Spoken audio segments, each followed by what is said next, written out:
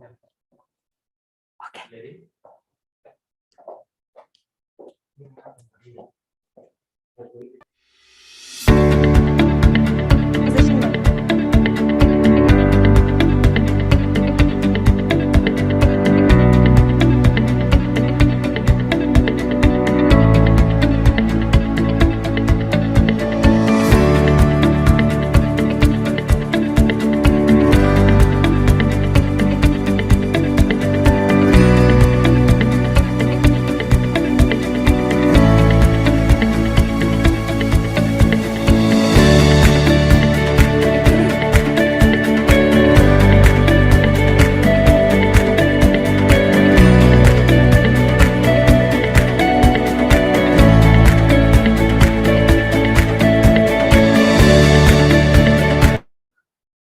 Sawadika, Khairul Tang, Dobry день. Good morning, dear ladies and gentlemen.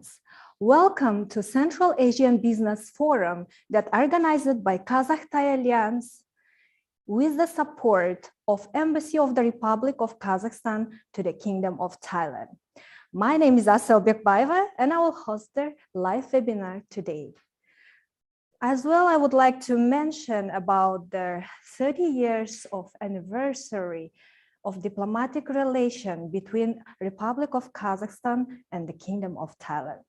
So let's come to our live webinar topic. The name of our event for today is Seek Opportunities in Trading and Investment in Central Asia, Kazakhstan.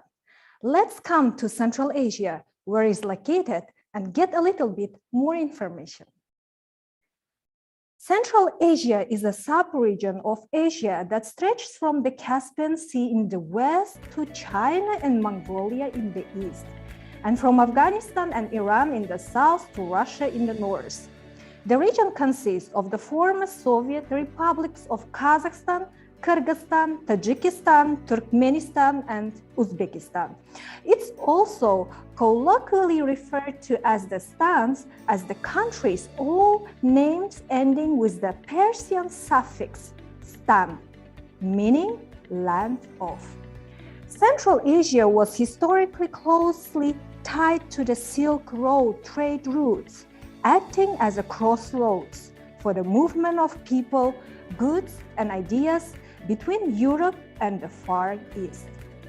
Central Asia has a population of about 77 million people. In 5 countries, Kazakhstan population 19 million, Kyrgyzstan 7 million, Tajikistan 10 million, Turkmenistan 6 million, and Uzbekistan 35 million.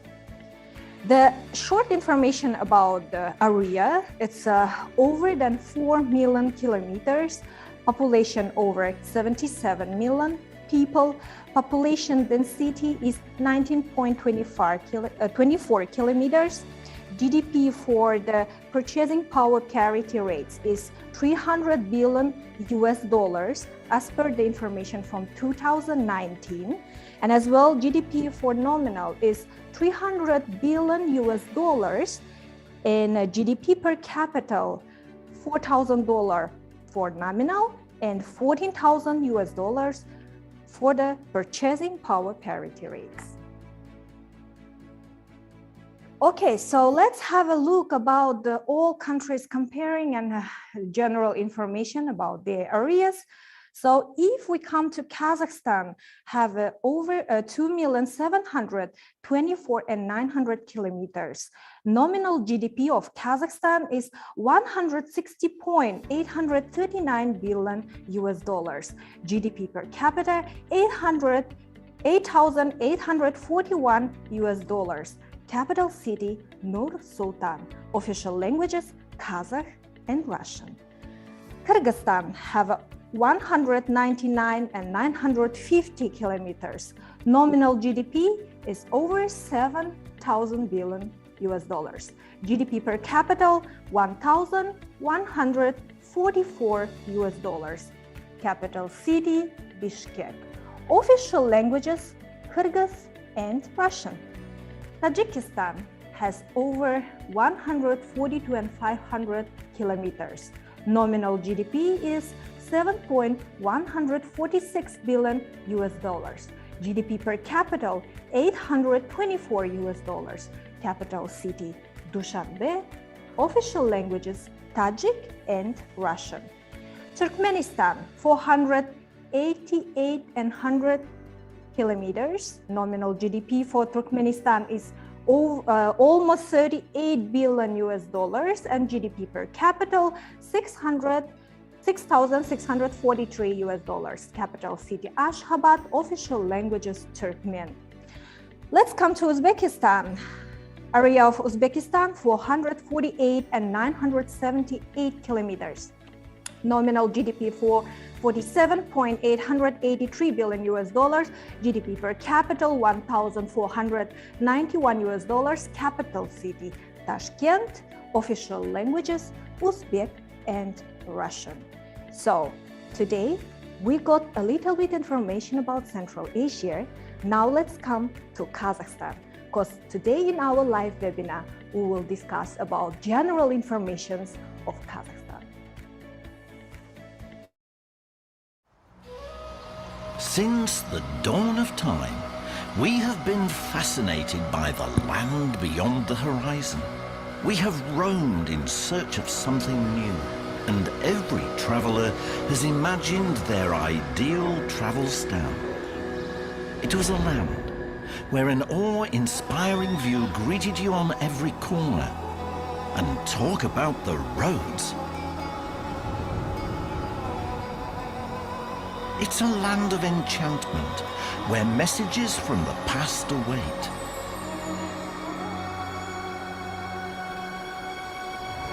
It's a land of adventure. Every road rewards you with a different road, through mountains, steppes, canyons, valleys, and even those roads that no one has stepped on before you. And each night in Travelstan feels like home, whether under the vast sky or under a one-of-a-kind roof. While you catch up on rest or hang out with your new friends, how can we ever have enough time to do everything, to remember this city and this sunset and this moment with that special sunlight? While in Travistan, you can't help but be inspired.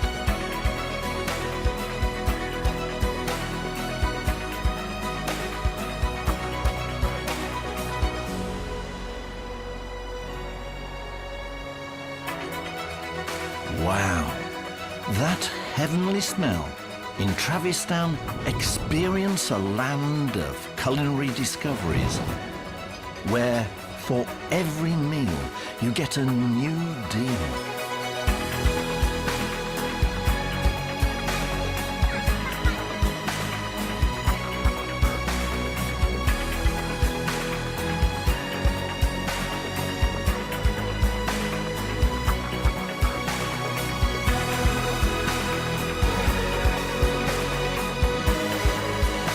Imagine your travel stand. What will it be like for you? Welcome to Kazakhstan. Welcome to Kazakhstan.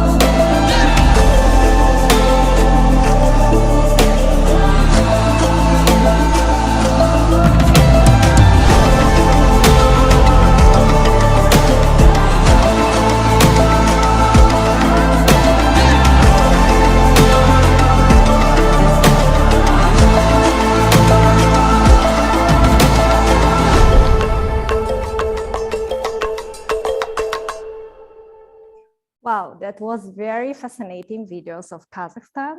So let's go on. As well, I would like to inform that the direct flights from Bangkok city to Almaty will launch from 30 October 2022. Nowadays, if you would like to fly to Kazakhstan, you can fly from Phuket. They have a direct flight, 6.5 hours, and you just will arrive to Kazakhstan. So now I would like to take this opportunity to say thank you for our supporters and as well our partners. Embassy of the Republic of Kazakhstan to the Kingdom of Thailand. International Institute of Trade and Development. Kazakh Invest National Company. III Logistic Public Company. University of Thailand Chamber of Commerce. Air Astana Airlines. Nomad Media, and as well our production Siam Coal Club Company. Thank you so much. Let me introduce you today with our webinar agenda that we will discuss, and we will stay together whole day from 10 morning till 4 p.m. because this is the open house of Central Asian Business Forum, where we will discuss a lot of issues and try to get a lot of information about our trading and investment destinations. We today have two sessions, morning and afternoon sessions. Morning sessions start from 10:20 until midday, until 12 p.m. So we go for lunch till 1 p.m. and we come back after 1 p.m. with our expert speakers until 4 p.m. So we have from 10:20 till 10:40 Embassy of the Republic of Kazakhstan to the Kingdom of Thailand. The counselor of the embassy will discuss about the general information about Kazakhstan, population, Eurasian Union, GDP information of Kazakhstan, and political situation of Kazakhstan nowadays. As well, we have a next speaker from 10:40 till 11 p.m. Kazakh Invest National Company, that they will discuss with us today about investment opportunities of Kazakhstan. We also invited CIP Value Company that has been visited Kazakhstan and had some research job and analyze project that they can inform and give a full information about our destination from 11 till 12 p.m. Then we go for break until 1 p.m. After the break, we come back with the law firm company, Akhmetova Law Firm Company, that she will discuss with us today about the organizing and the operating company in Kazakhstan, comparative table of legal entity types of companies in Kazakhstan, opportunities of Astana Hub and AIFC. I would suggest as well to listen this topic because that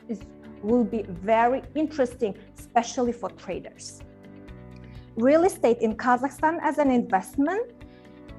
taxation, work visa for foreigners, types and illegal issues of the regulated activities in Kazakhstan. It's about license and permits. As well, we have from 1:40 till 2:40, the logistic company, one of the very important questions for nowadays, how to make a logistic route to Kazakhstan. So today we invited one of the companies that they are becoming a forwarder for Vientiane Logistic Park, and they will discuss today with us about logistic by air, sea, and land to Kazakhstan from Thailand. At 2:40 till 3:10, we have an investment project from Kazakhstan that comes from the BM Energo Engineering Company. They will discuss about iSmart series micro-integrated intelligent data center. So if you're interested in the data center projects, please join us at 2:40 p.m. today. And we also have Farabi Business School was invited for us as the research speaker. They will discuss today with us about the possibilities of the transport and the logistic infrastructures of Kazakhstan in cargo transportations. we today try to focus on the logistic and try to give more information for our traders and investors as well to know what is the route most easy to go to Kazakhstan. So the last from 3:40 till 4 p.m., we will discuss about our B2B trade matching to Kazakhstan in coming autumn, October and November. So you can stay with us and get information if you would like to see and meet your potential local buyers. Now, it's a very big honor for us to invite the Ambassador of the Republic of Kazakhstan to the Kingdom of Thailand, His Excellency Arman Isyatov, to give an opening speech of our event.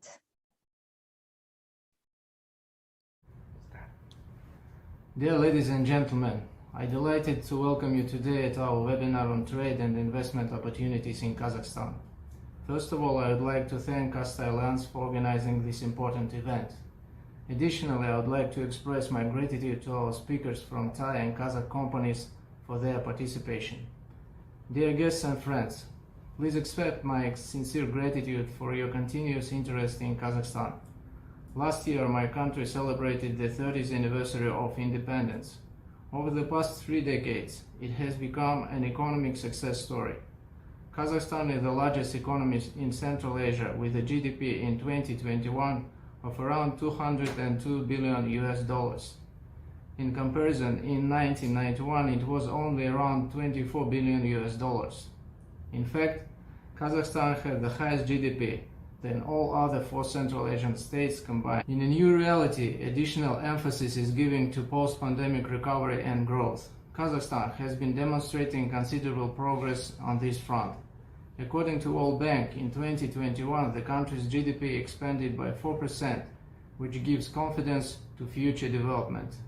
A key factor throughout Kazakhstan's economic development has been its ability to attract foreign direct investments. We have attracted more than $376 billion in foreign direct investment. To date, about 37,000 enterprises with the participation of foreign capital are registered in Kazakhstan. Kazakhstan remains as the top business destination for international business in Central Asia region. According to UNCTAD's World Investment Report 2021, our country became the second largest recipient of FDI among transition economies and was named as the major exception to the overall decline of FDI inflows to the region. But we do not content ourselves with the achievements to date. The government consistently works on improving our domestic investment climate in accordance with the best international standards. Kazakhstan created an appropriate legislative base. Our country has signed 51 bilateral and multilateral investment treaties which guarantee the rights of investors. In 2017, Kazakhstan became an associate member of the OECD Investment Committee and joined the Declaration on International Investments, which indicates the high international recognition. Kazakhstan is very attractive to foreign businesses because it is a gateway to the common 180 million market on the Eurasian Economic Union. This year, 43 foreign companies expressed their interest in either relocating production or opening new facilities in Kazakhstan. Currently, there is an active negotiation process with these companies. As for cooperation between Thailand and Kazakhstan, the trade level in 2021 reached 144 million US dollars, which is 56.4% higher than in 2020. Unfortunately, the investment inflow does not match the potential of the two countries. Kazakhstan and Thailand, as top economies in their own regions, can intensify collaboration in agricultural, industrial, financial, textile, and digital areas. Thai companies have the knowledge and advantaged expertise in many types of businesses. The partnership of entrepreneurs of Kazakhstan and Thailand can lead to the mutually beneficial successful projects that can be competitive in the market of the Eurasian Union. The purpose of this webinar is to familiarize Thai businesses and people with trade and investment opportunities in Kazakhstan. I believe that the information received will contribute to strengthening the partnership between our countries. In turn, the Embassy of Kazakhstan will continue to undertake all necessary efforts to support your initiatives in our country. Thank you for your attention and good luck for all of you. Thank you so much, Your Excellency Arman Isetov. It was really a very good opening of our live webinar today. So now I would like to discuss about the history of Kazakhstan as well, as today it's Educational Day. Before we start with our speakers, I would love to show you some small video about the little part of history of Kazakhstan. Kazakhstan, where mountains are high and the steppe is vast, where every scrap of land tells a story. They may be thousands of years old, but each legend lives still. Like the legendary love shared by Emir Karahan and Aisha Bibi. A story of great love and endless solitude. Of unwavering devotion and enduring hope, of absolute courage and emotion that only strengthens with time. It's about passion for life and impossible loss. A love story that's carved in stone and emblazoned on our hearts forever.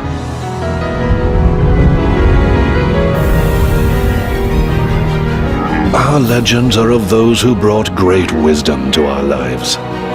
like the fabled Khoja Ahmed Yassawi. His story is of decency and compassion, of true commitment, and the ray of light that shines only for those most deserving. Of the sunrise that always follows dawn, heralding ethereal hope and new beginnings that bring meaning into our very lives.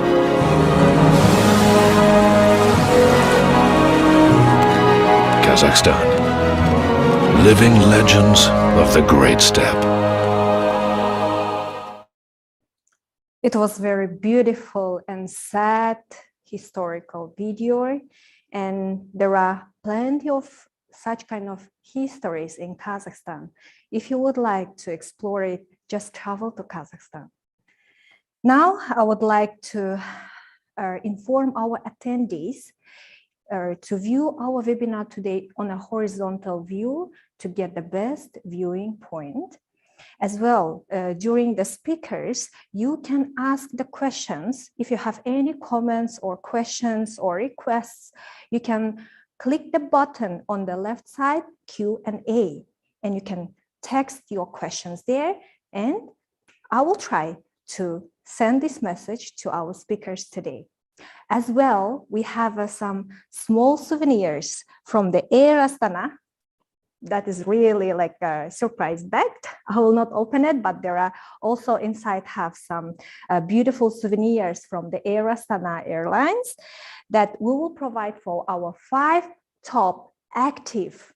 attendees. That we will realize today after the end of the webinar, after you answer or you will be active in the Q&A and as well in the polling questions.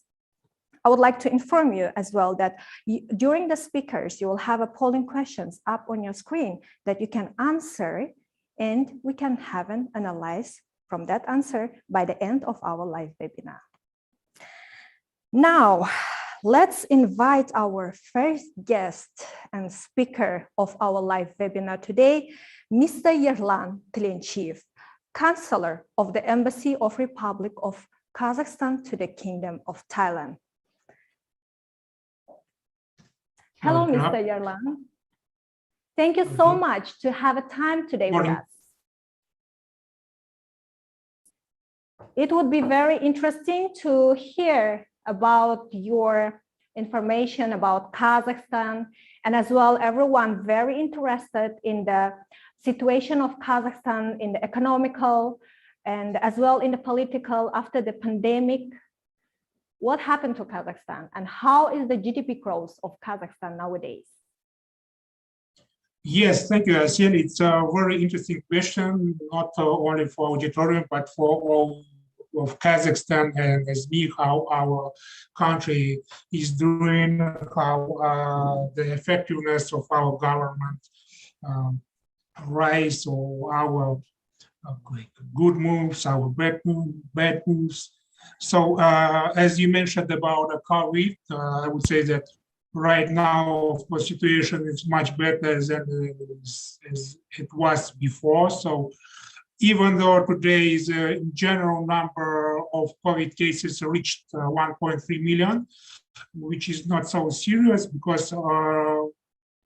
it's not so serious like it was before. And daily cases today is amounted around 2,500, but I'm not sure. Need to check again. So, but in general, pandemic situation is improved, and as a result, the economic situation improved as well. So, last year the GDP increased up to 4%, which, as Ambassador Isetov mentioned, gave a confidence for recovery, for going back to pre-pandemic track. So if you allow me, I would like to start my presentation and give some basic information. So please.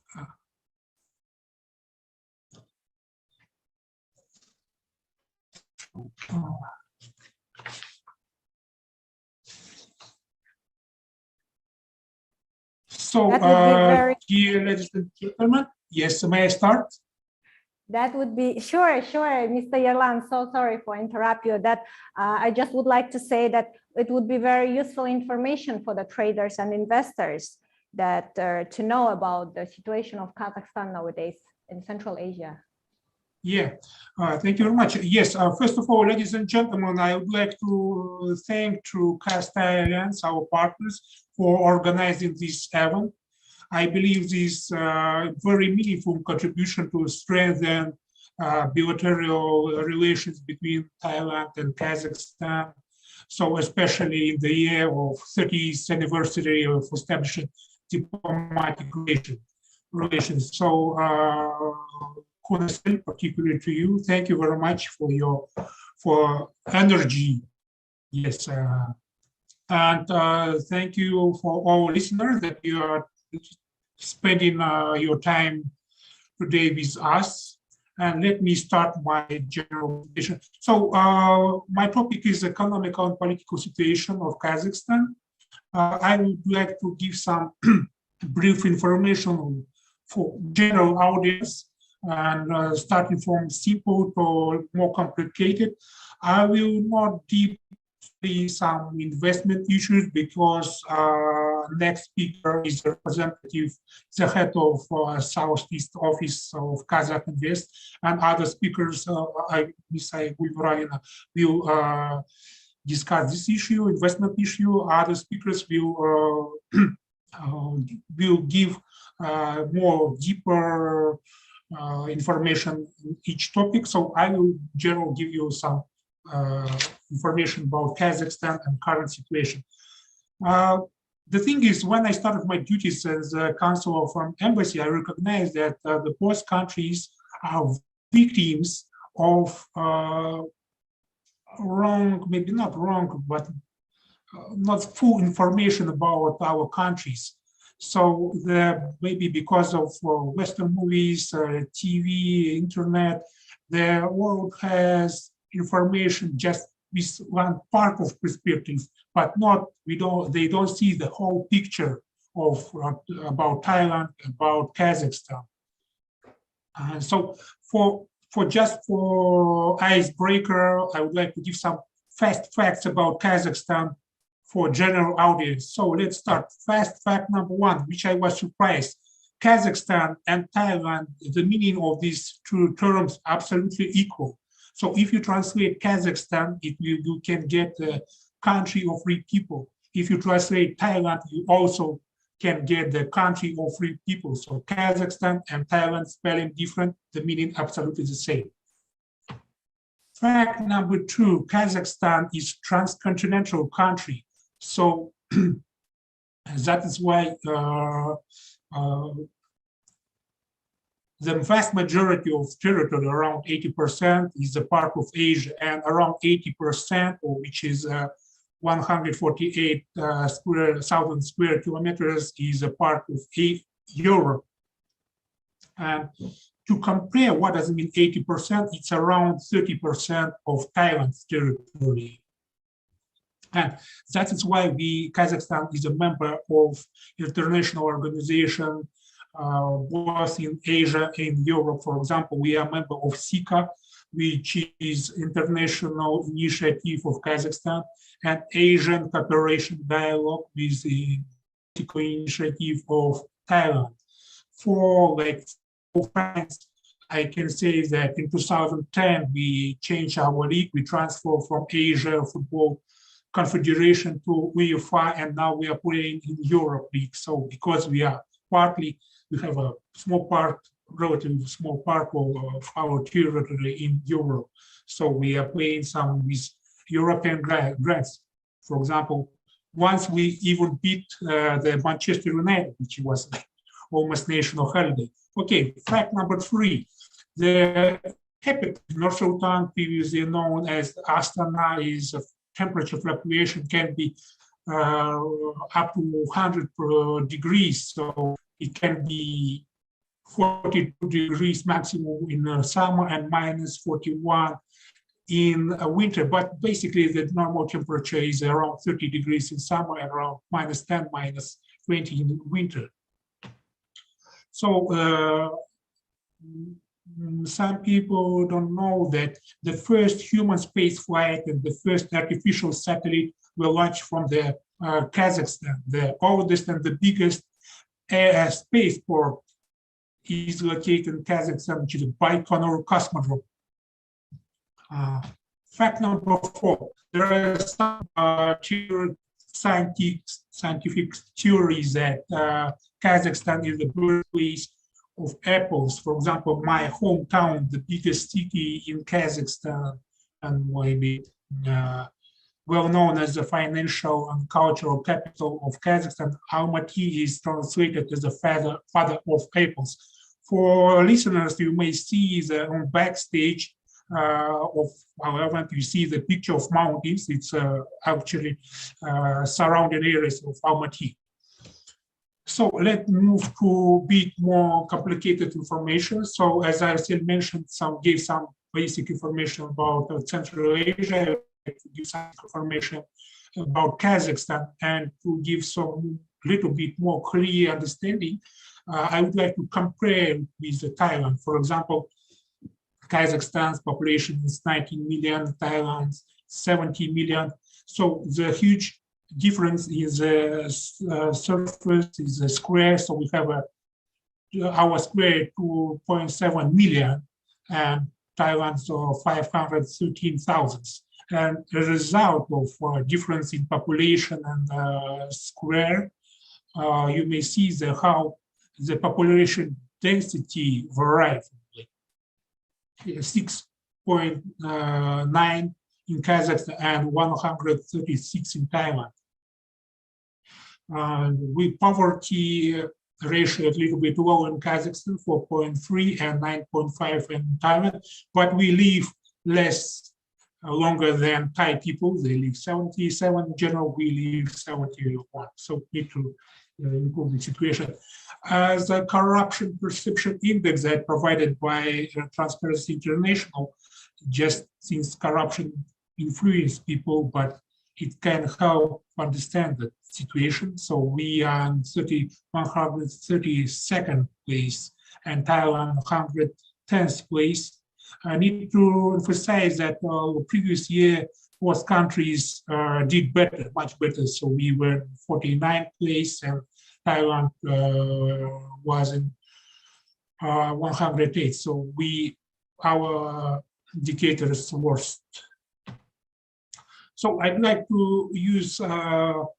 AMD World Competitiveness Ranking because it was published in 2022. There are many different competitive index, for example, World Economic Forum, also highly reliable and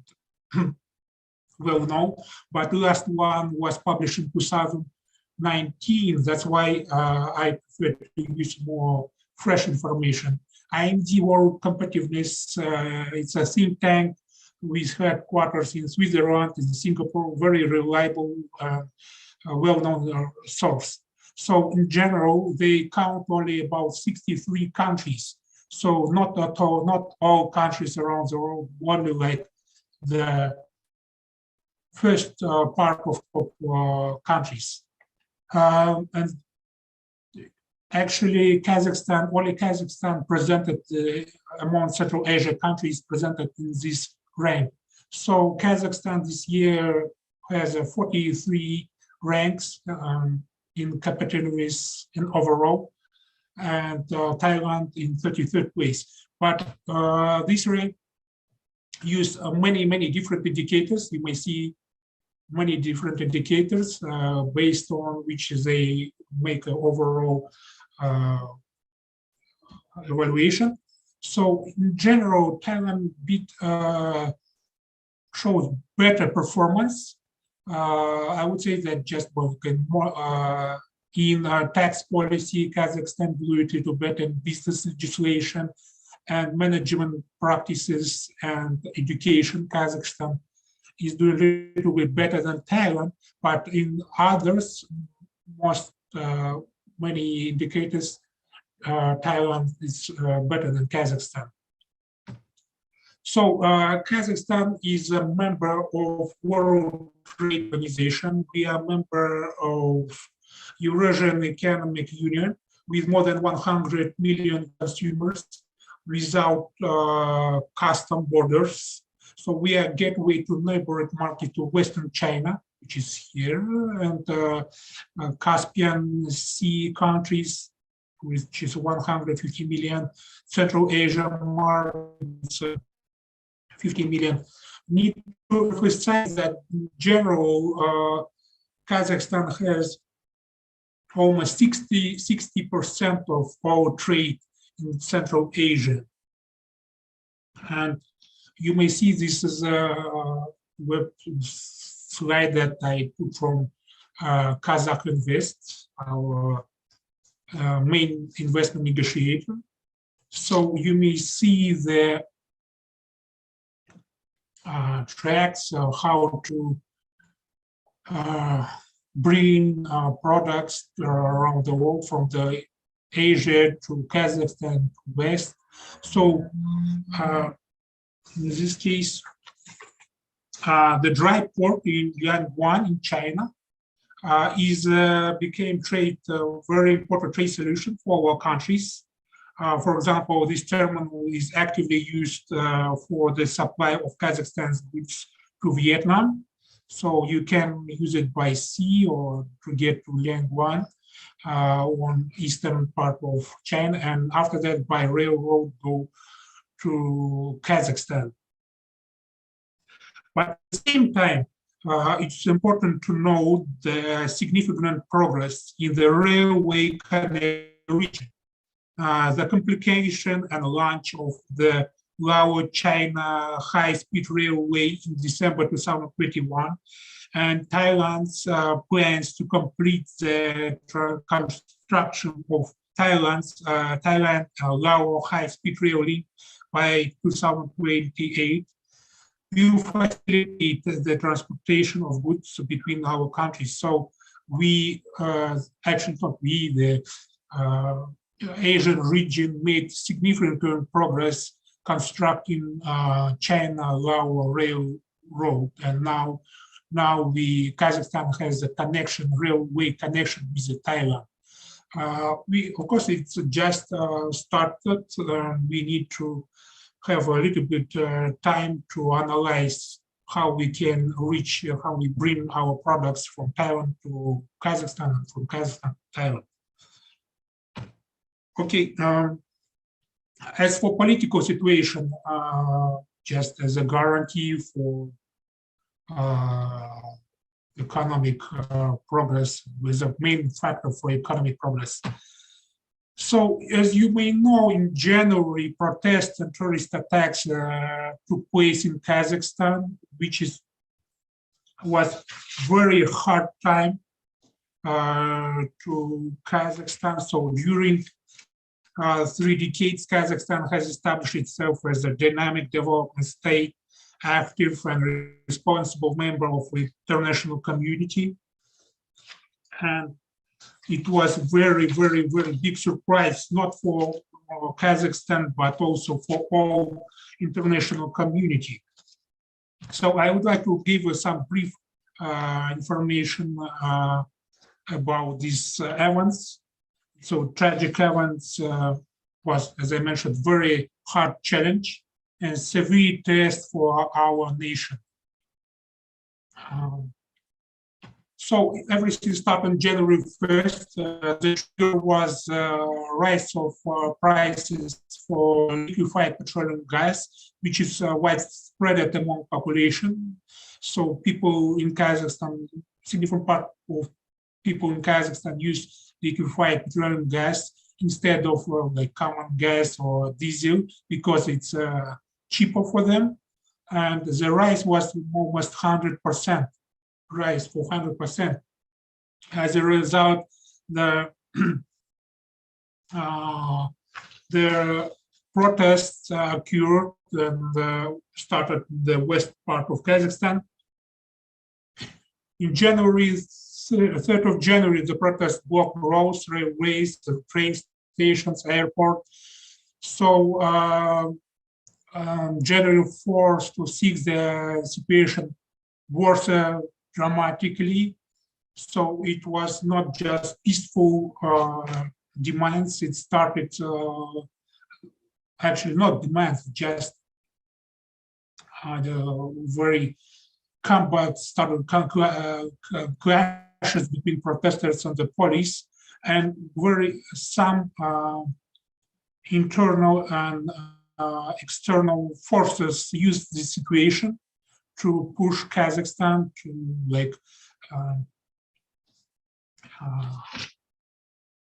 so yes, they use the situation to try to take an initiative. And as a result, the president called the Collective Security Treaty Organization, and this CSTO sent troops to Kazakhstan. Around 250 soldiers arrived, peacekeepers from CSTO arrived to Kazakhstan, but the main goal was to just protect military objects of Kazakhstan. They didn't take part, they didn't participate in the fighting with protesters. So 7th, 9th January, the police and the army continue liberation of cities from gunmen. The red level of terrorist threat introduced. So some terrorists recognized that the actions failed. So around 300 individuals with firearms attempt to leave the territory of Kazakhstan. So during that days, 6 government office residents of President Almaty, 4 police stations, 8 weapon stores, 3 airports, 5 hospitals, 5 key channels were almost captured. 4,300 people injured. And we need to emphasize that most of them, 78%, were law enforcement officers. And 225 deaths, deaths have been confirmed, and 19 officers among them. So the total damage estimated at $2 and $3 billion US. in recall of, so it's a very brief information because everything happened and finally everything is okay. We are absolutely stable, secure country. We everything under control, starting like from January 8th. So, but in response for public demands,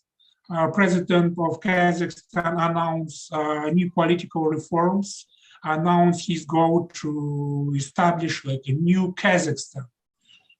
The main goal of political reforms was to limit the power of president,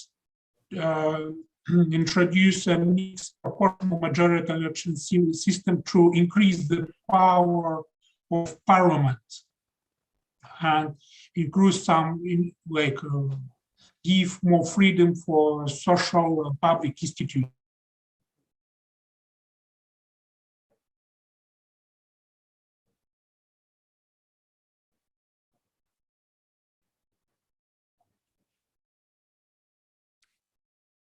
Hello, Mr. Yerlan, are you with us?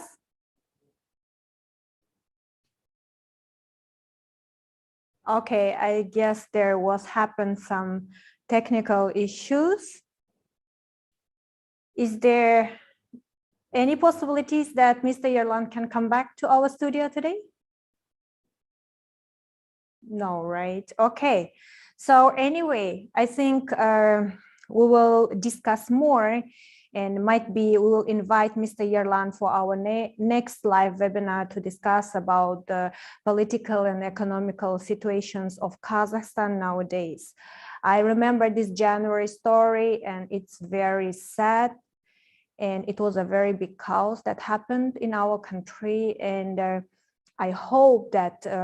all the crimes was happened that period will be investigated and justice will arise. Now I would like to invite our next speaker is Miss Aygul Nuralina. She's the head of representative office in South Korea from Kazakh National Invest Company. Sorry, my mistake, Kazakh Invest National Company. Hi, Ms. Aygul, how are you? Hi, Ms. Asel, I'm fine, thank you. Thank you very much for giving us such opportunity to meet companies from Thailand, and thank you very much for your interest in doing business in Kazakhstan. We're happy to be with you and to introduce with our country's opportunities. Thank you so much, Ms. Aygul. I would like to inform our attendees why we invite today Kazakh Invest National Company, and especially Ms. Aygul, because she has an experience over 18 years in the, she's the expert in business development with the 18 years of experience in private and public sectors. She can provide a customized advising service for international business, such as agriculture, healthcare, and other kind of industries. Please, Ms. Aygul, what would you share us about the opportunities of investment of Kazakhstan? What people should invest for in Kazakhstan and how to start it? Please, thank you. Thank you very much. Let me share my screen.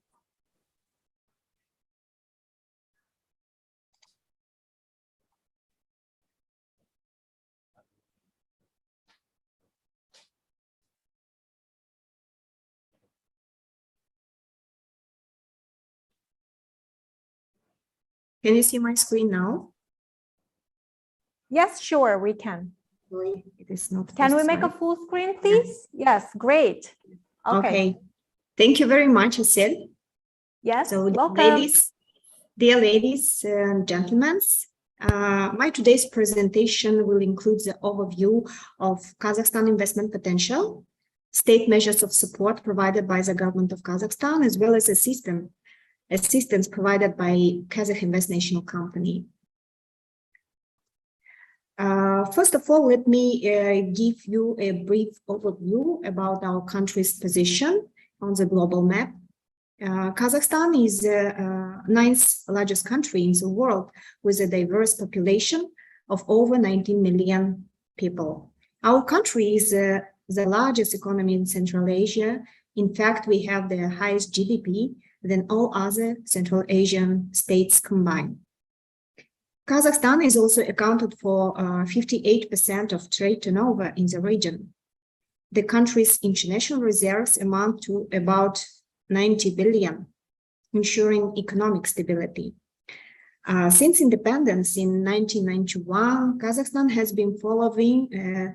multi-vector foreign policy and enjoying a friendly relations with other countries.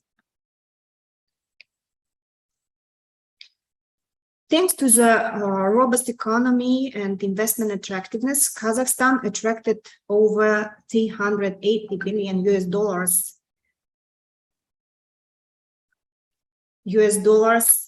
of FDI, thus staying the largest FDI recipient in Central Asian region. So why Kazakhstan is an increasingly attractive investment destination? Strategically located at the heart of Eurasia, Kazakhstan boasts abundant natural reserves, production activity, efficiency, and favorable investment climate. In addition, the country offers comprehensive state support measures, as well as relatively affordable and qualified labor. Today, international investors can explore vast opportunities across various industries. As you know, Kazakhstan is the largest transit hub in Central Asia. Historically, the Great Silk Road passed through our country, and we are the central link in the implementation of China's Belt and Road Initiative. Kazakhstan developed robust infrastructure for all types of transport: railway, maritime, road, and air. There are 12 airports with open sky regime and 11 transport corridors crossing the territory of the country. The Horgoz dry port successfully operates and links China with Europe. The seaport Aktau and Kuryk on the Caspian Sea, with the increased capacity of up to 27 million tons, providing access to the Southern Europe and Persian Gulf countries. Today, 83% of land transit traffic along the China-Europe corridor passes through Kazakhstan. Cargo trains reach their destination in just 14 days, which are 3-4 times faster than by sea routes. Annual transit volume exceeds 20 million tons. Cargo transit annually contributes about 1 billion to the economy. Let me also highlight that Kazakhstan has direct access to the market of more than 1 billion consumers, including the countries of Eurasian Economic Union, Central Asia, and China. As such, Kazakhstan has become the gateway to the largest markets, offering multimodal logistics opportunities. And in our portfolio, we have also infrastructure projects. Another competitive advantage is the abundant natural resource base. Kazakhstan is the 6th largest country in the world by agricultural land area, where over 80% of land is used for agricultural production. And our country is unusually gifted with natural reserves. Almost all the elements in the periodic table can be found in Kazakhstan soil. Huge natural reserves make the country an important supplier to global commodity markets. In addition, the World Bank estimates that there are over 5,000 unexplored deposits still present in Kazakhstan,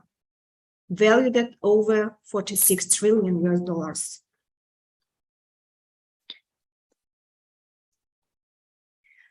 Kazakhstan is emerging on the global map as a cost-efficient manufacturing hub.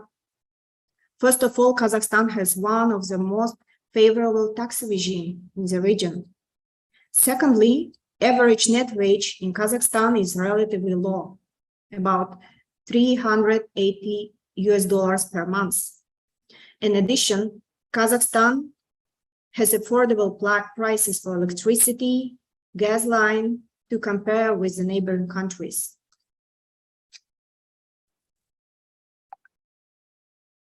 So, notably, Kazakhstan has also the high literacy rate in the region and ranked 35th global in the United Nations Educational Index. Our country population is multilingual, and in Kazakhstan has been living there more than 100 nationalities. Thanks to the National Bolashak Scholarship Program, over 14,000 of young people studied in the world top 100 universities. They are now working in Kazakhstan and driving success of our nation. In Kazakhstan, there are over 100 higher educational institutions that provide high quality education. And today, around 400 organizations are engaged in R&D, involving approximately 23,000 specialists. In addition, Kazakhstan offers a simplified regime for foreign labor. The government of Kazakhstan provides comprehensive support to investment projects that includes fiscal incentives and non-fiscal incentives. Fiscal incentives includes such as various subsidies, exemption from corporate tax, income tax, VAT, land tax, and property tax. And non-fiscal incentives include, for example, land plot, which can be granted, and infrastructure. Also, in accordance with the global best practices, we have 13 special economic zones located all over the Kazakhstan that provide established infrastructure and a wide range of investment preferences. We also have 36 industrial zones with turnkey infrastructure. Last year, Kazakhstan introduced a new state support tool as investment agreement that can be directly concluded with the government. The investment agreement provides a wide range of customized incentives and ensures stability of legislation for up to 25 years.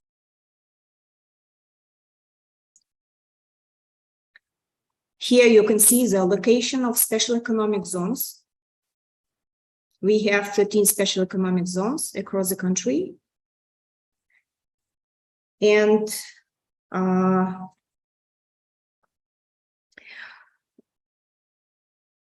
to date, Kazakhstan actively seeks cooperation with international business in realizing the potential of high value added and competitive industries. Thanks to the government efforts to diversify the economy, vast investment opportunities are opening up in agribusiness, mining, metallurgy, petrochemical production, healthcare, transportation and logistics, tourism, machinery infrastructure, and other industries.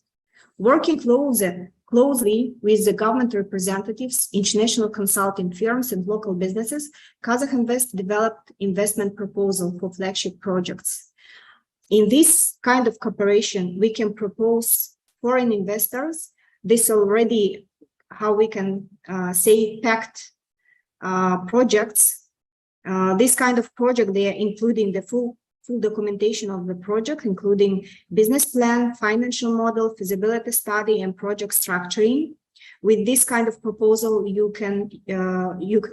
introduce with this kind of projects at our website, invest.gov.kz, where you can find the teasers of these projects. And currently we have about 200 investment proposals that we offer to investors. And if you are interested in one of the projects, you can contact me, and then I can support you in introducing with the project. And the other scheme, how we can work with investment companies, with companies interested in penetrating the market through investment, is working on your own business initiative. Each and every each company is very unique and has his own marketing strategy, economical situation, and depend on your company interest, we can develop your unique and make you unique business proposal to expand your business through entering the market to Kazakhstan, which also can give you the opportunity to be presented on the market of other Central Asian countries and Russia also. And let me also briefly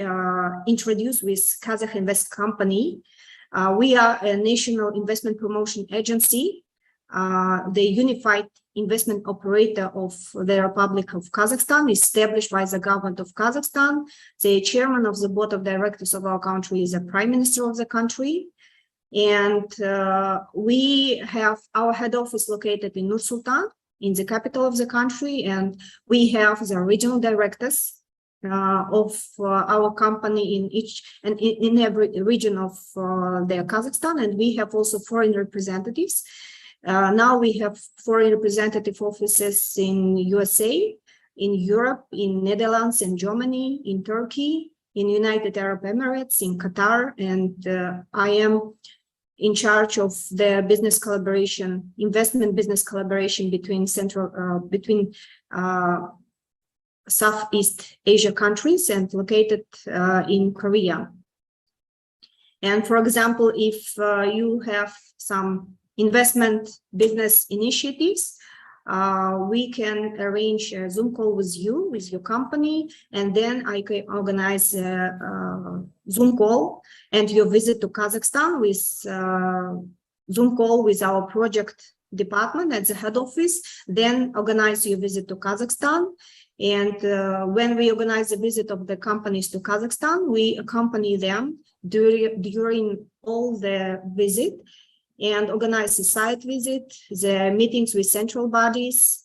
with other state bodies, with financial institutions. And since we are a governmental company, our services and our support provided free of charge. So it will be free of charge for you. And even, even after successful launch of the project, we provide continuous aftercare support on the questions investors may have in doing business in Kazakhstan. On this slide, you can see how many multinational companies have already chosen Kazakhstan for expanding their operations and opening production locally. They operate in different sectors, and in total about 50,000 companies with foreign participation already enjoy the benefits of doing business in Kazakhstan. To sum up, the investment incentives and opportunities across industries developed infrastructure, green corridor for priority projects, accessible dialogue platforms at all levels. This is what Kazakhstan can already offer to foreign companies. On this last slide, you saw my contact details. You can contact me directly, or you can contact to Asel to introduce with the other investment opportunities of Kazakhstan, or you can contact to Yerlan at the Embassy of Kazakhstan, and we will be more than happy to support you. To support your investment initiatives and to introduce with more with Kazakhstan opportunities. Welcome to Kazakhstan. Thank you very much for your interest to our country. Thank you so much, Ms. Aygul. It was very interesting information today about the services and about the general information of the Kazakh Invest, and as well about the projects of Kazakh Invest. Today, I would like, by the way, to inform our attendees that Kazakh Invest National Company, it's a one-stop service company that where you can get all the support if you are going for invest in Kazakhstan. They will support you back with the accounting team, with the back office, with the information of taxation and visa and etc. So it's about as well, they have some benefits and promotions for the investors. Depends from the amount they are going to invest in Kazakhstan. So Yes. I would like to say thank you for Ms. Thank you, Aygul. Asil. I also would like to add a few moments that the government provide necessary support to investors who are interested to develop the business. And we have several measures of investment support, for example, including signing investment contract. And investment contract is signed with the government of Kazakhstan, with the Committee of Investment under the Ministry of Foreign Affairs. And we have a specialized service department which provide support to prepare application to apply on this investment contract. So this is really a one-stop shop for your investment project. Yeah, that's great. It was very nice to hear about this. So next time, before we go to invest, sure, if we have any projects, we'll keep in touch with you, and we try to provide our investors as much more information and connect with your organizations. Thank you very much. Thank you. Bye. Now, Bye. I would like to come back to Mr. Yerlan Klinchiv, the Chancellor of the Embassy of Republic of Kazakhstan to the Kingdom of Thailand. We had some technical issues before, and now Mr. Yerlan back to us. Hi, Mr. Yerlan, again. I apologize for my problem with internet, so I will finish and give information very briefly. So let me skip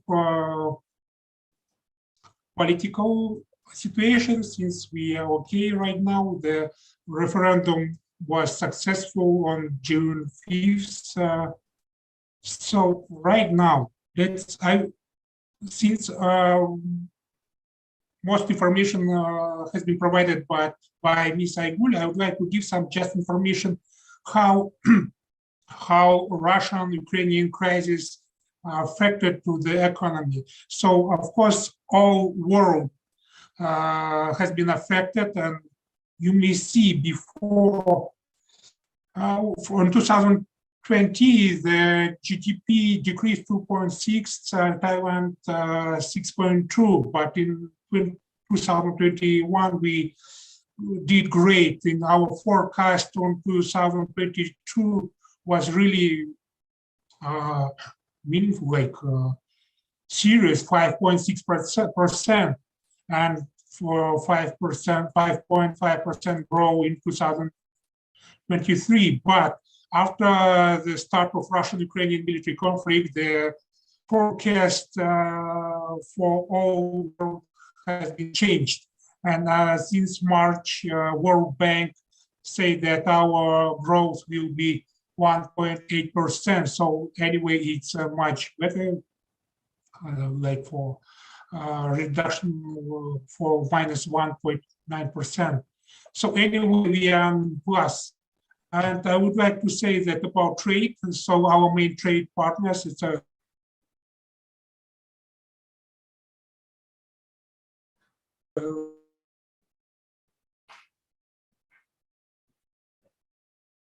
Hello, Mr. Yerlan. Today it's very cloudy day, so might have some technical issues with the internet. Hello, Mr. Yerlan, are you here? Okay, sorry. Yes, sorry. Okay, sorry. Please go on. Finish it. Okay, so let me skip everything and just say our trade over between Thailand in 2021 reached historical point $144 million. And in January, May, this trade turnover was 72 million, which is 23% higher than for the same period of the last year. So I would say that right now we have all world faced with a challenge, economic challenge because of Russia-Ukraine conflict, but we have a great opportunity to work together. For example, Thailand can invest and trade on food production, on textile, and on agriculture.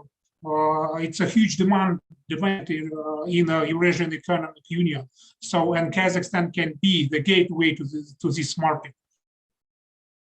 I would say that I'm ready to. I apologize for these problems with internet. I can give you all information. I'm ready to meet with everyone, everywhere, anytime. Just send me message to embassies, mail me. I'm ready. I can give any information that you request. Thank you very much. Thank you to Kastai Islands. Thank you very much, Kunasil, for your understanding. And again, I apologize for this problem with connection. Thank you so much, Mr. Yerlan. It was very interesting information. And I think comparing the economical situation between Thailand and Kazakhstan and having numbers on the export and import, it was very important information for our attendees so much. I think they can get today very useful information from you. Have a good day. Bye. Bye. Okay. Now I would like to come back for our next speaker, and I would like to apologize for our next speaker. I'm so sorry that we had some technical issues. We had one company that visited Kazakhstan before the pandemic for the research project, for the trading and investment, to see the possibilities. How is that to invest in Kazakhstan? So now I would like to invite Mr. Mehta Jaratanakorn, CEO of the CIP Value Company Limited. Good morning, Mr. Mehta. Good morning, and สวัสดีครับ คุณเมตาค่ะคิดอย่างไรครับคาซัคสถานและธุรกิจอะไรที่ดีสำหรับคาซัคสถานค่ะครับ actually Kazakhstan is very important country, right? And Kazakhstan is a very strengthened opportunity and remain the opportunity between Thailand and Kazakhstan can be join the investment for create the new opportunity for export very new opportunity in another country. And we in our section we will move to the Thai language for attendee, right? For explain a little bit more. Yes. I think you can just present the presentation in any language. You can feel free. Because of course we are providing our information for the Thai business owners, factory owners, as well. We have some international attendees. But if you feel more comfortable to present in Thai language, please go on. I would be very happy because I'm very excited to listen and hear and get the knowledge and information. What is the result of your research project in Kazakhstan? Please. Yes, thank you very much, and Kun and Sales, thank you very much, and I will share our presentation for everyoneครับ เดี๋ยวเราจะเข้ามาสู่เซกชันที่เป็นภาษาไทยนะครับเพื่อให้ทุกท่านได้แชร์ไอเดียของข้อมูลต่างๆนะครับที่เราไปศึกษามานะครับส่วนในรายละเอียดใน PowerPoint นะครับเป็นภาษาอังกฤษนะครับท่านสามารถดูได้และสามารถสอบถามได้อีกทีหนึ่งนะครับก็ขออนุญาตเข้ามาที่เซกชันของเรานะครับก็เป็นเนื้อหานะครับในเรื่องของ opportunity perspective สำหรับไทย investor นะครับ in Kazakhstan นะครับโดยผมนะครับเมธาจารรัตนากรนะครับก็ CEO ของ CIP Value นะครับ and first of all we would like to thank you about the team for invited our company CIP Value for share the information to everyone who is interested for do the business in Kazakhstan and Thailand. Thank you very much. Okay. งั้น the first one นะครับเรามาดูก่อนว่าคาซัคสถานคืออะไรนะครับคาซัคสถานคือประเทศที่น่าสนใจและอยู่ในเส้นทาง Belt and Road Initiative นะครับซึ่งเป็น Belt and Road Initiative ในทางบกนะครับซึ่งสามารถที่จะเชื่อมต่อตั้งแต่สินค้าตั้งแต่จีนนะครับ จีนไปจนถึงยุโรปได้นะครับนะครับตรงนี้ก็จะเป็นเส้นทางที่น่าสนใจมากนะครับแล้วก็ผ่านทางฝั่งของอัลมาตี้ด้วยแล้วก็เวสเอ็กเนี่ยนะครับนี่ในจังหวัดนี้นะครับซึ่งเป็นเส้นทางการค้าที่น่าสนใจนะครับโดยที่คาซัคสถานเป็นประเทศที่ใหญ่ที่สุดนะครับแล้วมี GDP สูงที่สุดในภูมิภาคCIS หรือว่า Central Asia นะครับในในส่วนของคาซัคสถานเองเนี่ยครับก็จะมีพรมแดนที่ติดกับหลาย ๆประเทศนะครับทั้งในฝั่งของจีนนะครับในฝั่งของรัสเซียนะครับและอีก1 2 3ประเทศนะครับที่อยู่รอบด้านนะครับซึ่งเป็นประเทศที่มีทรัพยากรเยอะมากนะครับทรัพยากรเรื่องอะไรนะครับเนื่องจากพื้นที่เขาใหญ่นะครับพื้นที่เขาใหญ่ดังนั้นเนี่ยในส่วนแรกๆนะครับสองเรื่องแรกที่นึกถึงถ้าเราถึงคาซัคสถานนี่ก็คือ1ทรัพย์ในดินสินในแร่นะครับก็คือแร่ธาตุต่างๆนะครับแล้วก็ทรัพยากรธรรมชาติที่เกี่ยวข้องกับการทำเหมืองแร่ต่างๆนะครับในส่วนนี้เองเนี่ยครับทางคาซัคสถานเองเนี่ยก็มีการทำเหมืองแร่แล้วก็ทำรายได้จากทรัพยากรเหล่านี้นะครับค่อนข้างเยอะเลยทีเดียวเรียกได้ว่าเป็นประเทศที่มีความร่ำรวยนะครับหรือว่าเป็นกลุ่มประเทศที่มีรายได้สูงนะครับประชากรมีความเป็นอยู่ที่ดีนะครับกับส่วนที่2นะครับเนื่องจากมีพื้นที่เยอะเนี่ยท่านมีพื้นที่ในการทำการเกษตรและปศุสัตว์ค่อนข้างเยอะนะครับแต่ข้อจำกัดของคาซัคสถานในเรื่องหนึ่งก็คือเป็นประเทศที่ไม่มีพื้นที่ติดทะเลนะครับจะมีติดแค่แคสเปียนซีนะครับอันนี้ก็จะเป็นจุดข้อจำกัดในเรื่องของการขนส่งทางเรือนะครับซึ่งก็สามารถแก้ไขได้โดยการต่อเชนนะครับต่อเชนจากการขนส่งทางรางนะครับนี่ทางท่านทูตกับท่านหลายๆท่านได้พูดไปแล้วนะครับตรงนี้ก็ขออนุญาตข้ามนะครับก็คือในส่วนของจำนวนประชากรประมาณสัก18-19 ล้านคนนะครับพื้นที่ประมาณสัก2.7 ล้านกว่าตารางกิโลเมตรนะครับ GDP ก็สูงที่สุดในภูมิภาคเซ็นทรัลเอเชียนะครับ GDP per capita เองก็สูงที่สุดในภูมิภาคนะครับประชากรนะครับเป็นชาวมุสลิมประมาณ 64% แล้วก็เป็นชาวคริสต์ 16.7% นะครับทีนี้เรามาดูในส่วนของโค้ดเรทนะครับในนี่นะครับกราฟนี้นะครับเป็นกราฟของคาซัคสถานในเรื่องของ GDP นะครับตั้งแต่ปี 2005 นะครับจนถึงปี 2020 นะครับก็มีการเติบโตอย่างต่อเนื่องนะครับก็จะมีบางช่วงที่อาจจะตกไปบ้างนะครับเล็กน้อยนะครับแล้วก็กลับขึ้นมาใหม่ได้นะครับก็เรียกว่ามีเสถียรภาพนะครับในภาพรวมนะฮะก็ค่อนข้างเติบโตอย่างต่อเนื่องเติบโตจากอะไรบ้างนะครับเติบโตจากนะครับอันนี้คือโครงสร้างของเขาคือโครงสร้างเศรษฐกิจเนี่ยมาจากรายได้มาจากภาคบริการนะครับแล้วก็ภาคอุตสาหกรรมก็คือเรื่องเหมืองแร่นะครับแล้วก็ในเรื่องของโปรดักต์ทางด้านการเกษตรซึ่งยังไม่มากเท่าไหร่นะครับทีนี้วิธีการมองนะครับเวลาเราจะมองโอกาสในการทำธุรกิจในประเทศคาซัคสถานนะครับเราก็ต้องมองด้วยว่าเราถนัดอะไรเนาะในฝั่งที่เป็นคาซัคสถานเขามีจุดแข็งหรือข้อเข้มแข็งในเรื่องอะไรบ้างนะครับเราก็พอจะทราบแล้วส่วนในเรื่องของตัวเราเองเนี่ยเราก็ต้องสำรวจตัวเราเองก่อนว่าในท่านนักธุรกิจทุกท่านนะครับทำธุรกิจที่ประเทศไทยเนี่ยเรามีจุดไหนที่แข็งแรงบ้างนะครับแล้วก็เอาจุดที่มีความแข็งแรงเนี่ยที่น่าจะมาเสริมกันได้นะครับเอามาร่วมกันนั่นคือวิธีการมองโอกาสทางธุรกิจนะครับเพื่อเสริมสร้างศักยภาพที่เพิ่มสูงขึ้นของทั้ง2ประเทศนะครับ in both sides นะครับนี้มาดูในเรื่องของโครงสร้างอีกนิดหนึ่งนะครับโครงสร้างประชากรนะครับซึ่งเราก็คงอาจจะต้องกล่าวถึงว่าโครงสร้างประชากรของคาซัคสถานนะครับเป็นลักษณะของแท่งประมาณนี้นะครับก็คือมีประชากรวัยแรงงานนะครับในส่วนนี้นะครับค่อนข้างเยอะนะครับมีส่วนวัยรุ่นตรงช่วงนี้นะครับที่อาจจะลดน้อยลงไปประมาณสัก10 ปีนะครับส่วนรุ่นเด็กนะครับรุ่นเด็กก็ค่อนข้างกลับมามีการเติบโต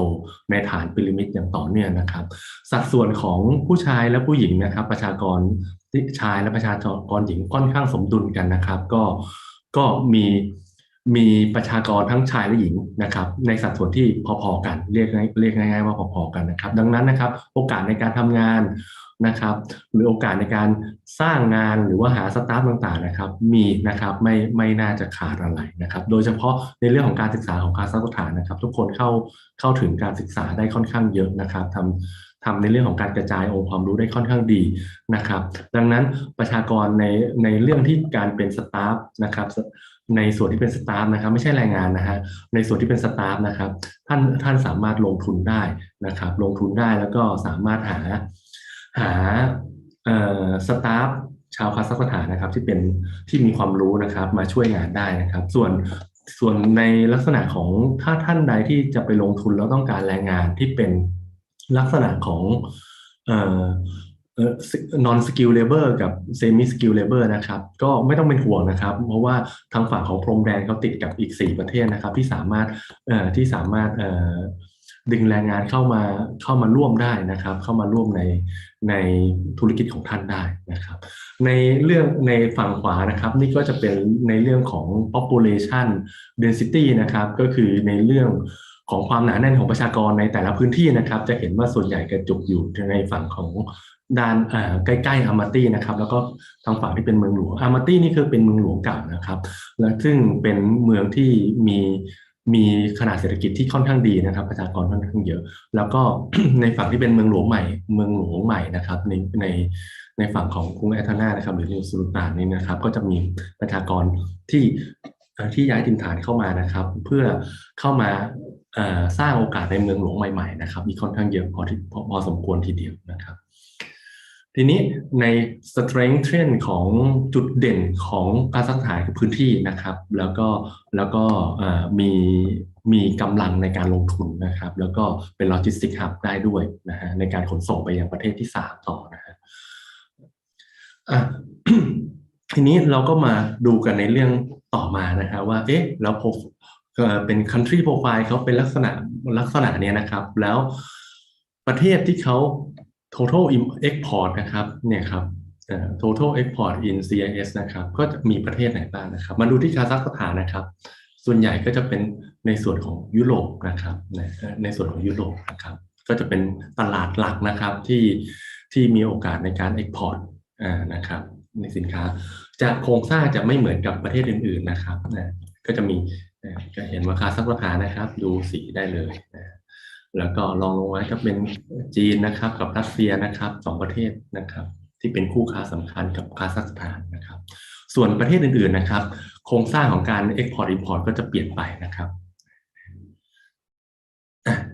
ทีนี้มาดู infrastructure กันอีกนิดนึงนะครับในเรื่องของเส้นทางนะครับด้านบนเป็นเส้นทางรางนะครับเป็น railway route นะครับส่วนด้านล่างเนี่ยเป็นโรดนะครับเป็นถนนนะครับเส้นทางภายในคาซัคสถานนะครับจะเห็นว่าในข้อดีของคาซัคสถานนะครับเขามีอินฟราสตรัคเจอร์ในเรื่องของระบบรางนะครับเป็นโลจิสติกที่เป็นเรียลเวย์โลจิสติกเนี่ยค่อนข้างดีนะครับแล้วก็ค่อนข้างครอบคลุมในพื้นที่ในประเทศนะครับในตอนที่เราไปเซอร์เวย์นะครับหรือไปตอนที่ไปเยือนคาซัคสถานเนี่ยนะครับเราเห็นรางรถไฟเนี่ยผ่านหน้าโรงงานนะครับแล้วก็มีรางเชื่อมเข้าไปในโรงงานนะครับดังนั้นต้นทุนในการขนส่งจากระบบรางเนี่ยค่อนข้างถูกมากแล้วก็ค่อนข้างสะดวกนะครับท่านสามารถขนส่งทางรถไฟเนี่ยแล้วก็เลี้ยวเข้าไปในโรงงานท่านได้เลยนะครับถ้าสมมุติว่าท่านมีโรงงานตั้งอยู่ในพื้นที่นะครับในส่วนของถนนนะครับก็มีโครงข่ายถนนที่ไม่แพ้กันนะครับก็ค่อนข้างเป็นเส้นทางถนนที่ดีนะครับแต่เนื่องจากในพื้นที่ของคาซัคสถานเนี่ยค่อนข้างกว้างนะครับกว้างและใหญ่ดังนั้นเองเนี่ยระบบรางจึงมีความสำคัญนะครับในการขนส่งในส่วนของอุตสาหกรรมนะครับทีนี้สิ่งที่ท่านจะลงทุนถ้าท่านจะไปลงทุนนะฮะท่านต้องดูในส่วนที่ใกล้และไม่ไกลเกินไปกับระบบรางที่เป็น Belt and Road Initiative นะครับหรือเส้นทางสายใหม่ที่สามารถส่งไปประเทศอื่นๆต่อได้นะครับนั่นก็เป็นด้านล่างนะครับนะครับมาดูภาพรวมต่อมานะฮะภาพรวมของในฝั่งของประเทศคาซัคสถานนะครับการอธิบายนะครับจะดีมากถ้าท่านเห็นภาพนะครับดังนั้นเราจึงดึงภาพนะครับที่เราไปเก็บภาพมานะครับให้ท่านเห็นว่าแล้วประเทศคาซัคสถานเนี่ยครับเป็นอย่างไรบ้างนะครับเป็นภาพอย่างไรบ้างนะครับก็จะเห็นว่าเป็นเมืองที่ทันสมัยนะครับมีสิ่งก่อสร้างที่ทันสมัยทีเดียวนะครับแล้วก็รวมถึงอินฟราสตรัคเจอร์ทางด้านของ นวัตกรรมนะครับเทคโนโลยีและนวัตกรรมเนี่ยค่อนข้างทันสมัยเลยทีเดียวนะครับแล้วก็มีธรรมชาติที่สวยงามนะครับเรียกว่าถ้าท่านไปลงทุนหรือทำการค้านะครับลงทุนทำการค้าการลงทุนแบ่งเป็นได้หลายระดับนะครับซึ่งตอนท้ายเราจะมาพูดกันว่าท่านสามารถลงทุนอย่างไรได้บ้างบางท่านคิดว่าเราจะลงทุนด้วยการ investment หรือตั้งโรงงานอย่างเดียวไม่ใช่นะครับไม่จำเป็นต้องทำอย่างนั้นเป็นโซลูชันเดียวนะครับโซลูชันอื่นๆมีอีกเยอะแยะนะครับถ้าท่านมั่นใจแล้วอยากจะลงทุนขนาดใหญ่ค่อยขยับขยายเป็นการเป็น greenfield investment ก็ได้นะฮะการลงทุนมีหลายระดับนะครับเดี๋ยวเราไปว่ากันในเรื่องของพาร์ทสุดท้ายนะครับเรามาดู perspective ก่อนนะครับจากหน้านี้นะครับสิ่งที่ท่านเห็นก็คือคาซัคสถานเป็นเมืองที่ทันสมัยนะครับเป็นเมืองที่มีนวัตกรรมสูงนะครับควบคู่ไปกับธรรมชาติที่สวยงามนะครับนี่เรามาดูภาพเคลื่อนไหวกันนะครับว่าแล้วแล้วภาพจริงๆเนี่ยมันเป็นยังไงนะครับเราก็จะไปดูกันนะ Before coming to Kazakhstan, you have never tried horse meat. Never for me. นะครับ It's not to be like everyday meat. It's นี่ more นะครับก็จะเป็นภาพเมืองของเขานะครับภาพเมืองของเขา โอเคครับทีนี้มาดูในเมืองต่อเมืองอีกอันนึงนะครับโทษทีนะครับ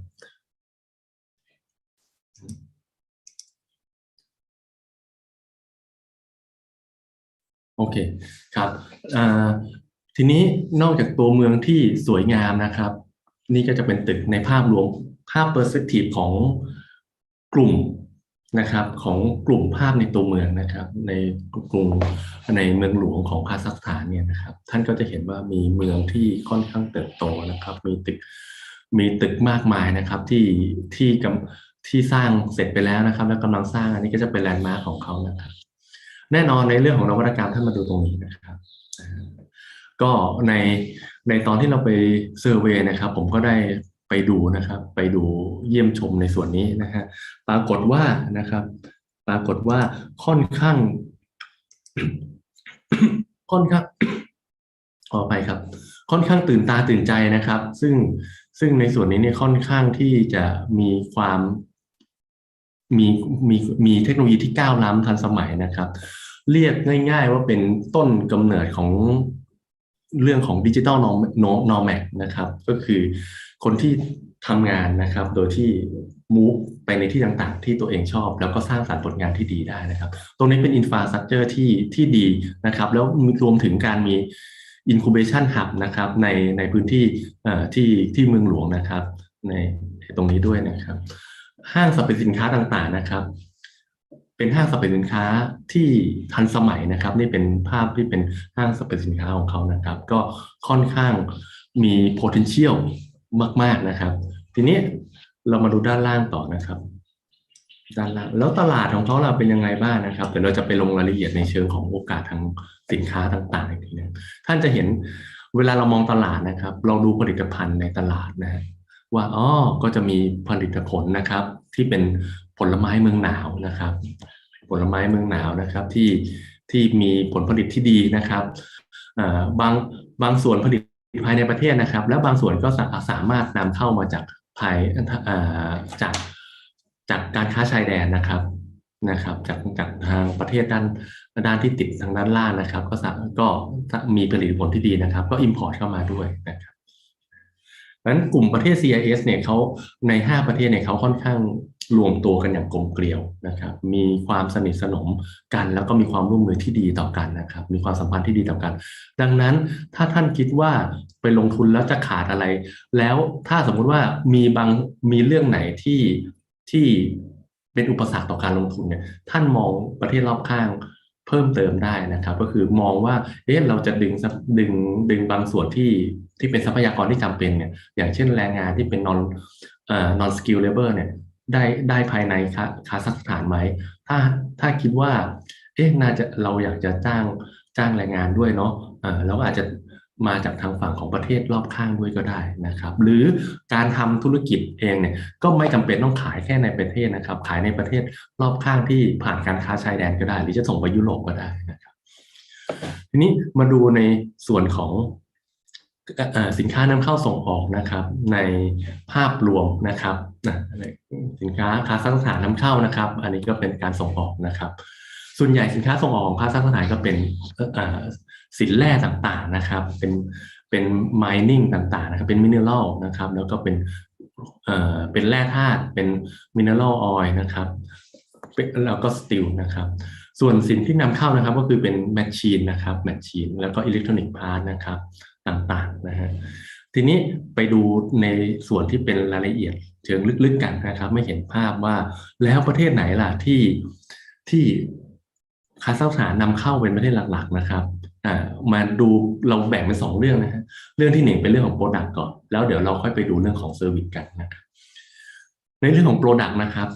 ประเทศที่เรามาดูในเรื่องของ Import ก่อนแล้วกันเนาะ Import ประเทศที่คาซัคสถาน Import นะครับมากที่สุดนะครับก็จะเป็นรัสเซียนะครับกับจีนแล้วก็เยอรมันตุรกีนะครับแล้วก็อุซเบกิสถาน5ประเทศนี้นะครับเป็นการ import product มากที่สุดเข้ามาในคาซัคสถานนะครับทีนี้นั่นคือการ import เข้ามาการ import หมายความว่ายังไงการ import นั่นก็คือเป็นสินค้าที่ภายในคาซัคสถานเนี่ยอาจจะเป็นที่นิยมนะครับหรืออาจจะผลิตเองไม่ได้ภายในประเทศนะครับก็ต้อง import เข้าไปนะครับพอมาดูในฝั่งของ export บ้างนะครับ export เนี่ยก็คือเป็นฝั่งของประเทศที่นำเข้าสินค้าจากคาซัคสถานนะครับก็จะมีจีนนะครับรัสเซียเยอรมันนะครับ UK นะครับอุซเบกิสถานนะครับก็จะเป็นคู่ค้าที่บางประเทศท่านจะเห็นว่าทั้งเป็นคู่ค้าในส่วนของ Import แล้วก็ Export ด้วยนะครับอย่างเช่น2ประเทศหลักสำคัญที่มีบทบาทสำคัญกับประเทศคาซัคสถานมากๆก็จะเป็นรัสเซียกับไชน่านะครับแล้วก็เยอรมันนะครับ3ประเทศนี้นะครับเป็นประเทศคู่ค้าหลักนะครับมาดูด้านบนก็ได้นะครับก็อันนี้ก็จะเป็นภาพที่ชัดขึ้นนะเป็นจีนนะครับจีนรัสเซียเยอรมันนะครับ UK อุซเบกิสถานนะครับเป็นประเทศคู่ค้าสำคัญนะครับแล้วในโปรดักต์เหล่านี้นะครับเขา export อะไรบ้างนะครับ export กับ import อะไรบ้างนะครับเรารู้ประเทศแล้วเนาะเรามาดู import ก่อนนะครับ import นะครับ import นะครับสำคัญที่เยอะที่สุดนะครับก็จะเป็นในเรื่องของอิเล็กทรอนิกส์กับ machinery นะครับแล้วก็เครื่องจักรต่างๆนะครับเครื่องจักรต่างๆนะครับยาด้วยนะครับรวมถึงยานะครับแล้วก็เครื่องแต่งกายต่างๆนะครับตอนที่เราไปดูเนี่ยในห้างหรือว่าห้างสรรพสินค้าของคาซัคสถานเองเนี่ยค่อนข้างมีสินค้าแบรนด์เนมเยอะนะครับเพราะว่าประชากรของเขามีกำลังซื้อค่อนข้างสูงนะครับดังนั้นพวกสินค้าแฟชั่นนะครับในฝั่งของยุโรปเนี่ยก็ขายค่อนข้างดีนะครับอีกเรื่องหนึ่งนะครับที่เป็นโอกาสสำคัญนะครับก็คือเกี่ยวกับฟุตแวร์ต่างๆนะครับฟุตแวร์เนี่ยก็เป็นลักษณะของพลาสติกพาร์ทนะครับก็คือเป็นอุปกรณ์เครื่องใช้ที่เป็นพลาสติกนะครับเป็นการ import ไปค่อนข้างเยอะใน2ประเทศหลักๆเท่าที่เราเห็นแล้วก็จัดแคปเจอร์ดูนะครับ1ก็คือทางฝั่งของจีนนะครับนำเข้าผลิตภัณฑ์ที่เป็นพลาสติกจากจีนแล้วก็ทางฝั่งยุโรปเลยข้ามไปเป็นยุโรปเองเลยนะครับดังนั้นสินค้าจะมี2เกรดหลักๆเกรดที่เป็นราคาถูกที่เป็น mass product กับเกรดที่เป็นราคาสูง high end เข้าไปเลยนะครับสินค้าที่เป็นราคาอยู่ตรงกลางนะครับจะไม่ค่อยมีเท่าไหร่นั่นเป็นโอกาสของท่านนะครับในผู้ประกอบการของไทยเนี่ยก็จะมีการพัฒนาโปรดักต์ที่เป็น derivative จากปิโตรเคมีมาค่อนข้างเยอะนะครับซึ่งตลาดบ้านเราก็ค่อนข้างถดถอยลงมาพอสมควรนะครับแล้วก็ที่สำคัญนะครับประเด็นสำคัญคือทางคาซัคสถานเองนะครับมี raw material นะครับแล้วก็มีค่าไฟที่ถูกนะครับต้นทุนพลังงานค่อนข้างถูกมากๆนะครับดังนั้นถ้าท่านจะทำธุรกิจนี้ท่านสามารถทดลองตลาดจากการ import ไปก่อนนะครับใน export นะครับส่งเข้าไปทดสอบตลาดถ้ามั่นใจปุ๊บไปตั้งโรงงานที่นั่นท่านก็จะได้ benefit ต่างๆจากคาซัคอินเวสต์นะครับในการส่งเสริมการลงทุนนะครับแล้วก็ได้ benefit จากการที่ท่านขายในต้นทุนที่ต่ำลงนะฮะแล้วโปรดักที่ export ล่ะนะครับก็แน่นอนนะครับเป็นเรื่องของ mineral fuel แล้วก็ mineral oil เป็นหลักนะครับเหล็กต่างๆนะ copper นะครับเป็นแร่ธาตุต่างๆนะครับแล้วก็มีซีเรียลด้วยนะครับเนื่องจากเขามีพื้นที่ในการปลูกค่อนข้างเยอะนะครับนอกจากผลิตภัณฑ์ที่เป็น product แล้วนะครับเรามาดูในเรื่องของ service นะครับเซอร์วิสนะครับเราก็จะแบ่งเป็นฝั่งของ import กับ export นะการ import เนี่ยเขา import อะไรบ้างนะครับเรื่องแรกเลยนะครับ commercial service นะครับ commercial service ก็คือลักษณะของ professional service เป็นลักษณะของบริษัทที่เป็นคอนซัลแทนต์ลักษณะคล้ายๆกับบริษัทผมเนี่ยอย่างลักษณะของคอนซัลติ้งเฟิร์มหรือ law firm ต่างๆหรือ professional corporate service firm นะครับซึ่งเนื่องจากว่าตลาดหรือว่าธุรกิจนะครับขณะเศรษฐกิจต่างๆของคาซัคสถานเนี่ยกำลังโตอย่างเติบโตอย่างต่อเนื่องนะครับดังนั้นมันneed commercial service นะครับค่อนข้างเยอะที่เป็นเข้าไปช่วยในเรื่องของการเซตอัพธุรกิจต่างๆนะครับและรวมถึงสตาร์ทอัพในคาซัคสถานก็มีการส่งเสริมกันอย่างจริงจังนะครับมีการลงทุนร่วมมีสตาร์ทอัพต่างๆมีหับของสตาร์ทอัพในการส่งเสริมมี incubation center นะครับมีการลงทุนหรือว่า VC นะครับในฝั่งของไทยเองเราก็มีการไปเซ็น MOU ด้วยนะครับเมื่อสักประมาณช่วงก่อนโควิดเนี่ยก็จะทราบข่าวของ NIA เนี่ยก็จะไปเซ็น MOU กับทางคาซัคสถานในเรื่องของความร่วมมือเกี่ยวกับสตาร์ทอัพนะครับอันนี้ก็จะเป็นเรื่องหนึ่งที่ให้เป็น information ไว้นะครับ transportation นะครับแล้วก็ travel นะครับ travel กับ telecommunication นะครับแล้วก็ financial service ด้วยนะครับก็หลักๆอยู่ที่ด้าน4 อันด้านบนนะครับ4 อันด้านบนนี่คือ import นี่คือโอกาสของท่านที่ทำ service ดังนั้นเวลาเรามองในโอกาสในการลงทุนอย่าไปมองแค่ product อย่างเดียวท่านมอง service ด้วยนะครับเพราะโครงสร้างของแต่ละประเทศจะประกอบด้วย3 อย่างด้วยกันอย่างที่1ก็คือvalue จากผลิตภัณฑ์ด้านการเกษตรนะครับด้านภาคการเกษตรคือ agricultural product นะครับอันที่2คือจากอุตสาหกรรมหรือ industry ต่างๆนะครับอันที่3คือ service base นะครับการให้บริการต่างๆพวกนี้เป็นการสร้างรายได้ของประเทศหลักๆที่เราแบ่งเป็น3 category หลักนะในส่วนของ export นะครับ export คาซัคสถาน export อะไรบ้างครับแน่นอนเหมือนเดิมนะครับก็จะเป็น commercial service นะครับแต่ที่เด่นๆเลยเนี่ยก็จะเป็นเรื่อง transport เพราะว่าเขาเป็นหับในการทำ logistics แล้วก็ transportation ในเชิงของ logistics base นะครับซึ่งเป็นเส้นทางสำคัญแล้วก็เขามีพื้นที่ค่อนข้างเยอะในการเป็นหับของโลจิสติกนะครับจะตั้ง warehouse ไว้ที่คาซัคสถานก็ได้เพราะเขามีพื้นที่เยอะนะครับแล้วก็กระจายสินค้าตามเส้นทางสายใหม่ก็ได้นะครับแล้วก็travel นะครับอุตสาหกรรมtravel นะฮะหรือว่าการท่องเที่ยวของคาซัคสถานก็กำลังเติบโตไปได้อย่างดีนะครับแล้วเพราะว่าเท่าที่ท่านเห็นเนาะในภาพรวมของประเทศคาซัคสถานเนี่ยเป็นประเทศที่1ที่เป็นประเทศไอดอลในดวงใจที่น่าต้องไปเที่ยวสักครั้งหนึ่งในชีวิตนะครับเขามีทัศนียภาพที่สวยงามมีเมืองที่ดีนะครับแล้วก็มีความสะดวกสบายมีความปลอดภัยสูงนะครับเน้นนะครับถ้าประเทศที่ทำ travel หรือว่าการท่องเที่ยวได้ดีเนี่ยอันดับแรกเลยเนี่ยก็คือต้องมีความปลอดภัยก่อนนะครับมีความปลอดภัยที่สูงแล้วมีโลจิสติกที่ดีที่เหลือเป็นองค์ประกอบนะครับแต่คาซัคสถานมี3 อย่างก็คือมีทั้งความปลอดภัยที่สูงนะครับโลจิสติกที่ดีแล้วก็มีธรรมชาติที่สวยงามด้วยนะทีนี้ถ้ามามองถึงอุตสาหกรรมที่มีโอกาสของคนไทยนะครับอันนี้พอดีขออนุญาตใช้เป็นภาษาไทยนะครับอุตสาหกรรมที่ประเทศไทยเด่นนะครับและประเทศคาซัคสถานมี resources นะครับก็คือเรื่องของการแปรรูปอาหารนะครับจากผลิตภัณฑ์ทางการเกษตรคือ food processing from agriculture product นะครับซึ่งดีอย่างไรนะครับผมบอกภาพรวมนะครับก็คือต้นน้ำนะครับทางผลิตภัณฑ์ต้นน้ำเนี่ยแหล่งเพาะปลูกเขามีสภาพอากาศนะครับมีสภาพอากาศที่ดีสำหรับพืชเมืองหนาวนะครับมีพื้นที่นะครับมีพื้นที่สำหรับเพาะปลูกต่างๆนะครับมีพืชพันธุ์ต่างๆนะครับมีเทคโนโลยีที่ทันสมัยนะครับมีเทคโนโลยีในการเพาะปลูกต่างๆซึ่งในส่วนนี้ประเทศไทยเราเองก็มีนะครับสามารถเอาไปส่งเสริมกันได้แต่อาจจะต้องคัสตอมไมซ์นิดนึงเพราะว่าเราปลูกพืชเมืองร้อนนะครับเป็นลักษณะของ topicalส่วนของทางคาซัคสถานเป็นพืชเมืองหนาวนะครับอาจจะปรับเปลี่ยนนิดหน่อยนะครับส่วนกลางน้ำนะครับกลางน้ำข้อดีของที่คาซัคสถานคือกลางน้ำคือการตั้งโรงงานนะครับการตั้งโรงงานเนี่ยสิ่งที่เป็นต้นทุนสำคัญเนี่ยคือ raw material ซึ่งอยู่ในประเทศของคาซัคสถานเองมี raw material ภายในประเทศหรือจะ import เข้ามาจากประเทศรอบข้างก็ได้งั้นใน supply chain ไม่ขาดส่วนที่2ต้นทุนหลักสำคัญในการแปรรูปอาหารผลิตผลทางการเกษตรคือพลังงานนะครับอย่างเช่นฟีดไดร์นะครับผลิตภัณฑ์ด้านฟีดไดร์เนี่ยใช้พลังงานค่อนข้างสูงต้นทุนพลังงานในการแปรรูปผลิตภัณฑ์อาหารเนี่ยค่อนข้างเป็นต้นทุนที่สูงมากสำหรับโปรเซสการผลิตนะครับ ซึ่งถ้าท่านไปตั้งที่คาซัคสถานจะเป็นข้อได้เปรียบนะครับเพราะว่าต้นทุนพลังงานถ้าจะต่ำลงมาหรือประมาณสัก10%นะครับจากปกตินะฮะ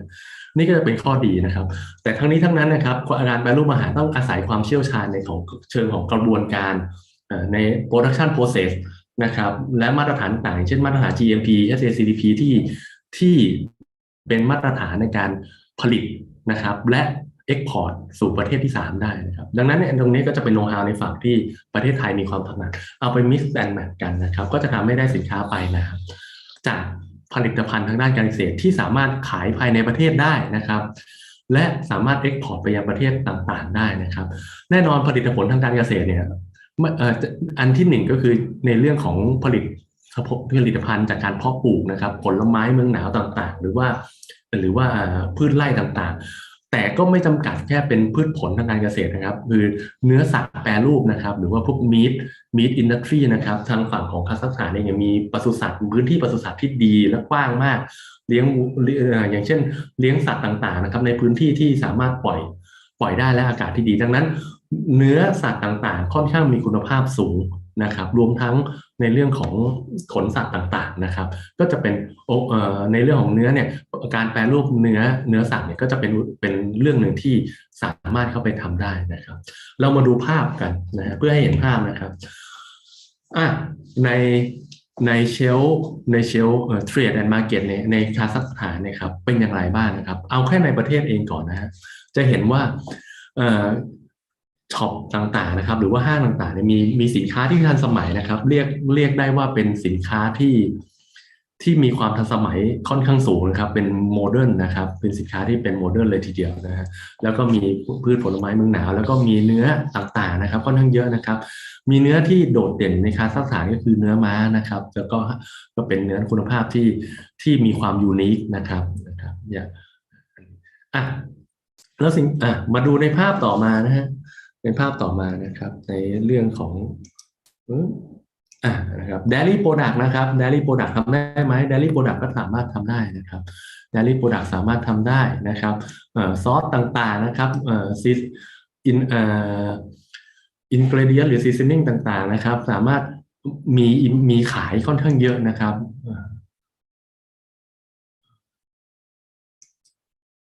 ครับมีขายค่อนข้างเยอะนะครับแล้วรวมถึงขนมต่างๆนะครับก็ค่อนข้างมีเยอะนะครับของหมักดองนะครับก็มีนะครับเป็นอาหารกระป๋องก็มีอยู่ค่อนข้างเยอะพอสมควรนะครับทีนี้มาม่าหรือว่าอาหารกึ่งสำเร็จรูปมีไหมนะครับมีนะครับมีเยอะเลยทีเดียวนะครับแล้วเดี๋ยวผมสรุปให้ว่ามาจากประเทศไหนบ้างนะครับอาหารประเภทปลามีไหมนะครับมีนะครับปลากระป๋องต่างๆก็มีส่งมาขายนะครับแล้วก็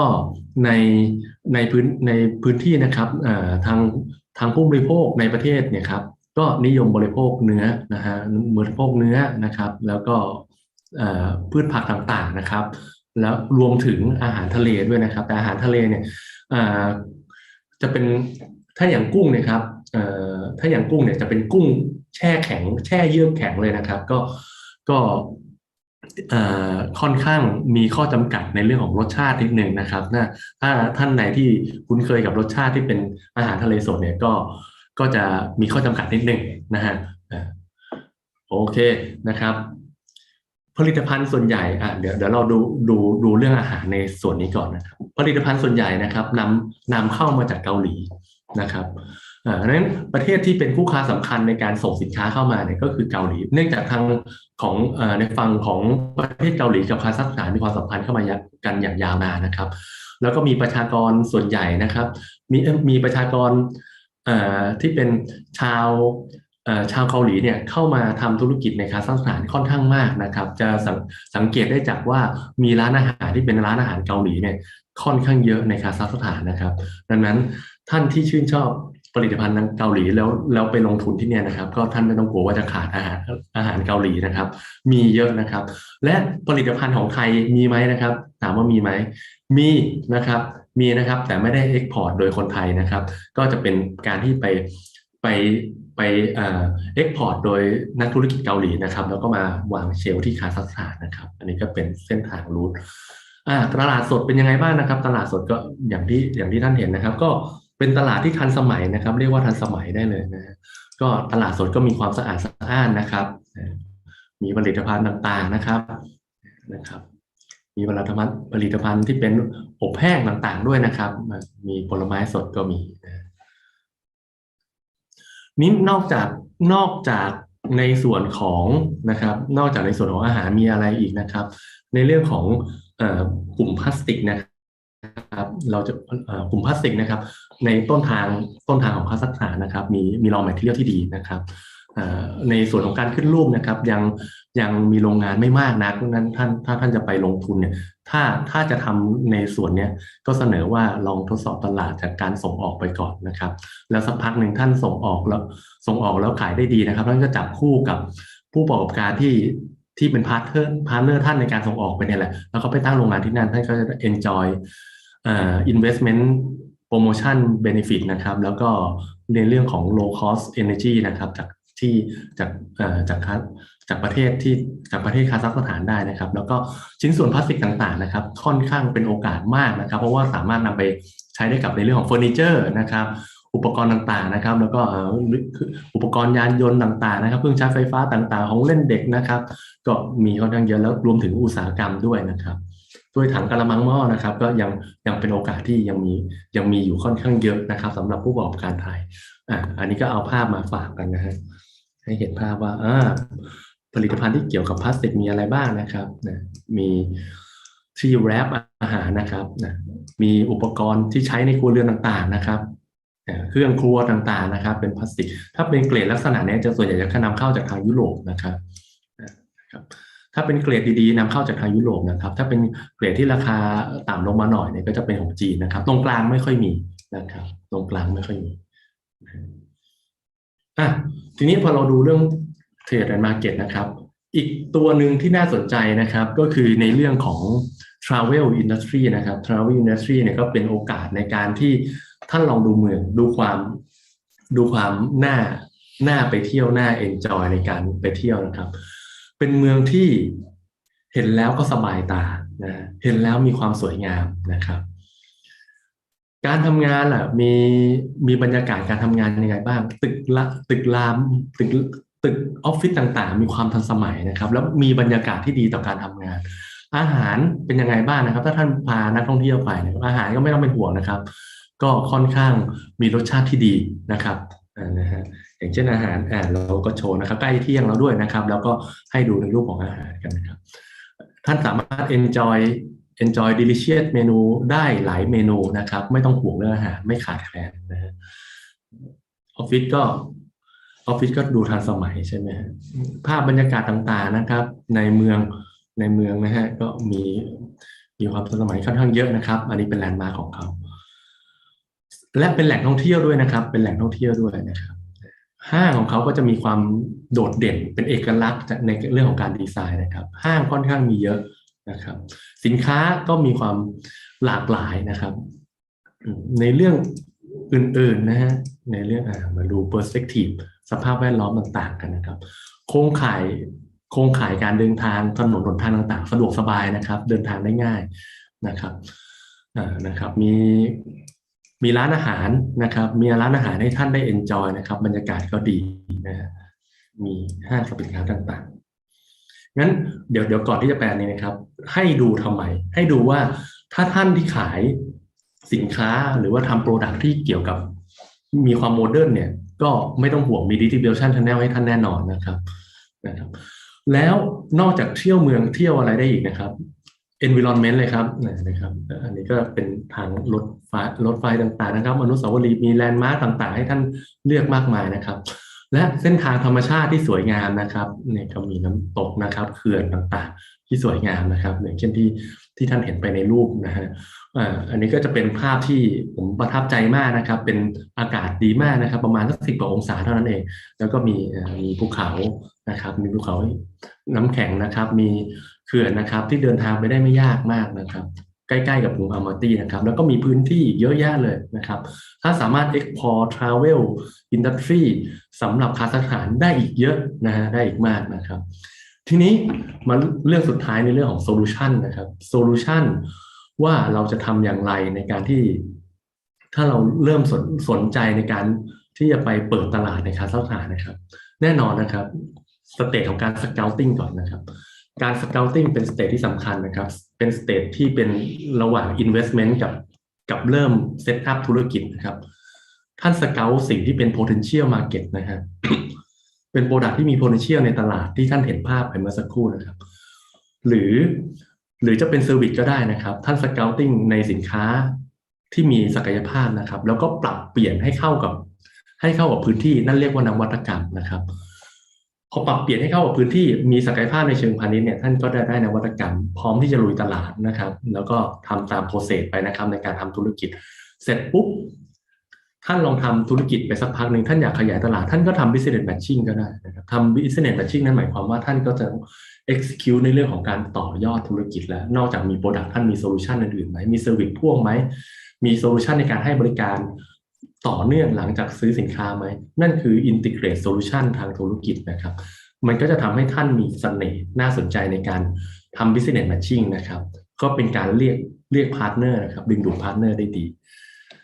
งั้นโปรเซสในการ explore โอกาสต่างๆเนี่ยท่านต้องเริ่มจากอะไรนะครับเริ่มจากการวิเคราะห์ global value chain ซึ่งเราก็วิเคราะห์ไปดูแล้วว่าใน value chain ต้นน้ำกลางน้ำปลายน้ำเนี่ยใน3อุตสาหกรรมที่มีความน่าสนใจในคาซัคสถานเนี่ยครับเราก็ให้เห็นภาพแล้วว่าต้นน้ำเนี่ยมีพร้อมทางคาซัคสถานมีพร้อมนะครับกลางน้ำบางส่วนคาซัคสถานมีความได้เปรียบในฝั่งไทยก็มีความชำนาญนะครับปลายน้ำตลาดอย่ามองว่าเวลาเราไป execute ที่ประเทศปลายทางเนี่ยสมมติว่าเป็นประเทศคาซัคสถานประเทศหนึ่งเนี่ยอย่ามองว่าเราจะเก็บตลาดในประเทศนั้นอย่างเดียวท่าน explore more than คาซัคสถานนะครับท่านสามารถส่งออกไปในประเทศที่3ต่อได้และประเทศรอบข้างได้นะครับนั่นคือ global value chain ที่ครบลุมนะครับดูสภาพแวดล้อมทางธุรกิจซึ่งวันนี้เราก็มาบอกแล้วว่าเดี๋ยวทางคุณแอนเซลก็บอกแล้วว่าเราจะมี direct flight เนาะประมาณสักเดือนตุลาคมก็ถ้ามี direct flight เนี่ยยิ่งเป็นโอกาสที่ดีเพราะว่าการบิน direct flight เนี่ยก็แล้วมันก็ทำให้เราไม่เหนื่อยมากเนาะครับแล้วก็สร้างโอกาสต่างๆได้อีกเยอะวิเคราะห์ demand มีไหม demand มีแต่ท่านต้องมองประเทศรอบข้างด้วยเพราะว่าประชากรในคาซัคสถานเองถึงจะมีกำลังซื้อสูงเนี่ยแต่มีประชากรจำนวน18ล้านท่าน18ล้านคน18ล้านกว่าคนก็ค่อนข้างเป็นข้อจำกัดในเรื่อง sizing ประมาณหนึ่งนะครับแต่ท่านมอง CIS เนี่ยมันกลายเป็น100 กว่าล้านนะครับแล้วถ้ามองในเชิง export เชิงแล้ว Belt and Road Initiative ท่านสามารถextend ธุรกิจ expand ธุรกิจไปได้อีกเยอะเลยนะครับแล้ววิเคราะห์เทคโนโลยีแกปว่าเราจะ customize เทคโนโลยีที่เรามีความเชี่ยวชาญชำนาญเนี่ยให้แมทชิ่งกับทรัพยากรในส่วนที่เราจะไปลงทุนได้อย่างไรบ้างถ้าเราได้โซลูชันแล้วซึ่งเป็นโซลูชันที่ผมพูดถึงเนี่ยท่านจะได้ investment solution แล้วท่านทำตามขั้นตอนนี้เริ่มจากการทำ business matching หรือการ survey นะครับการ survey business matching เพื่อ screening ดู sizing สภาพแวดล้อมทางธุรกิจเสร็จปุ๊บ business matching แล้วลองคุยดูนะครับทดลอง import export ก่อนพอ import export ได้ปุ๊บท่านจะได้ partnership นะครับสักประมาณ3 ราย5 รายนะครับท่านก็ทำธุรกิจร่วมเขาไปสักครึ่งปี1 ปีท่านก็จะรู้แล้วว่าใครที่จะคบกับท่านได้หรือมีบุคลิกที่เหมาะสมกับท่านนะครับ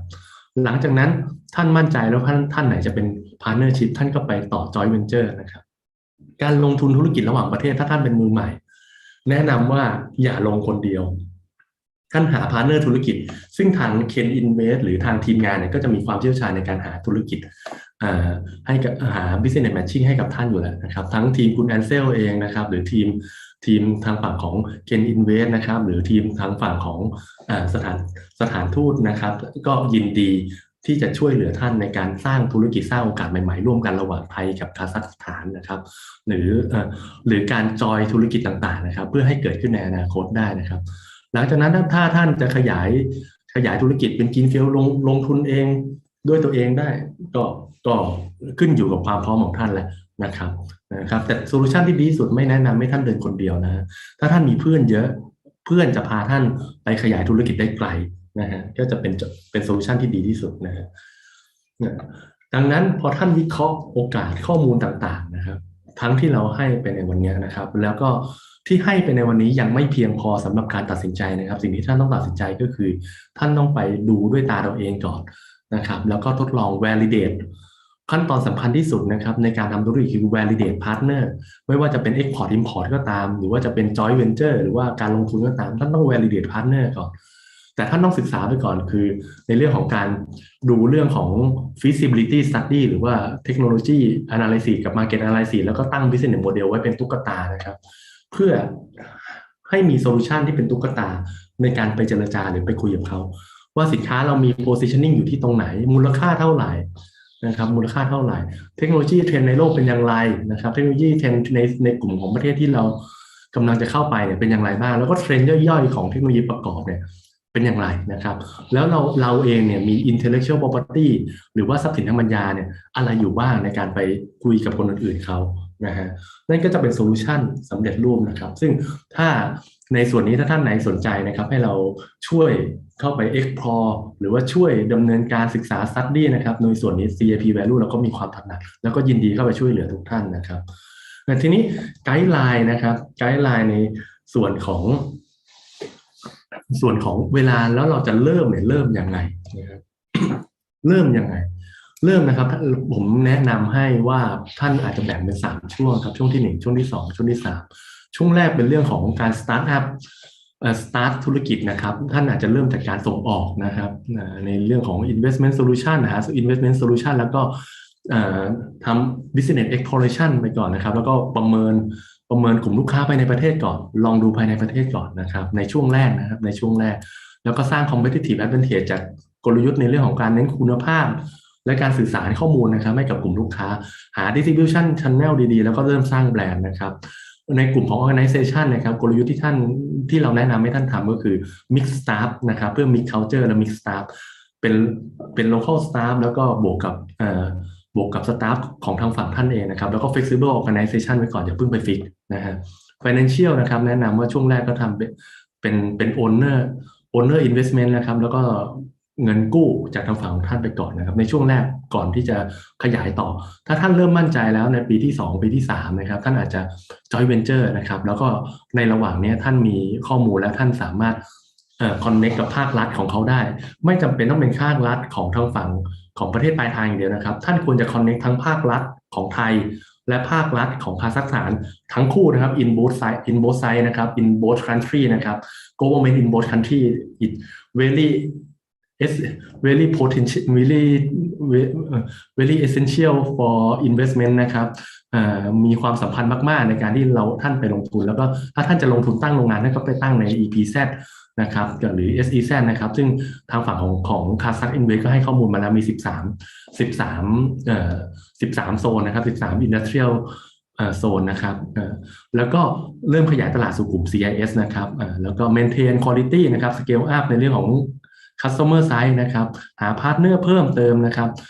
explore more partnership นะครับแล้วก็ mix executive level นะครับเป็นการให้สร้างโอกาสให้กับทีมสตาฟ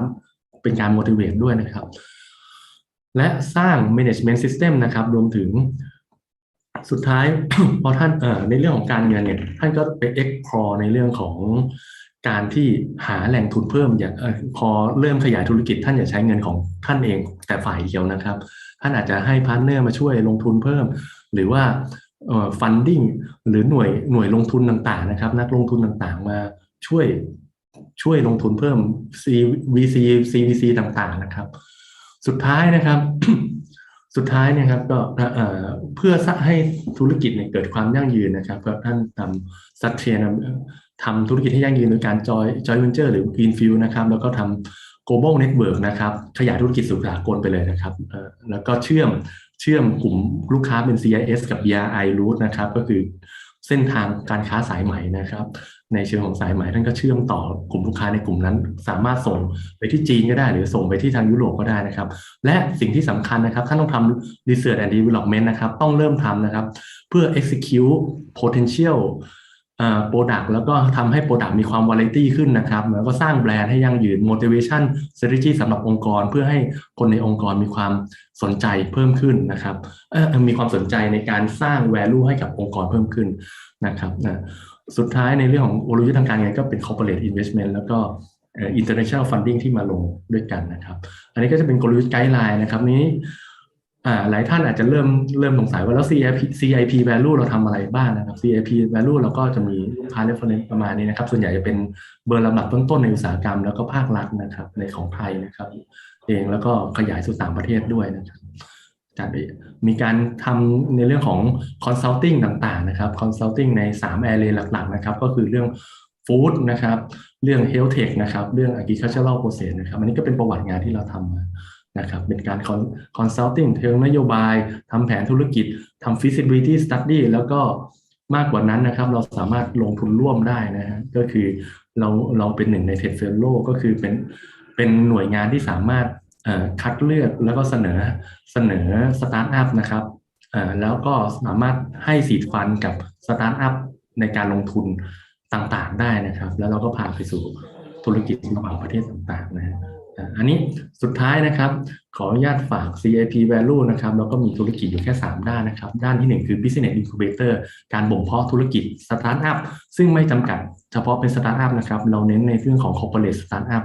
นะครับในการตั้งยูนิตใหม่ๆนะครับฟิลฟู้ดเทคนะครับอาร์คิเทคเฮลท์เทคนะครับ3 area นี้เราก็มีความเชี่ยวชาญสูงอันที่2เป็น government policy นะครับซึ่งก็สามารถทำได้ทั้งในประเทศไทยแล้วก็ในต่างประเทศเป็น public policy study นะครับ for set up strategy or promoting strategy for industry and service ได้นะครับสุดท้ายก็เป็น business service นะครับเพื่อจัดในเรื่องของ business facilitator business trip ต่างๆนะครับการขอ BOI ต่างๆนะครับ training consulting นะครับหรือพาท่านไป execute ขยายตลาดแล้วก็หาโซลูชันในการเข้าสู่ตลาดทั้งในประเทศแล้วก็ต่างประเทศได้นะครับวันนี้ก็เราก็มีส่วนสุดท้ายนะครับเรามีคอร์สอบรมเนี่ยเราได้ Certify นะครับเป็นหลักสูตรที่ได้รับรองจากสอวชนะครับสามารถเคลมภาษีได้ 250% นะครับใน5หลักสูตรนี้ก็คือ Innovation Business นะครับ Technology Transfer Feasibility Study นะครับการล่าสิทธิบัตรแล้วก็การไปสู่ตลาดสากลนะครับก็คือเป็นลักษณะของพัฒนาสินค้าโปรโตไทป์นะครับแล้วก็ไปเซอร์เวย์ตลาดในตลาดโลกนะครับค่าใช้จ่ายทั้งหมดสามารถเคลมภาษีได้ 250% นะครับเป็นหลักสูตรที่ได้รับการรับรองจากสอวชซึ่งเน้นไปในเรื่องของธุรกิจนวัตกรรมโดยเฉพาะถ้าท่านใดมีความสนใจก็สามารถ add contact เข้ามาได้นะครับอีกเรื่องนึงที่เราถนัดก็จะเป็นในเรื่องของการวิเคราะห์เทคโนโลยีเทรนด์นะครับเทคโนโลยีแลนด์สเคปต่างๆนะครับแล้วก็ในส่วนแล้วก็ขออนุญาตฝากไว้นะครับสามารถ add friend ได้ในตาม QR code นี้ได้เลยนะครับก็ขออนุญาตขอบพระคุณทางฝั่งของpresentation ก็จบไปเรียบร้อยครับ คุณเมตา thank you so much that was a great information and I think I could see that you are very impressed about the results of your project in Kazakhstan because I can see from your presentation that there are a lot of useful information for the traders and investors. And I think your company can provide quite pretty good services and skills to support the business owners of Thailand, right? Oh, thank you very much, William Sales. I have a question for you. Yes, please. อาหารประเทศ Kazakhstan อร่อยไหม? Oh, very delicious. Very delicious. Okay. Have you tried the beef horse meat? I try many menu because I would like to try variety foods in Kazakhstan such as meat, hot meat. I try that already. Really good. Okay. I have a question from our attendees. What do you think is the food and the beverage business? I mean, like a Thai products, right? So is that good enough? Big market to trade to Kazakhstan from Thailand. โอเคจะให้ตอบเป็นภาษาไทยหรือภาษาอังกฤษครับ Up to you ค่ะ โอเคครับถ้าสำหรับผลิตภัณฑ์ของอาหารของไทยนะครับอาจจะต้องสร้างความรู้จักเพิ่มขึ้นสักหน่อยเพราะว่าอาหารไทยยังไม่ได้เป็นที่รู้จักในวงกว้างของชาวคาซัคสถานนะแต่ถามว่าโอกาสอื่นๆเรามีไหมโอกาสของเทคโนโลยีหรือว่าการ processing food เนี่ยครับ processing food เนี่ยไทยมีความชำนาญแต่ raw material ทางฝั่งของคาซัคสถานเนี่ยมันแตกต่างมีความ different นะครับแต่ว่าเป็นโอกาสหนึ่งก็คือทางคาซัคสถานมีต้นทุนที่ถูก นะครับมีต้นทุนที่ถูกในเรื่องของ energy energy rate นะ energyต้นทุนของพลังงานเนี่ย energy cost ค่อนข้างต่ำนะครับดังนั้นในเรื่องที่เป็นโอกาสมากๆเนี่ยก็คือเรื่องของ freeze dry ซึ่งอาศัยพลังงานค่อนข้างสูงท่านทำ winter food freeze dry เนี่ยอย่างเนี้ยต้นทุนหลักๆท่านคือ energy consumption นะครับส่วน raw material เนี่ยมาจากในประเทศคาซัคสถานซึ่ง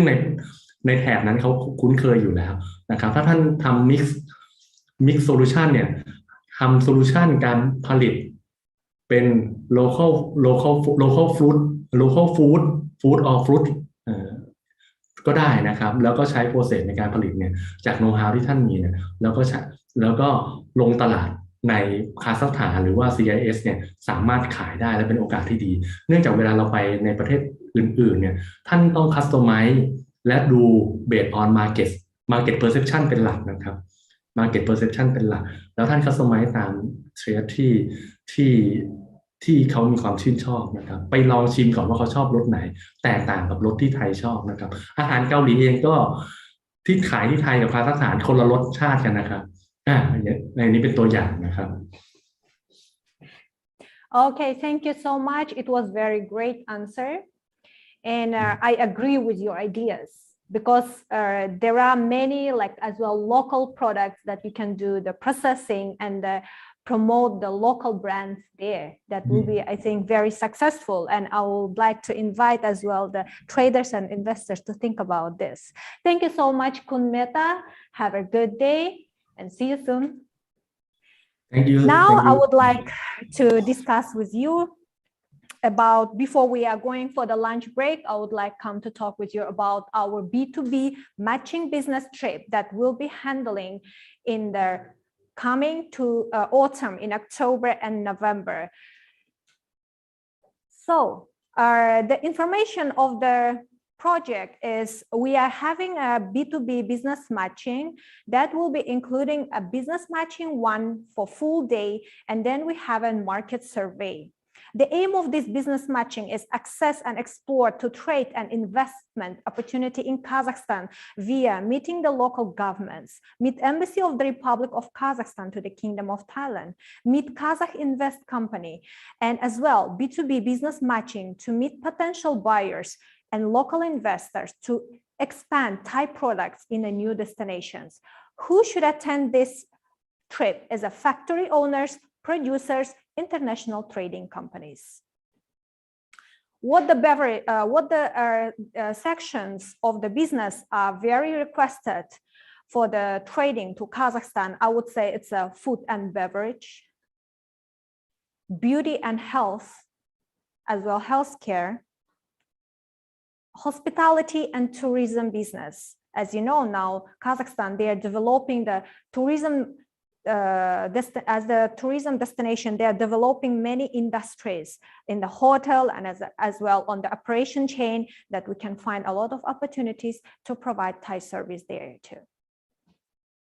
So let's come to the itinerary of the B2B matching day. After the arrival of the first day, we will have a second day government meeting with the Royal Thai Embassy, Kazakh Invest Company, and meet some local governors, of course, as per the optional information. And then we have a survey trip that will include one liaison staff that will translate for you and stand by with you to help. And we have a matching day on the fourth day. It will have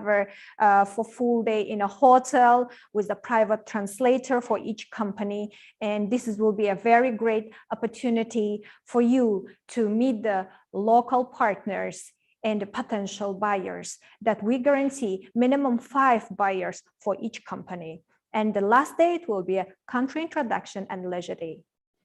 If you are interested in this B2B matching trip, please contact us as per mobile number and email address on your screen. Okay, thank you so much. So now it's coming our break time, and it was a really very good time that we spent with the 3 speakers. And now afternoon session, we continue with our speakers that very expert in the logistic, that is a triple I company as well. We have Ahmetova law firm limited company that will brief you about the operating company in Kazakhstan and taxation. As well, we have a benefits about zero tax that you must learn from the Akhmetova law firm company. As well, we have an investment project and Farabi Business School to brief us about the infrastructure in Kazakhstan for the cargo transportation. See you soon. Bye.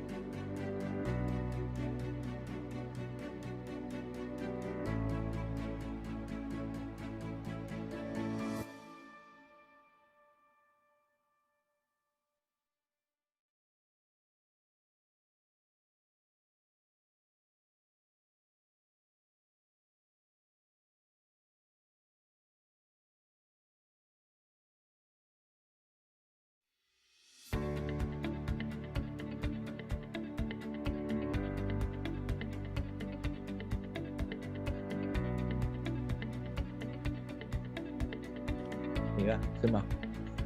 โอเคได้ยินแล้ว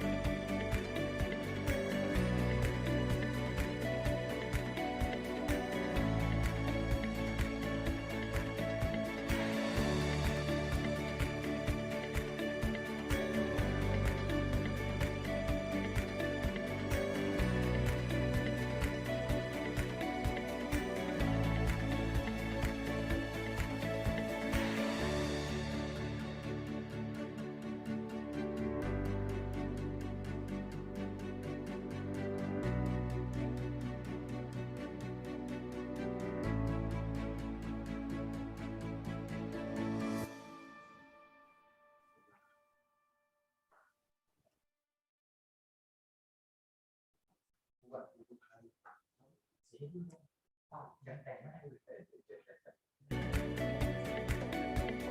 ้ไหมคะ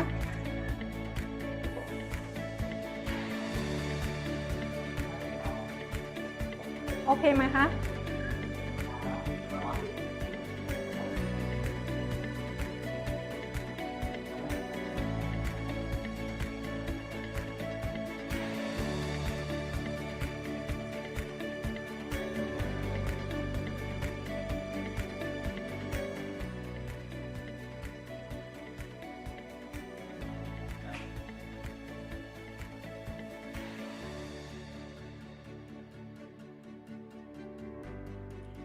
Good afternoon and welcome back to the Central Asian Business Forum that organized by Kazakhstan Alliance with the support of the Embassy of the Republic of Kazakhstan to the Kingdom of Thailand.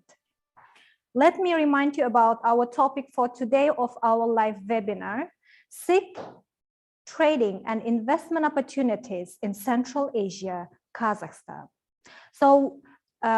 let me continue with our speakers that will be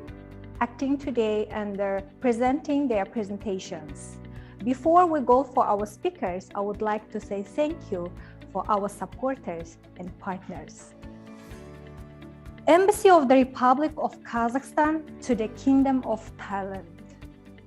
International Institute for Trade and Development. Kazakh Invest National Company,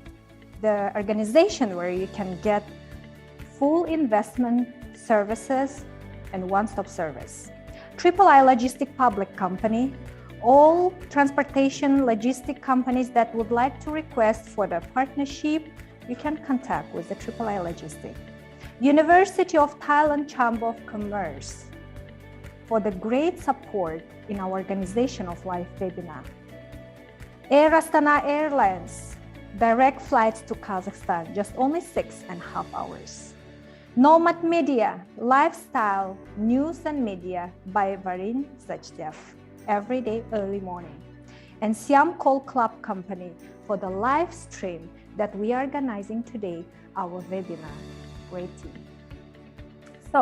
before we go for the first speaker, I would like to remind for our attendees to watch our webinar today on the horizontal view to get the best viewing experience. As well, I would like to say that you can, if you have any questions or you have any comments for our speakers, please press the button Q&A on the left side below your screen and you can text your questions and comments. Then our production team will pass for us and we can ask this question from our speakers.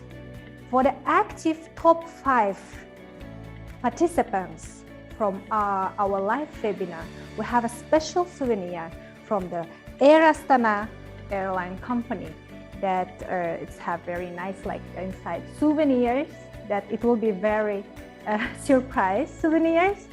So we will send it by the messenger. And we announce today these top 5 participants by the end of our live webinar. Please be active and as well don't forget to answer for the questions in a polling that will pop up on your screen after every break of our live webinar.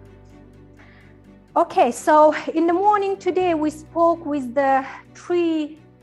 of our speakers from 7, because today for live webinar we have 7 speakers, and now I think from morning session we could get today a bit nice information and very useful information about Kazakhstan before you go for trading or investment in Kazakhstan. So now for the afternoon session we will have experts on their fields that can provide a very good partnership or services of their companies. First, now I would like to invite here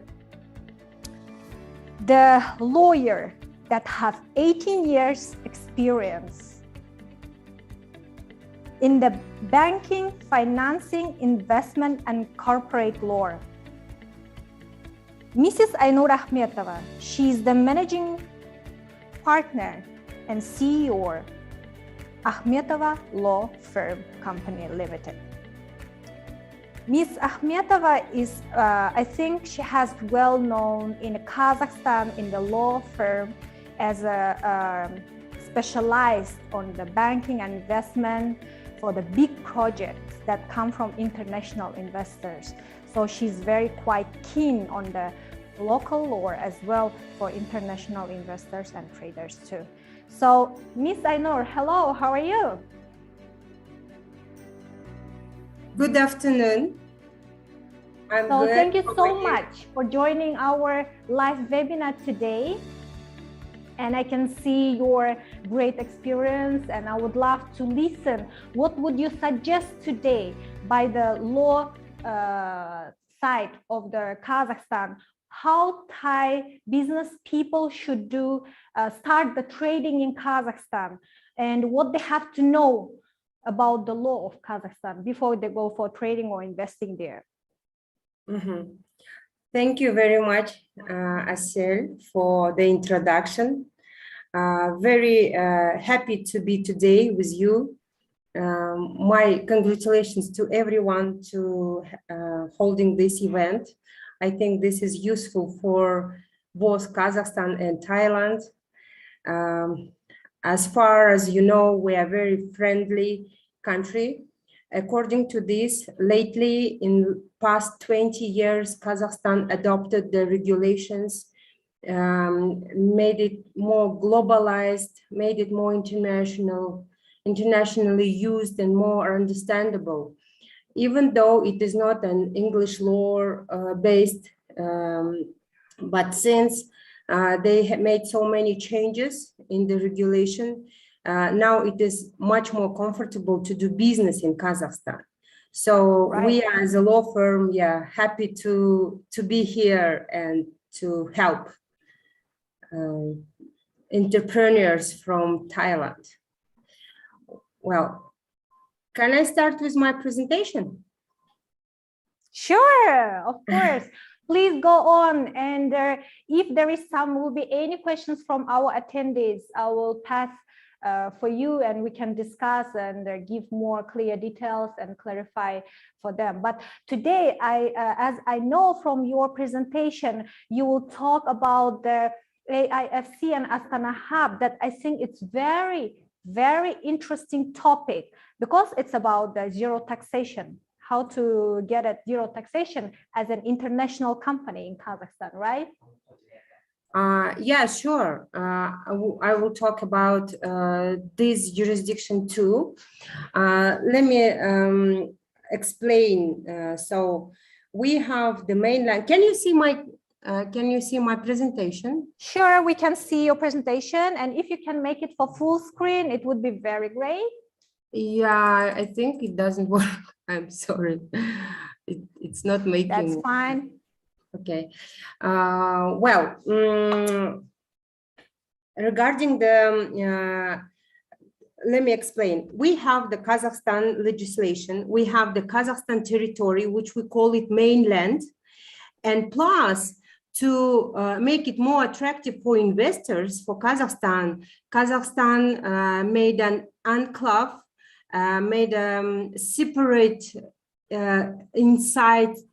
jurisdiction, which has name Astana International Financial Center. So as financial center, of course, it has main focus on the financial institutions, financial products, and so on. But still, at the same time, it gives so many interesting and good opportunities for foreign entrepreneurs. Plus, it is easiest way to enter into Kazakh market, I would say. So let's start from mainland. We have the legal entities. We have several types of entities. I think it is more or less very close, well-known like forms of entities. It is individual entrepreneurs, when the person takes all the responsibility and acts as an entrepreneur. Another one is a business partnership. So it can be joint stock companies, it can be limited liability partnerships. And of course, business partnerships, like it is most recommended one if you are not a big business, but SME, small, medium entrepreneur, then it's better for you to have something like LLP, limited liability partnership. Why? Because it gives you opportunity to work, be legalized, be recognized, and at the same time, all your liabilities are limited to the cap of the capital you are entering into your LLP. And also, these LLPs has several types. So it can be it can be changed, and the difference mostly comes to their types, how many people or how many legal entities involved into the partnership,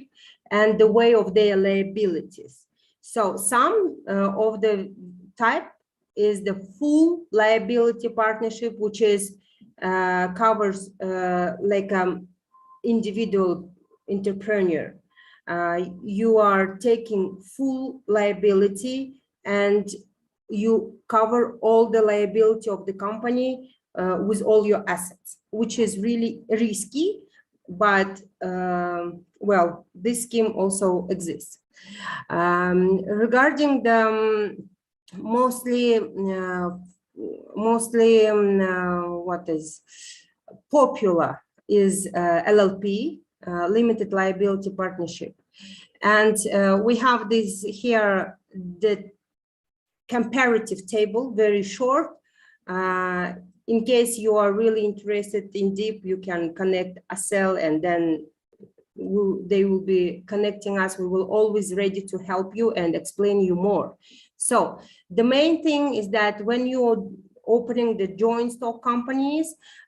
these companies are required for the mostly for the regulated activities, and it has more requirements to be opened, and plus it has requirements for the share capital, charter capital. While LLP is limited upon your capital you entered, like today it is 0 tenge for SME. If you are small, medium entrepreneur, if you don't have more than 50 people, if you not doing a lot of transactions, then you can make the cap of 0 tenge. But of course, we always recommend to the clients at least to make it 100,000. It is like maybe $200 US dollars, the capital charter. So which that it doesn't mean, it means that you can open the company anytime and it is not that expensive. So, and next, registration fee. So if you are registering LLP, it is like free of charge. For the joint stock company, it is $100. It takes, oh, yes. Sorry for interrupt you, and I'm really apologize for this. But could we move your presentation, because I can see that your topic is very interesting, but I think with the presentation it would be very great. I can suggest you, maybe you need to press the, вы видите там получить подлинную копию офис. Можно ее нажать, вон она вот в желтой линии стоит. Ага, вы нажмите ее, у вас получилось? Да, я нажимаю, но он почему-то висит. Висит, да? Да. ไม่ทำนะคะที่ไหนคะทำตรงนี้ใช่ไม่ทำค่ะไม่ทำค่ะ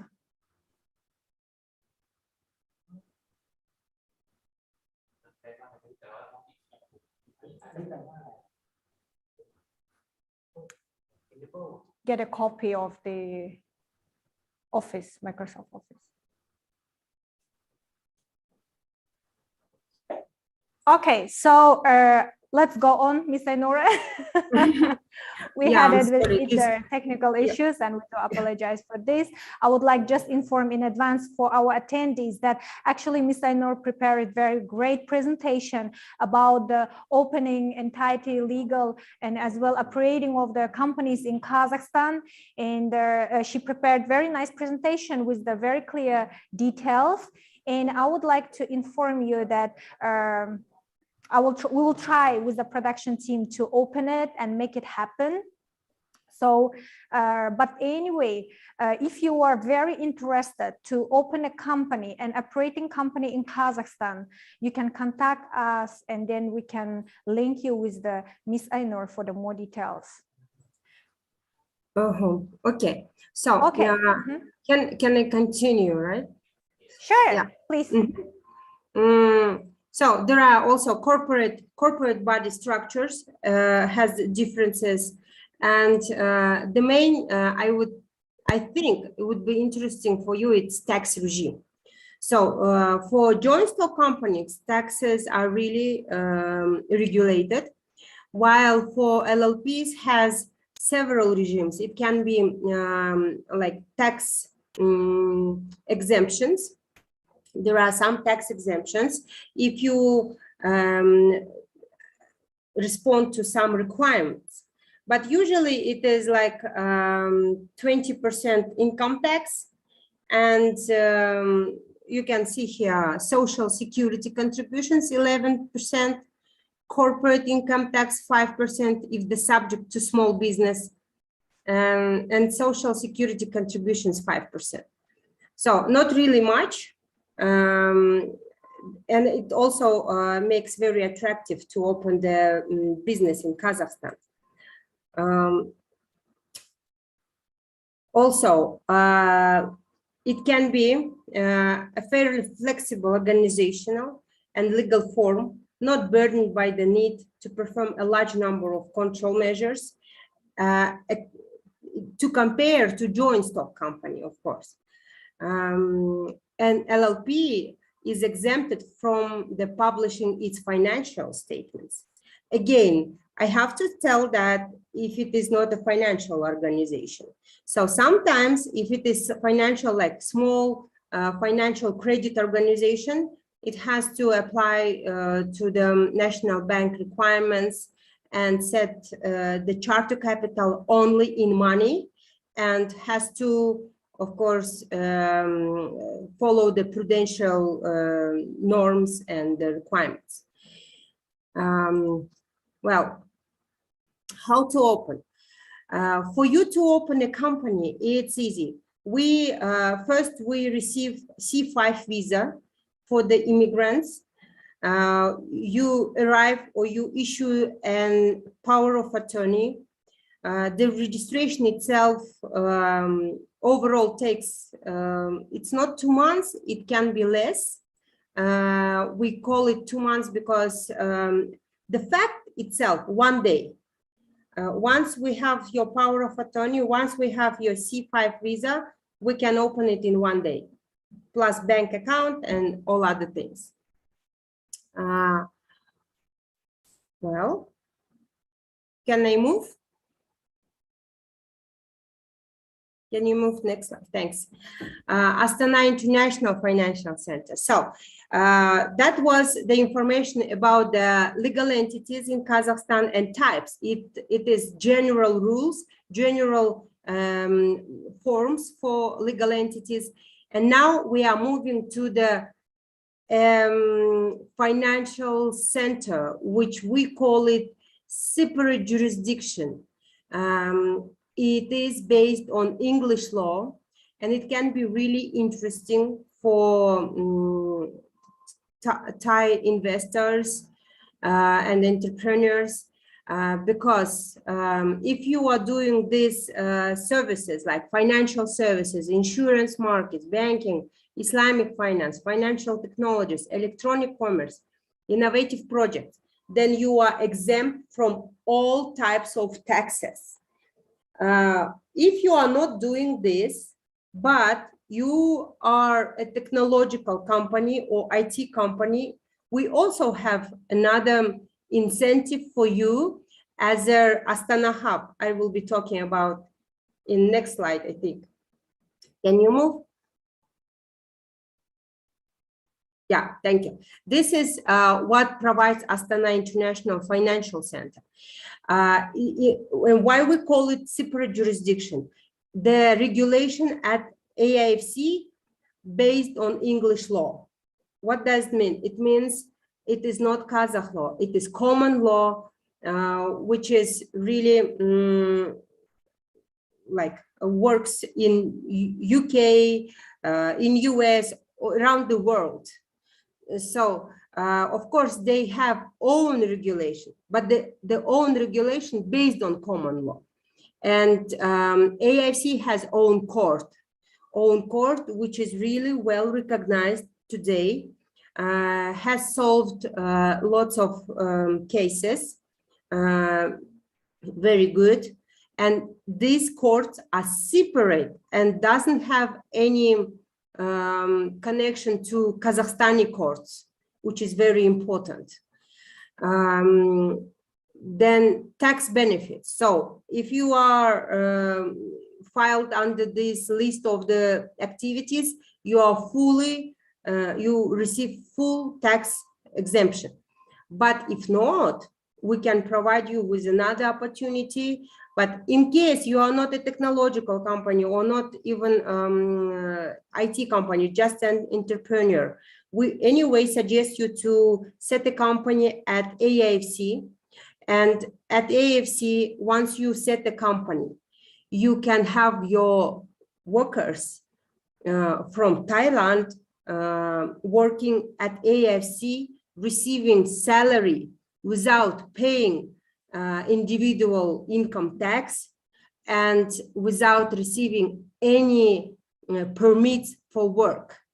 So this is easiest way. That is why it is easiest way for foreigners to enter into Kazakh market, and still you can be operating. Plus, it has great opportunity to work for you without being regulated by currency regulation. So you are not limited to currency. You can provide any transaction, keep working. So this is altogether Astana International Financial Center. It locates in Nur Sultan, in our capital. It has in this beautiful area, beautiful place. And just only this place is Astana International Financial Center. But just next to it, we have, can we have next slide? We have Astana Hub, what I was talking about. This is Technopark of IT startups. If you are IT startup, if your business somehow connected to IT or technologies, we can, in case we prove that your business goes as an IT or technological company, we can register you as Astana International Financial Center's resident, and you will become Astana Hub participant. So at Astana Hub participant, you will receive all the tax benefits which you might could not or receive from AIFC. Also, it has a very flexible and easy regime for immigrants to receive visa, to open a company, to make a transactions. So, can I have next slide? It shows that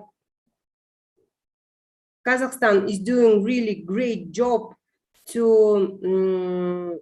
attract the investors, attract the international companies to come to Kazakhstan and work.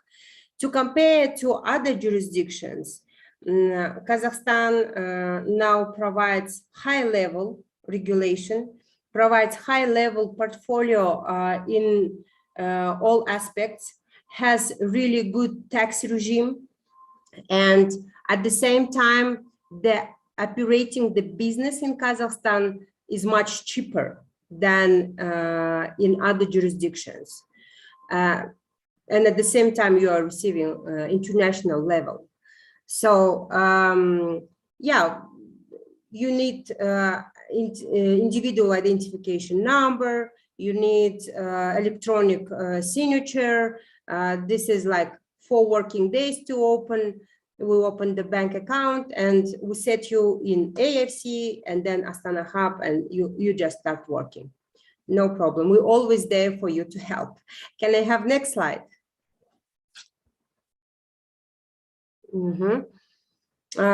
So this is the list of documents. Next slide.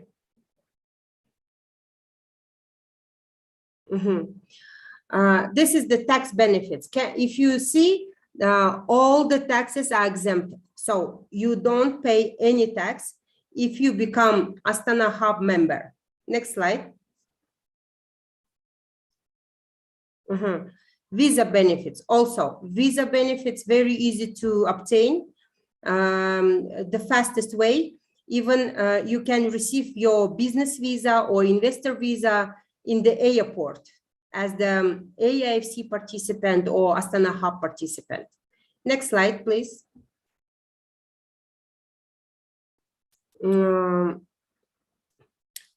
Yeah, so this is the information that what kind of activities. There is the link to the law. So please, next slide. This is the C3 work visa for employees. You can move next slide. Here is, we provide the documents you need. Most of them are your health reports. If you have company at AFC, you need the proof that you work at the AFC, and plus some fees, certificates, registration. So it's like usual, nothing special, but usual, ordinary pack of documents you provide us. It takes like 5 working days. We receive the invitation, register it at the immigration office, sent to you. You can come with this to Nur-Sultan or Almaty, and you receive your visa stamp here in Kazakhstan, or you can make it in Thailand in our consulate. Next. Yeah, this is next. Still, licenses and permits. This is very interesting. So in Kazakhstan, we have some activities, some types of businesses that falls under the requirements to receive licenses and permits. Next slide, please. So there is a list. If you're working for TV, protection objects, historical, natural, education, architecture, hydrocarbon industry, informatization, circulation, healthcare, use of atomic energy, and so on, so on. So next slide, please. So there is exact list. So if your business doesn't fall under this list, you don't need a license. But when we draft your charter, we always have this loop to put all activities you want for the future. Maybe you would like someday to do some education things or some TV, for example, or export and import. We can put the wording that you can do any activity once you receive a license. So the license itself, can I have next slide?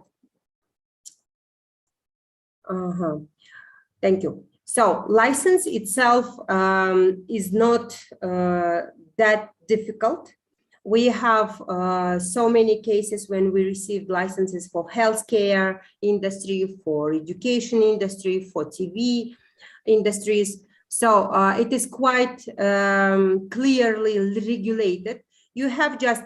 a concrete list of requirements, a list of documents. You just collect them, submit them, pay your fee. Fees are not that big, maximum $50, maybe $100. And then you just submit, wait for, depends on the license, maybe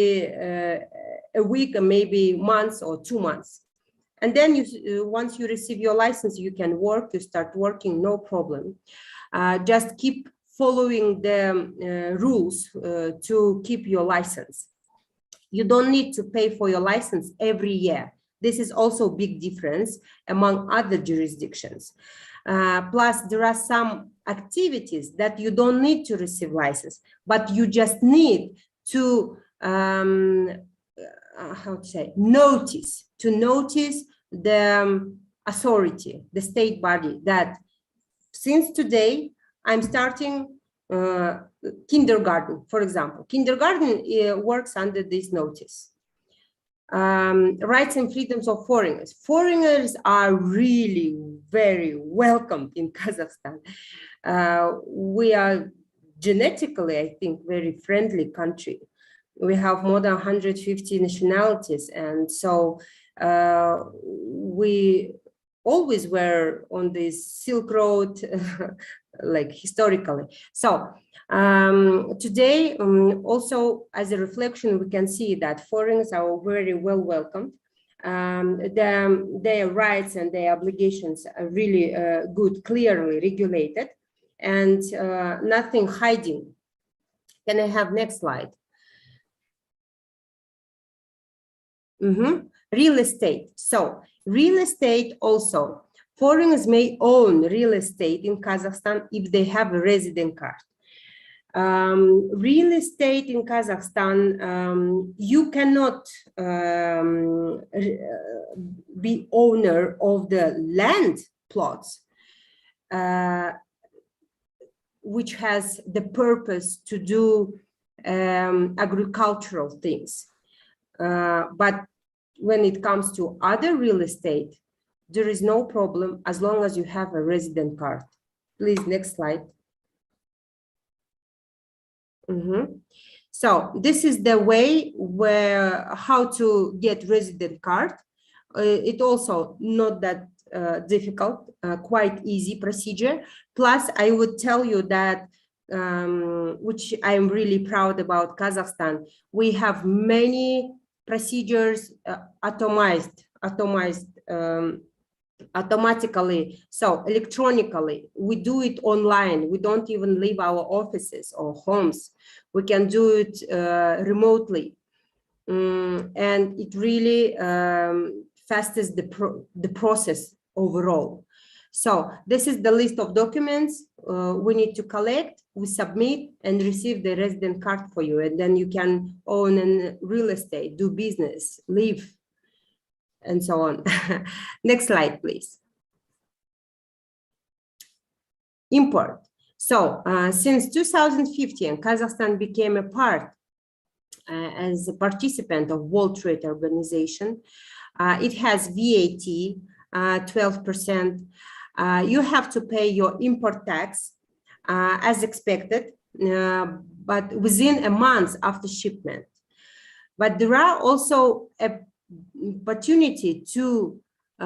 receive, the country also provides a refund of import duties and taxes when the imported goods are processed in Kazakhstan and exported within 2 years after importation. So this is about the import tariffs. If you come to Kazakhstan and set factory, start working, you can receive these opportunities and good, well conditions provided to business in Kazakhstan. So you always can make a refund of your import tax. Next. Yeah, I think this is end. So this is about us. Thank you so much, Ms. Ainur. It was really interesting presentation. except there's some technical issues. It's always happened with the machines, so that is quite fine. I think the information that you provide us today, it's very fascinating, I would say, because here today we can hear a lot of benefits and promotions about taxations as well. It's very interesting to be a member or be a resident of the AIFC, right? I would like to go to open the company as an international company in Kazakhstan, because when I see the benefits and promotions from them that they offer for the international investors and traders, it's look really great. And Ms. Ainur, could you please tell me how, if I want to be a resident of this Astana International Financial Center, right? How should I apply this, or is there any online information, or I should keep in touch with you in case if our members would be interested on this?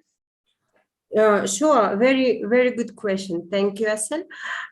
You always can receive an information from the official site, aifc.com. You can find all the regulations inside. What we do, we as a law firm, we are also a resident of Astana International Financial Center. So we freely can call us international law firm. And what we do, we help. Some businesses don't want to waste time reading the regulation, getting know a lot of non-useful really information, because you can pay to your lawyers or pay to the consultants and they will do this job, right? But if you really need the information, it is easy, it is very transparent and very clear.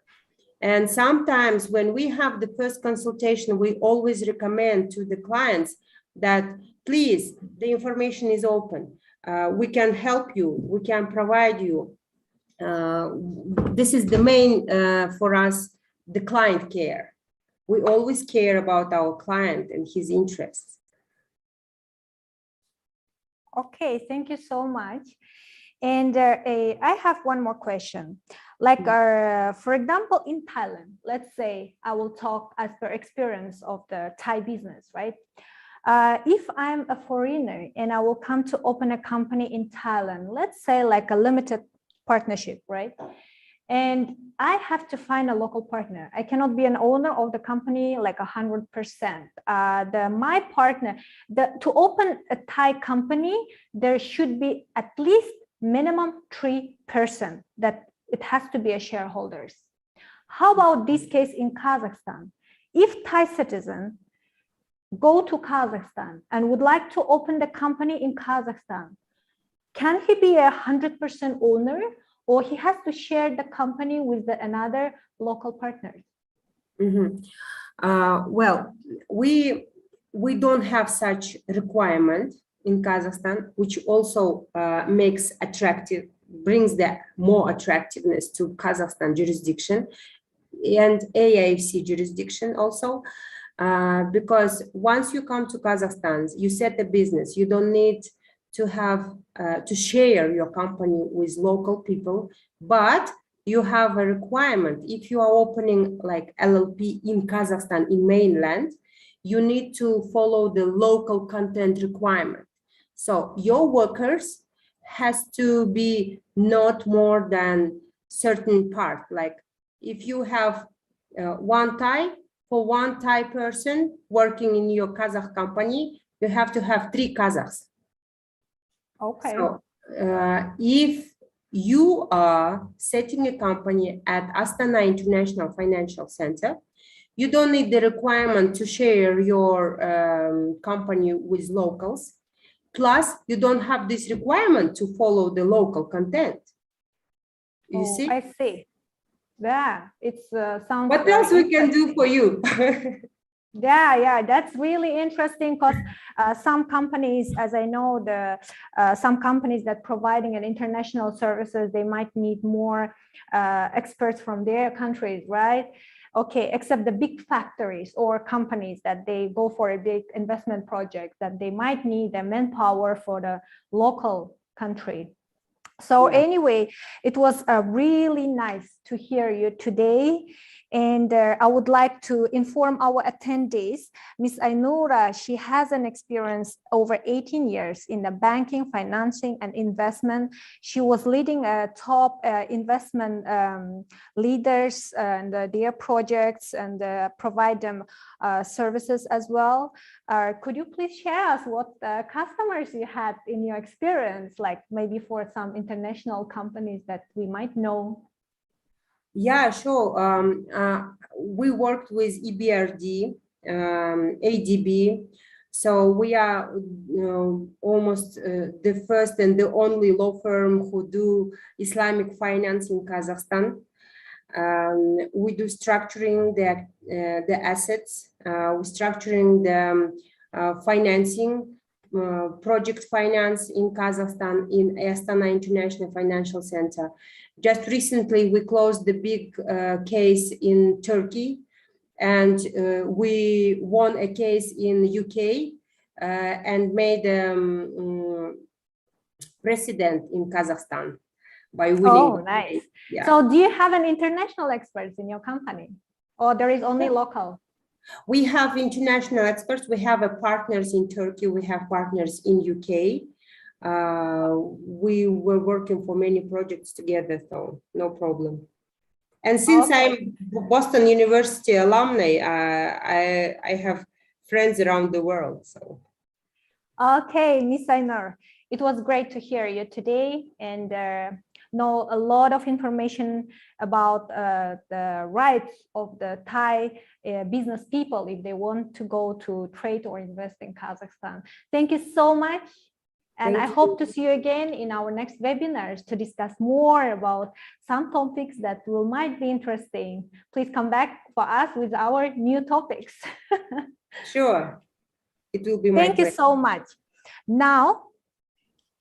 I would like to introduce our next speaker that I think will be one of the highlight discussions that we're gonna have today, because most of the business owners from Thailand, they're interested, not only Thailand's, I would say even the business owners from Kazakhstan, they are texting us since yesterday and asking the questions, what is the logistic? How we can do this? I say, please join our agenda because we have a great company, III Logistic Public Company, that they are becoming a forwarder of the Vientiane Logistic Park. For people who doesn't know about Vientiane Logistic Park, I would like to say this is the railway that coming from the Thailand to Laos and then to Kazakhstan and go to Europe. So they are can be a very good partners as well. I would like to say for all logistic companies in Kazakhstan and Thailand, if you are interested to be a partner with III Logistic Public Company, please let us know. So today, our guest and expert is Mr. Tana Vongvattanarod. He's the sales manager of the III Public Logistic Company. Hi, Mr. Tana, how are you? Hi, สวัสดีครับ Sawadika. Good afternoon. I love to say in Thai greetings in Thai languages because I think everyone have to respect the local language where we live in, you know. So, สบายดีไหมฮะ สบายดีครับ and I would translate into English. How are you? Thank you so much. I'm very good and I'm very great to see you today in our live webinar. So, okay, yes. Mr. Tana. So, as I mentioned previously in my introduction about your company and about you, your company is one of the, not one of the, is only one company, I guess, in Thailand that is becoming a forwarder for the Vientiane Logistic Park. And as well, the most important question, the logistic by air, by land, or by sea to Kazakhstan, how it happens nowadays. Please share us today. Okay, but again, good afternoon, everyone. My name is Tana, or you can call me Top. Okay, Okay, first of all, I would like to introduce our company first. All right, and it's very pleasure for me and very honor for me to be here today and to share about the logistics from Thailand to Kazakhstan and also my company. From now on, in order to have the clear understanding, I would allow you guys to allow me to present in Thai. Okay, but first of all, I will share my company profile first as a video so you can understand us more. Okay.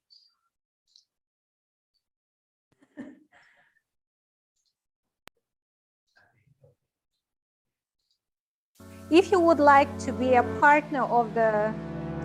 Triple I Logistics There has company, never you been can a just drop an time email. where logistics is more important to business than today.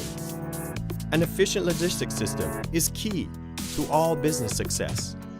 With 25 years of experience in the logistics business, we have developed a service structure that is various and comprehensive, allowing Triple I Logistics Public Company Limited to become Thailand's leading total logistics service provider.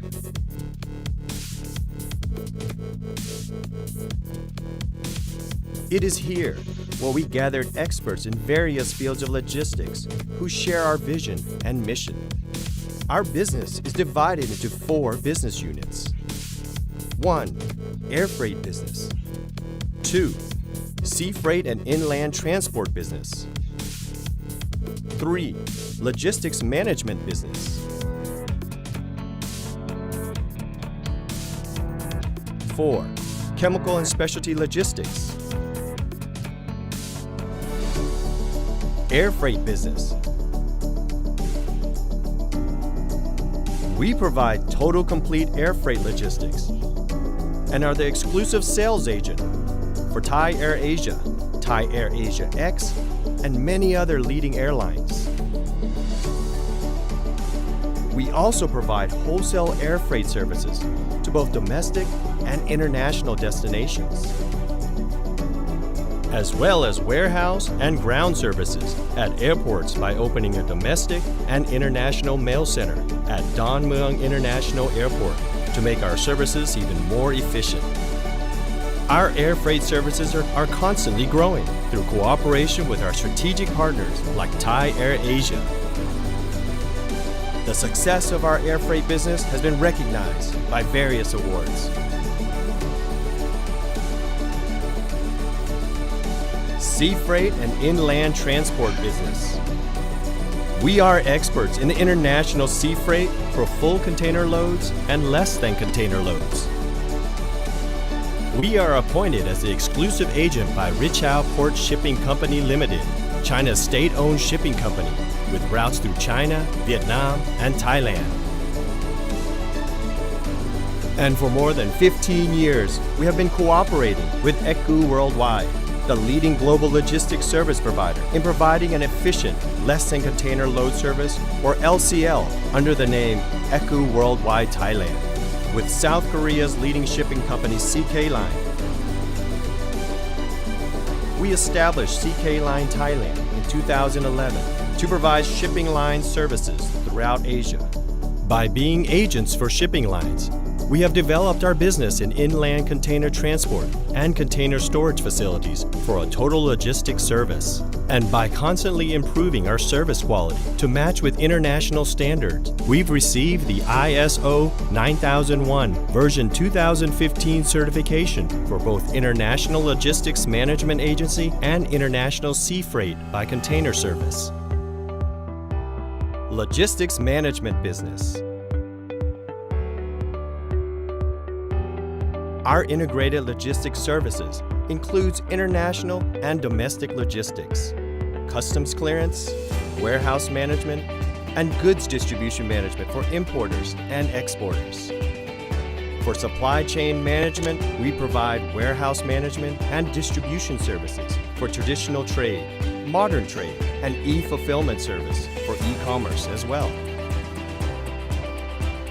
We also received the ISO 9001 Version 2015 certification in international transportation, the award that guarantees our international standard of service excellence.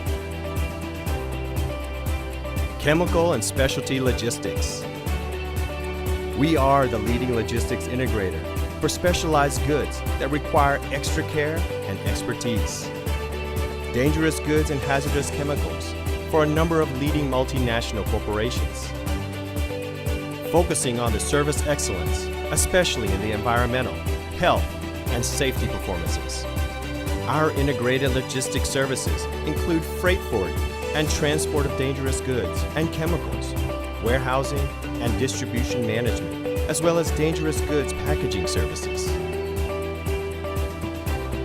We are the exclusive agent of Nippon Concept, a leading Japanese ISO tank operator specialized in bulk liquid transport. Our expertise in special goods logistics has been recognized by many national awards. We believe that no matter how advanced technology becomes, the logistics industry still requires human expertise in dealing with the wide range of logistical needs. By bringing the various components and expertise together, we have built a team and system that provides the most effective logistics service to drive modern Thai businesses and create new opportunities that are challenging for them to compete at the international level. From the continued growth and success in all business units, III Logistics Public Company Limited is ready for all business expansion and the move towards becoming the true leader of logistics. Following our core values and philosophy of success,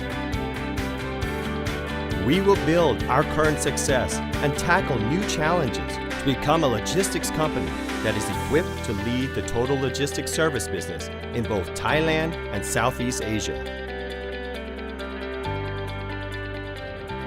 III Logistics Public Company Limited will keep on improving the logistics service business along with achieving a true and sustainable growth. III Logistics Public Company Limited, the right solution, the right partner.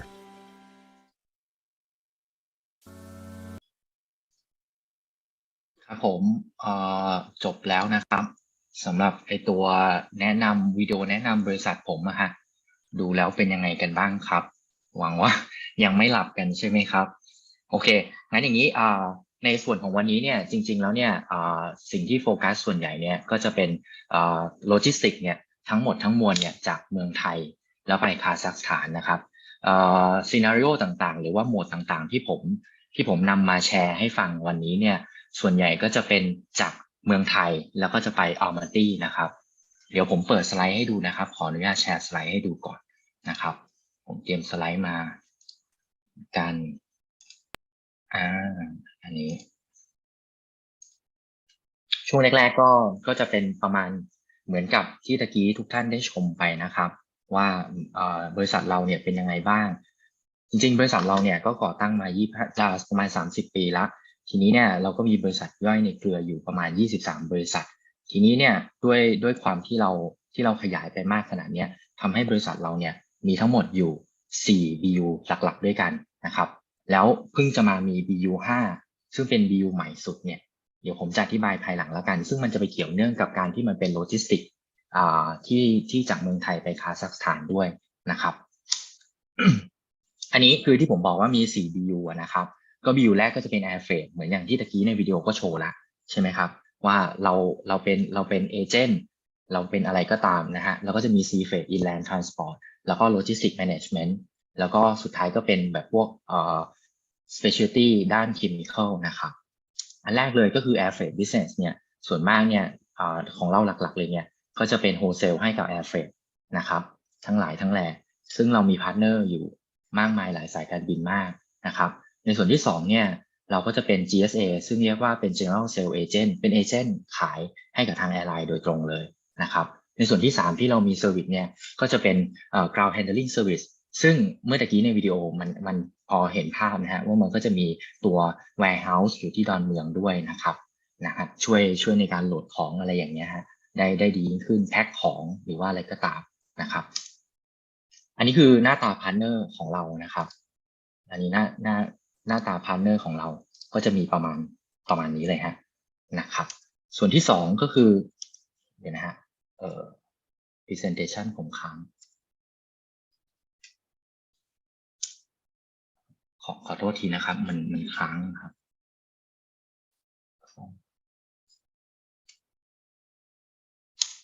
โอ้ฮัลโหลครับยังได้ยินเสียงผมใช่ไหมฮะแต่ผมขยับไม่ได้มีใครช่วยได้มั้งไหม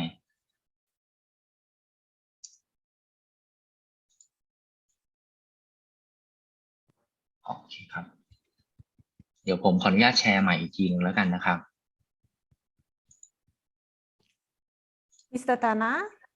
Yes คุณเอเซล Yes, our team will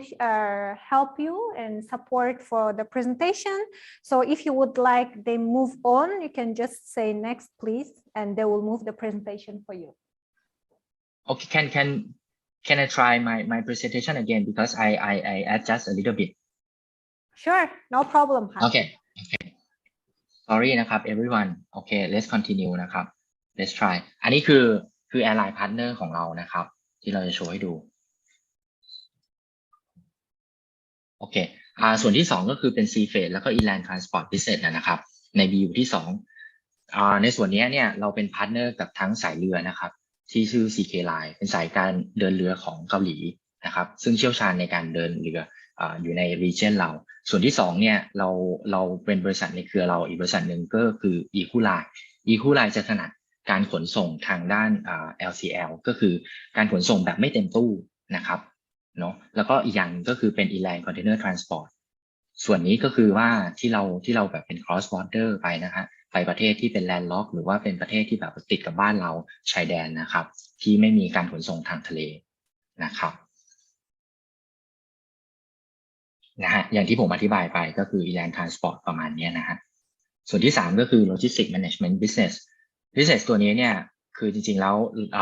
ทางบริษัทแม่ของเราเองเนี่ยเป็นคนที่ทำตรงนี้ถามว่ามันสำคัญยังไงตรงนี้เนี่ยคือเหมือนเป็นบริษัทแม่นะครับซึ่งสามารถเอาพาร์ทต่างๆเนี่ยของในบริษัทในเครือเราเนี่ยเอามารวมกัน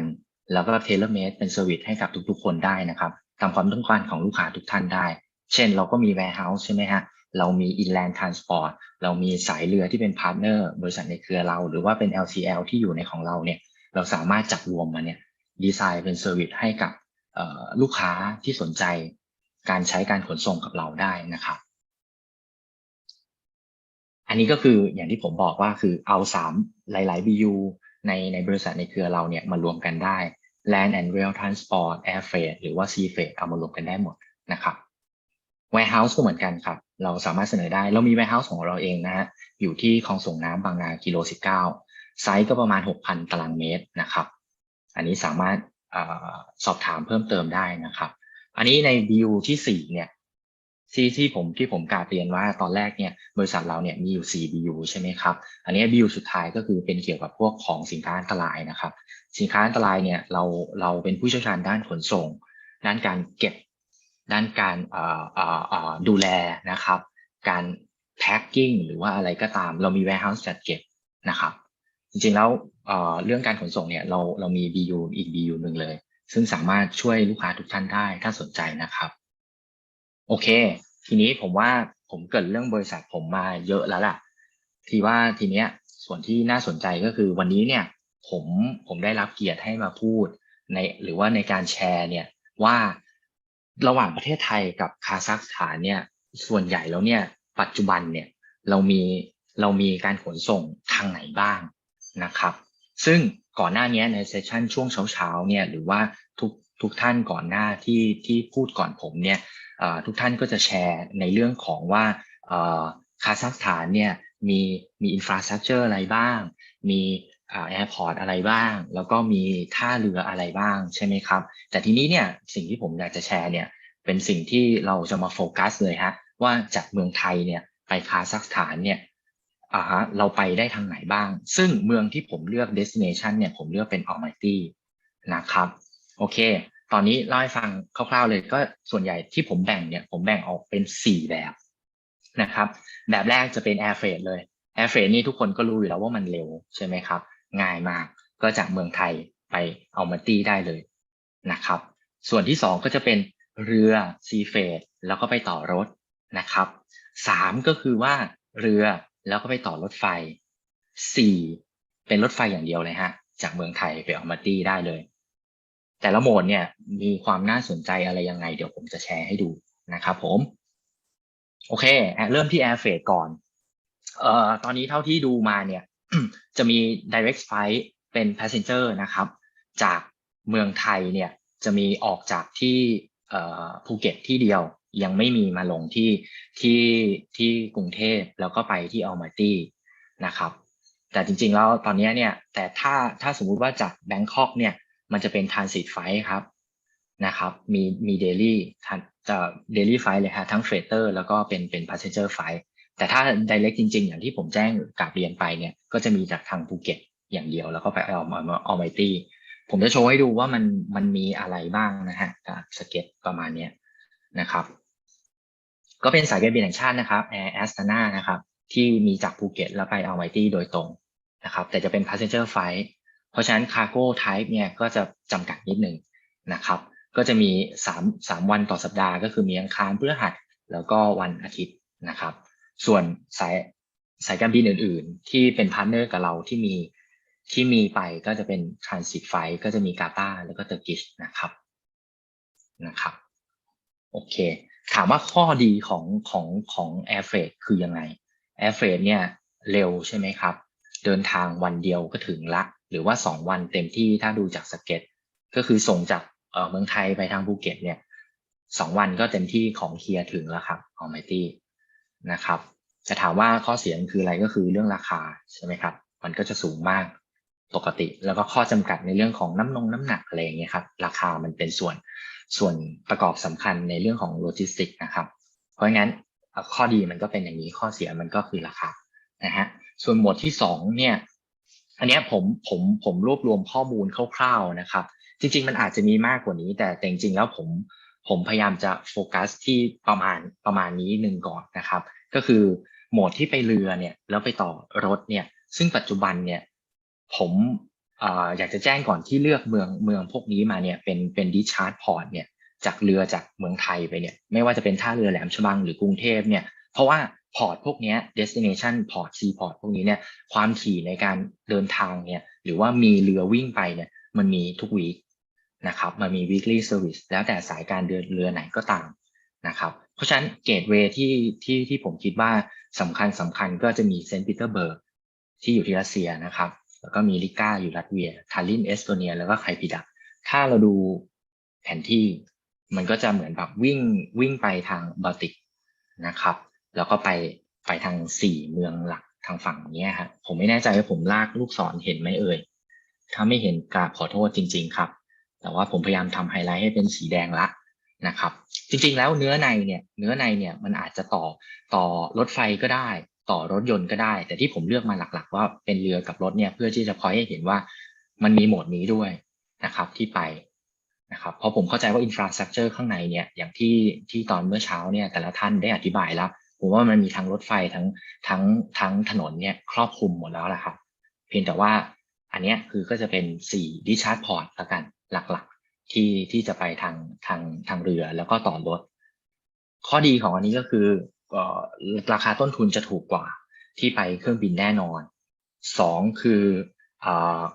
ความถี่ในการออกนะครับอันเนี้ยก็จะมีทุกวีคเลยจริงๆมันจะมีอีกรูทนึงนะครับแต่ผมไม่แนะนำที่ผมไม่โชว์สไลด์เพราะว่ามันไปเวียที่อิหร่าน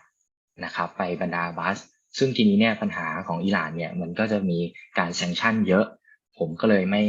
คิดว่าไม่น่าสนใจเท่ากับพวกเซอร์วิสที่มันไปฝั่งเนี้ยนะครับผม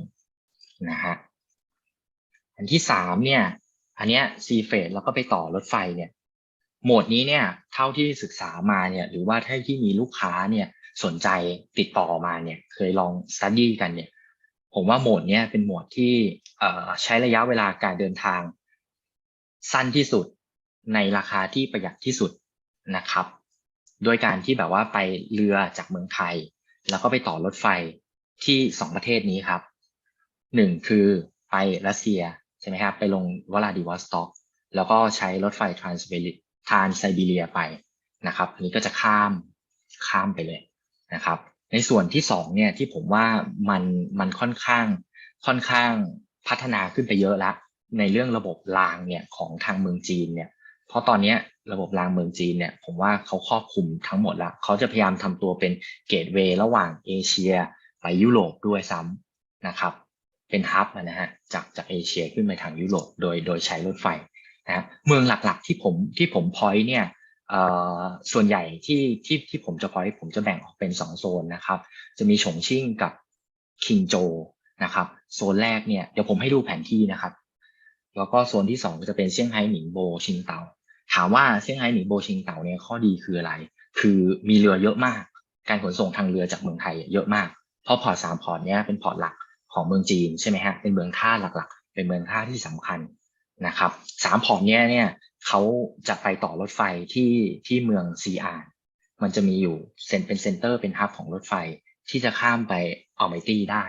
นะครับส่วน2เมืองเนี่ยฉงชิ่งกับคินโจเนี่ยมันก็จะอยู่ประมาณกลางๆล่างๆกับล่างๆตรงแถวอ่าวตังเกียนะครับทีนี้เนี่ยอันเนี้ยก็จะเป็นอีก2ทางเลือกให้กับผู้ส่งออกทั้งหลายหรือว่าผู้เจ้าของกิจการทั้งหลายที่ฟังอยู่ตรงนี้เนี่ยที่ผมอยากจะแชร์ว่ามันจะเป็นอีกทางเลือกหนึ่งที่ต่อรถไฟขึ้นไปกับ2ฮับเนี้ยแล้วไปถึงอัลมาตี้ได้นะครับอันนี้ฮะก็คือแผนที่อันนี้แผนที่รู้สึกว่ามันผิดพลาดนิดหน่อยนะครับคิงโจมันจะไม่อยู่ตรงนี้ครับมันจะไปอยู่ข้างๆตรงข้างล่างเนี่ยฮะแถวฮ่องกงกระเถิบไปหน่อยครับอันนี้ที่พยายามให้ดูว่าชิงเต่าเซี่ยงไฮ้หนิงโบเนี่ยเป็นพอร์ตหลักอยู่ทางขวาของเมืองจีนใช่ไหมฮะเวลาลากเข้าไปฉงชิ่งกับซีอานมันจะอยู่ตรงกลางๆเนี่ยฮะแล้วมันก็จะไปเป็นฮับที่ต่อไปถึงฝั่งนู้นได้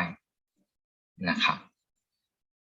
ในส่วนถัดไปเนี่ยเรลเฟดเนี่ยก็จะต่อเนื่องมาจากตอนแรกที่ทั้งคุณเอเซลได้อธิบายไปว่าทางผมเนี่ยบริษัท Triple I Logistics เนี่ยได้มีการเปิดธุรกิจ BU ใหม่ขึ้นมาเหมือนที่ผมเรียนแจ้งไปตอนแรก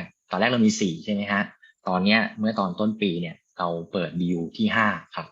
BU ที่5ของเราเนี่ยจะเป็น BU ที่เกี่ยวกับรถไฟครับรถไฟคือจากเมืองไทยเลยนะฮะไปถึงจีนซึ่งจากเมืองไทยเนี่ยจะไปเปลี่ยนถ่ายที่ลาวนะฮะแล้วก็ลาวเนี่ยก็จะไปขึ้นรถไฟที่เวียงจันทร์นะฮะแล้วก็ไปถึงคุนหมิงเราจะใช้รูทนั้นนะครับในการขนส่ง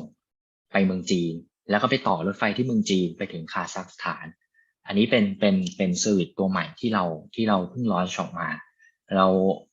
ถามว่ามีคนสนใจเยอะไหมผมว่าคนสนใจค่อนข้างเยอะมากถามว่าข้อดีข้อเสียมันต่างกับเรือยังไงต้องถามว่าอันเนี้ยรถไฟเนี่ยเวลาอาจจะเร็วกว่าเรือแต่ถามว่าข้อเสียคือ costing สูงกว่าแน่นอนนะครับในรถไฟ3คือมันอาจจะยังใหม่อยู่แล้วก็ความชำนาญการของการที่แบบว่ารันรถไฟจากเมืองไทยเนี่ยไปถึงคาซัคสถานเลยเนี่ยอาจจะยังหาคนที่มีความเชี่ยวชาญยังหาได้ไม่เยอะแต่หนึ่งในนั้นคือทริปไวนะครับทริปไวสามารถทำได้ครับโอเคครับเดี๋ยวผมจะโชว์รูปให้ดูต่อเนาะก็คือถ้าเป็นทางรถไฟเนี่ยก็คือไม่ว่าจะเป็นพอยต์ไหนในเมืองไทยแต่ส่วนใหญ่เนี่ยเราจะเริ่มจากแหลมฉบังนะครับมาเอาตู้ที่ใช้เนี่ยจะเป็นตู้ของการรถไฟนะครับก็ให้ลูกค้าไปบรรจุของได้สมมุติลูกค้าท่านไหนที่สนใจโหมดเนี้ยจากเมืองไทยเนี่ยวิ่งไปอัลไมตี้เลยเนี่ยวิธีการก็คือเขาเรียกว่าอะไรนะรูทติ้งของมันก็จะเป็นประมาณว่าเอาตู้เปล่าเนี่ยของการรถไฟเนี่ยจากแหลมฉบังเนี่ยครับไปโหลดตามโรงงานของลูกค้าแล้วก็มาคืนทีนี้เนี่ยจากแหลมฉบังเนี่ยเราวิ่งขึ้นไปที่ลาววิ่งขึ้นไปที่ลาวเสร็จทำยังไงวิ่งขึ้นไปที่ลาวเสร็จมันก็จะไปเปลี่ยนรางนะครับจากรางรถไฟจากบ้านเราไปลาวเนี่ยไปเปลี่ยนที่ท่านาแล้งนะครับตรงท่านาแล้งเนี่ยมันก็จะมีเหมือนอีกรางรถไฟหนึ่งที่จะเป็นรถไฟความเร็วสูงจากตรงท่านาแล้งเนี่ยครับวิ่งขึ้นไปถึงคุนหมิงทีนี้เนี่ยจากคุนหมิงเนี่ยก็วิ่งไปต่อที่ฮับที่ไหนก็ได้ฮะในเมืองจีนนะครับแล้วก็ต่อไปอัลมาตี้ได้เลยอันนี้ที่ผมโชว์ให้ดูเป็นรูปคร่าวๆนะครับไม่ได้แบบสวยงามขอโทษทีครับอันนี้คือรายละเอียด ที่ผมขยายความที่ผมอธิบายตะกี้เนี้ยนะครับมันก็คือจะเริ่มจากเมืองไทยนั่นแหละแล้วก็จะไปถึงลาวก็คือไปที่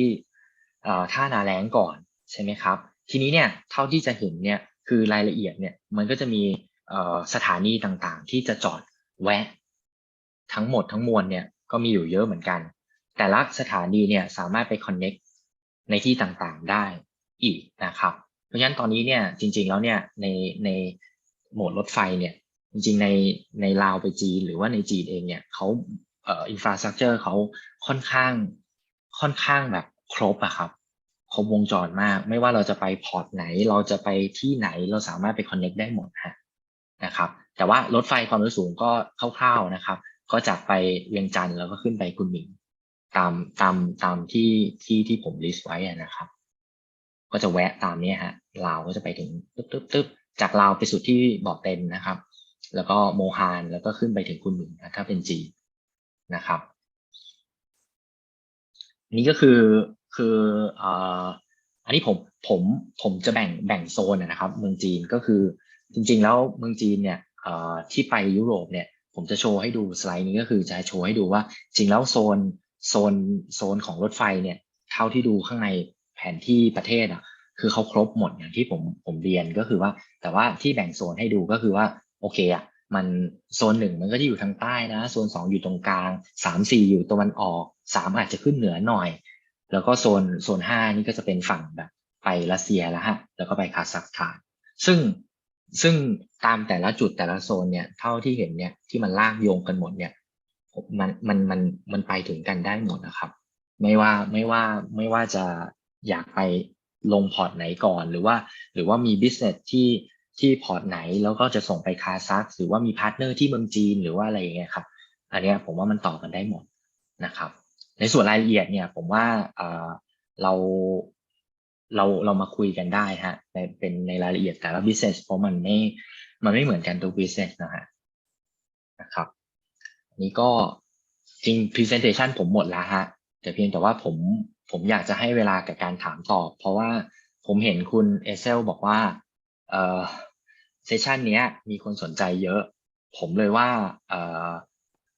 สามารถติดต่อผมดีกว่าหรือว่าถามตอบในนี้เลยเดี๋ยวผมจะได้ตอบให้นะครับคำถามไหนผมตอบได้เดี๋ยวผมตอบให้เลยนะครับส่วนคำถามไหน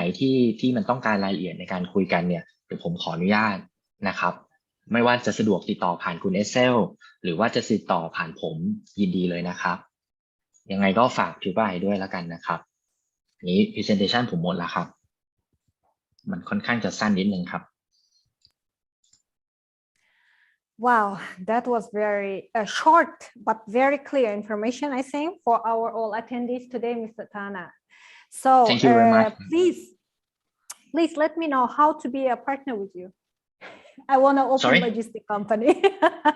How to be a partner with you? I want to open a logistic company. But first thing you have to I'm ask my talking boss. real because I'm going to import some products from Kazakhstan to Thailand, and I need to find a way to do the logistic. And when I send the request for many logistic companies in Thailand, I'm facing the problem that most of the companies, they're getting answer me like maybe a month, maybe it can take 2 months, it's very long and I sometimes lose the business. So that's why I'm thinking maybe should I open the logistic company and join you and be a partner with you? Sure, of course. You have to ask my boss. Okay. Please welcome, invite your boss. I would love to listen her too. This is live webinar. We need to discuss. Okay, so you mean like I need to come for the personal meeting face to face, right? Yeah. I think it's better to meet the face to face meeting because different business have different requirements. So that's why I think we have to discuss more in details. So to get the most effective logistic mode and tailor-made service for each of business, Okay, I got your point. And are you open for partnership for any logistic companies from Thailand or from Kazakhstan? Do you have any a specific conditions that should be only a local company or you as well partner with the international companies as well? Yeah, actually we have the partner in many countries. So we have the partnership under the how can I call it? The Freight Hub membership. The Freight Hub is the member organization for the logistic hub, okay, all over the world, and we are one of the member in the Freight Hub. Okay. Okay, so you are now your company is how we understand very clearly experiencing on the logistic to Central Asia. Am I right? Yes. We have some experience to carry some cargo to the Central Asia, but still not in Kazakhstan, you know, but still not, frankly speaking. Okay, if anyone interesting, you just contact Kun SL as well. It's okay, and we can discuss. Okay, that is great. And if will be some companies from Kazakhstan would be interested in partnership with you, because I had some messages yesterday that they would love to join with you when they read your profile and about the topic you are talking. I had several messages from the logistic companies in Kazakhstan that they can be a partner with you, and they were asking me these questions. So that's why I'm asking you too, how to be a partner with you. Sure, no problem, because right now we still have no partnership in Kazakhstan, so now we are welcome and open for any business partnership in Kazakhstan. So just contact us, okay, and then we can talk. Okay, my next question is about the Vientiane Logistic Park, right? Okay. I know that it's maybe now it's too early to talk and discuss about this, but we have to start. Somehow we have to start to talk about this question because we need to prepare ourselves, because we are hoping to build a relation between Thailand and Kazakhstan. And of course, logistic part is the most important, you know. So we were very happy when Vientiane Logistic Park launched last year in December. If I remember, in 2021, right? They start their first railway trains to the Central Asia and then to the Europe in December, if I'm not mistaken. Yeah. So what would you tell about this? This Vientiane Logistic Park, they go through the one or two or how many cities of Kazakhstan? Or are there any other like Central Asian countries that they will go on the pass through? Like, for example, maybe Tajikistan or Uzbekistan or Kyrgyzstan that they will go through before the Kazakhstan? All right. Okay. I would explain in this way because in my presentation, I just assume for one scenario. Okay, from Thailand to Almaty. But as I mentioned in the presentation, you know, if we can use the Vientiane railway to the China, and when we reach China, we can connect many possibilities. You know, for example, like the countries around Kazakhstan, Uzbekistan, for example, or Russia, for example, we can connect in the China hub. You know, we can connect every city as long as they have infrastructure. You know, as long as they have the railway. Okay, so no. As per your opinion, how do you think? How many times it would take for us to like map this route to Central Asian countries from China, let's say? From China, it takes like 2 weeks. It depends on the situation as well, but roughly it's 2 weeks, you know. So now the traders, they can send their products to Kazakhstan or to Central Asian countries, right? Yes, correct. By railway in Vientiane Logistic Park. Railway, I mean, like from Thailand to Vientiane by truck, and then from Vientiane to Kazakhstan by railway. And also you can send by the railway as well, from Thailand to the Vientiane by rail as well. Not only truck, right? Not only truck, but also the rail. Okay, that is a great news. maybe you already mentioned this. I know Yes, that you but talk about this but in in the Thai, sorry. presentation in Thai language, but I'm asking for my English-speaking audience. So sorry. Okay, so I will add on. Okay, from China to from Thailand to China, you can send the cargo by the sea. Okay, you can use the ocean liner carrier vessel from Thailand to the China. As I mentioned, there is many discharge port. Okay, for example, like Shanghai, Ningbo, Qingdao, and Qinzhou. Okay, and we can connect the railway there to the Central Asia as well, or even connect to the Europe. I have a one more question about the port in China. You mentioned that I can go from Thailand to China port by the sea freight, and then from China by railway to Kazakhstan, right? And correct. how many days it will take for me to reach the China port, and which port should I go there to be more closer to Kazakhstan, or which way it will be faster? I mean. Okay, I recommend the fastest routing from Thailand by sea and rail is to Qingzhou. Qingzhou, it takes like a week to the southern part of China called Port Qingzhou.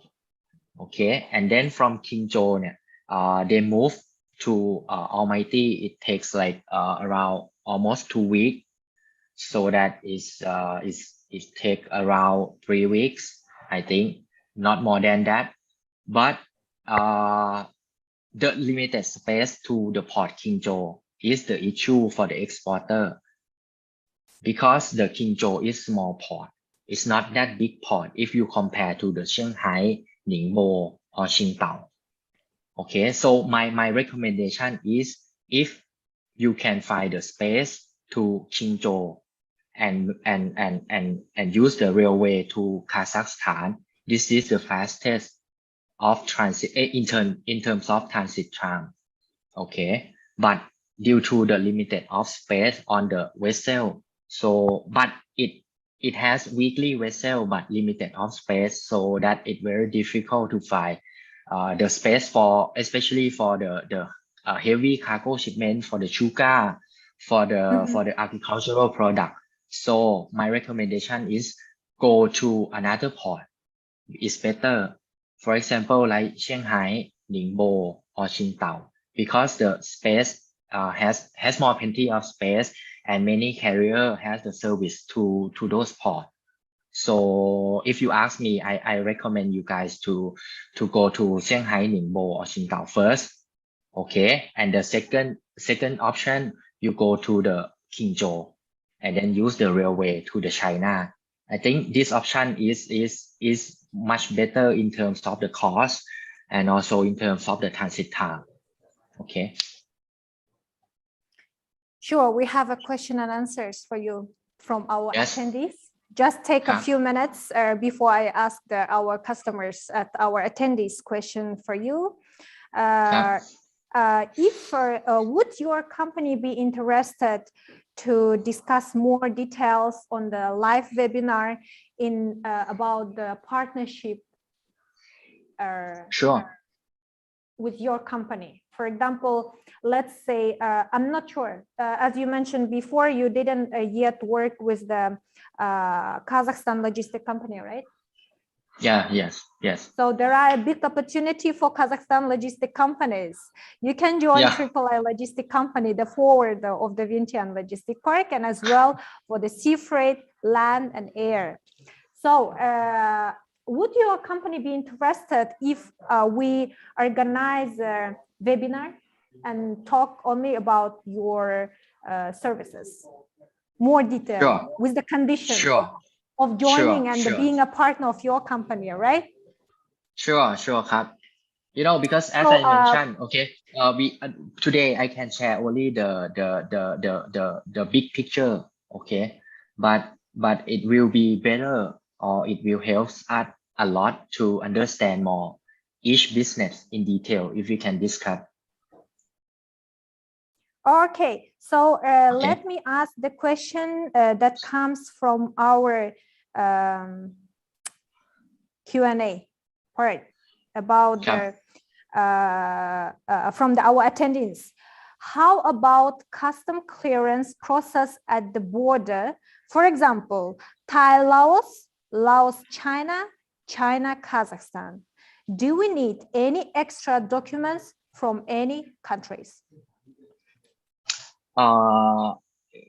Please allow me to answer in Thai because it's more clearly. Sure. Because I guess this question is come in Thai language, right? Production team. Yes, it was from Thai attendees. So please answer in Thai language. It will be more helpful. โอเคครับอันนี้ผมขออนุญาตนะครับเรียนก่อนว่าไอตัวเรื่องผมทวนคำถามเนาะว่าในเรื่องของ custom clearance เนี่ยต้องใช้เอกสารเพิ่มเติมไหมจริงๆเนี่ยอย่างที่ผมเรียนว่าผมในทางรถไฟเนี่ยผมยังไม่เคยทำถึงคาซัคสถานมาก่อนสิ่งที่ผมทำเนี่ยก็คือจากเมืองไทยผ่านลาวแล้วก็ไปถึงเมืองจีนอันนี้ครับมันก็จะมีเรื่องผมไม่แน่ใจว่าคำถามเนี่ยเอกสารเพิ่มเติมเนี่ยเป็นเอกสารประเภทไหนนะครับแต่ผมคิดว่าในตอนแรกเนี่ยก่อนที่เราจะเริ่ม business กันอยู่แล้วเนี่ยทางเราเนี่ยก็ต้องแจ้งก่อนอยู่แล้วว่าต้องการเอกสารอะไรบ้างนะครับผมเลยไม่แน่ใจไม่มั่นใจว่าคำถามเนี่ยไอ้คำว่าเอกสารเพิ่มเติมเนี่ยมันคือเอกสารอะไรซึ่งผมก็มั่นใจเหมือนกันว่าถ้าไปถึงคาซัคสถานเนี่ยเอกสารเนี่ยมันต้องชัดเจนตั้งแต่แรกอยู่แล้วว่า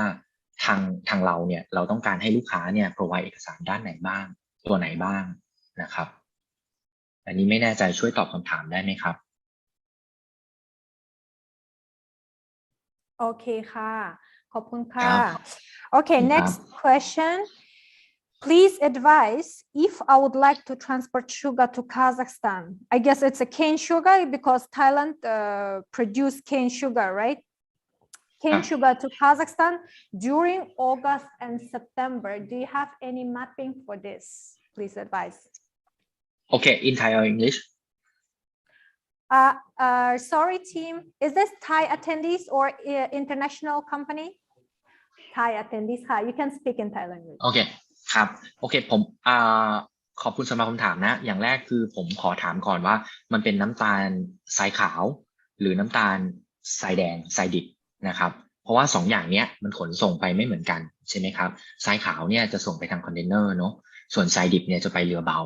ซึ่งผมเข้าใจเนี่ยว่าผมขอเดาแล้วกันว่าคงจะถามเรื่องน้ำตาลทรายขาวเนาะถ้าคำแนะนำผมตอนนี้เนี่ยขึ้นอยู่กับว่าจริงๆไม่แน่ใจว่าท่านที่ถามเนี่ยเป็นเทรดเดอร์อยู่แล้วหรือเปล่าหรือว่าเป็นยังไงเพราะว่าส่วนมากเนี่ยน้ำตาลเนี่ยเขาจะส่งผ่านเทรดเดอร์นะครับถ้าเป็นเทรดเดอร์อยู่แล้วเนี่ยผมว่าลองมาคุยกันได้ครับว่าจะส่งเมื่อไหร่อะไรยังไงผมมีดีไซน์รูทติ้งไว้อยู่ประมาณ2รูท3รูทแล้วอะครับว่าจากเมืองไทยไปไอตัวออมาตี้คาซัคสถานเนี่ยไปทางไหนบ้างรูทแรกที่ผมแนะนำก็คือรถไฟนะครับจากเมืองไทยแล้วก็ไปลาวแล้วก็ไปออมาตี้นะครับอันนี้รูทแรกซึ่งผมมีเคยทำราคาอยู่แล้วให้ลูกค้าเจ้าหนึ่ง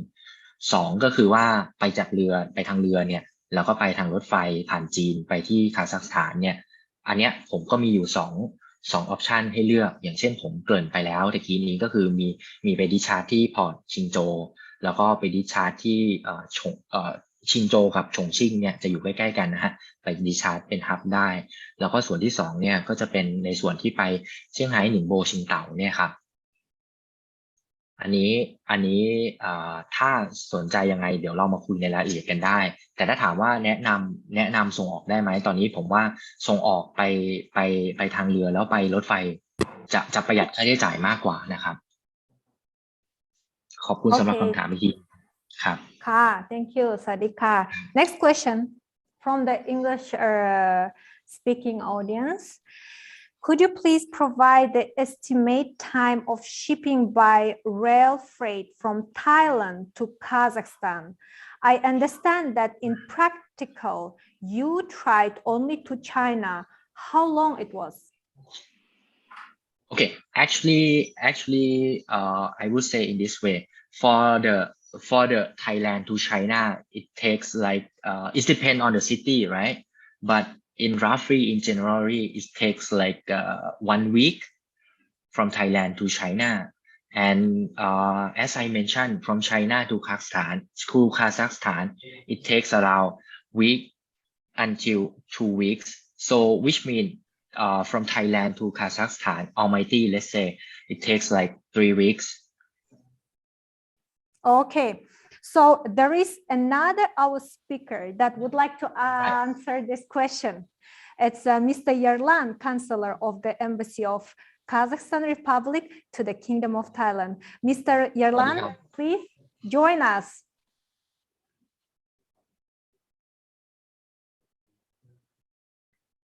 Hello.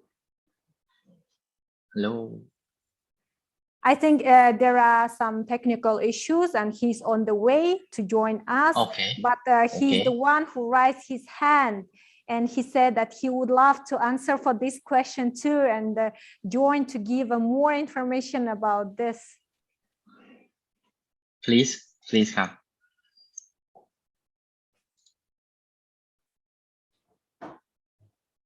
Okay, so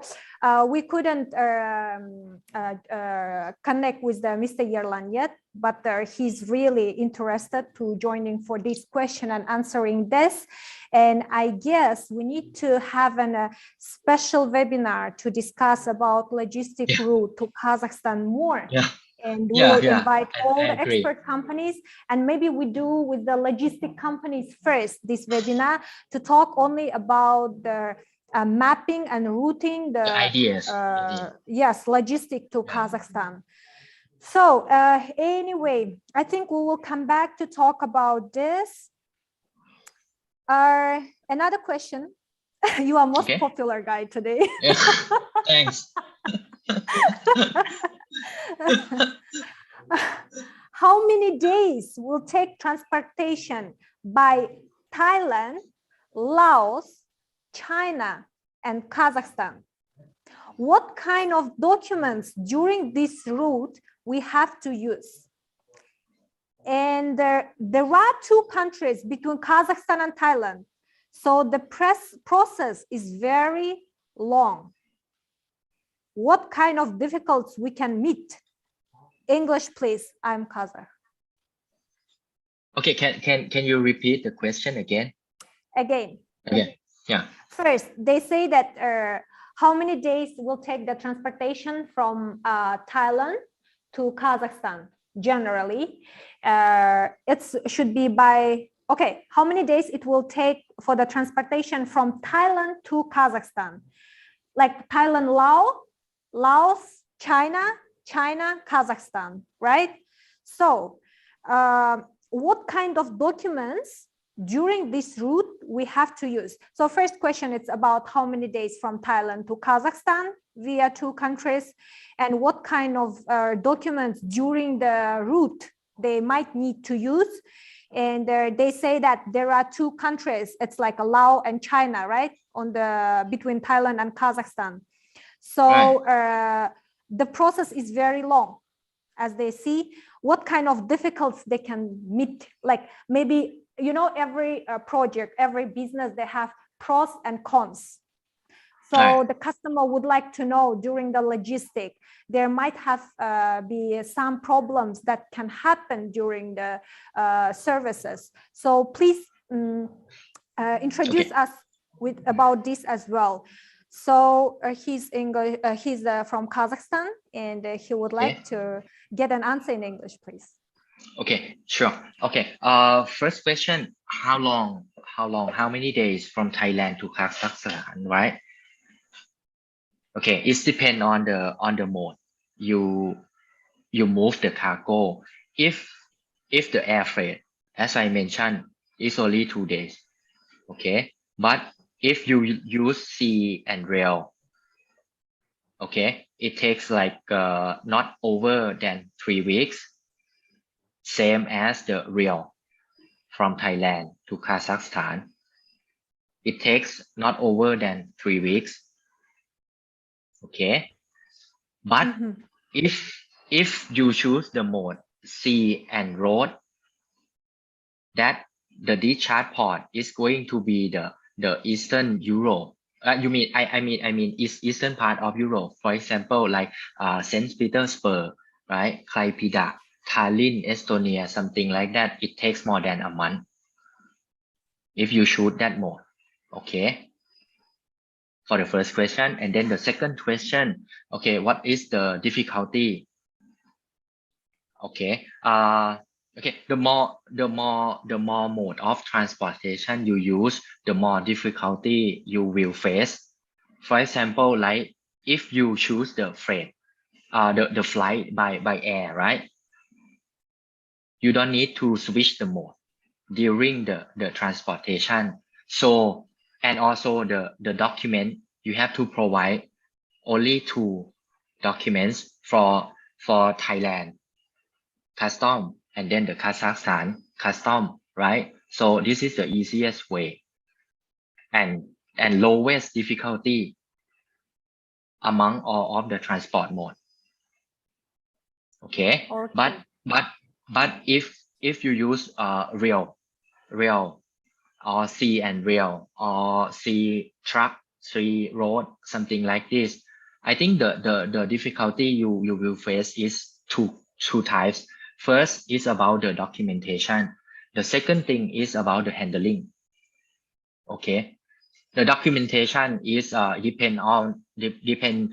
on of the custom of each country, how strict they are, you know. Okay. And the handling issue that you can face is about the operation purely, you know, because you if you using the sea and rail, after you the vessel discharge to the seaport, and then you have to move the cargo to the rail, or you have to, before you use you move to the rail, or maybe you can unstuff and the double handling into the container of the rail freight again. So I would answer in this way. There are 2 types of difficulty in the operation handling and also the documentation. Okay, for the details I can explain you more. Okay, but I think that the time, my time is gonna be over, right?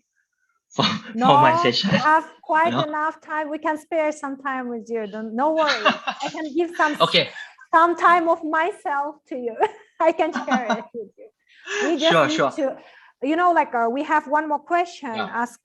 in the our Q&A, right? So first of all, I think there are many details that we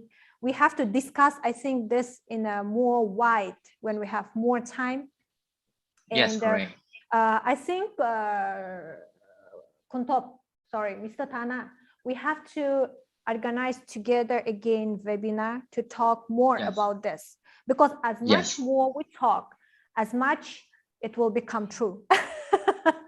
Because we need to build all the routes in advance, think the ways of logistics, how to develop this, right? So we need to prepare before we go to do business there. Because if logistic route is not settled down, there is no way to trade and investment, you know, it's just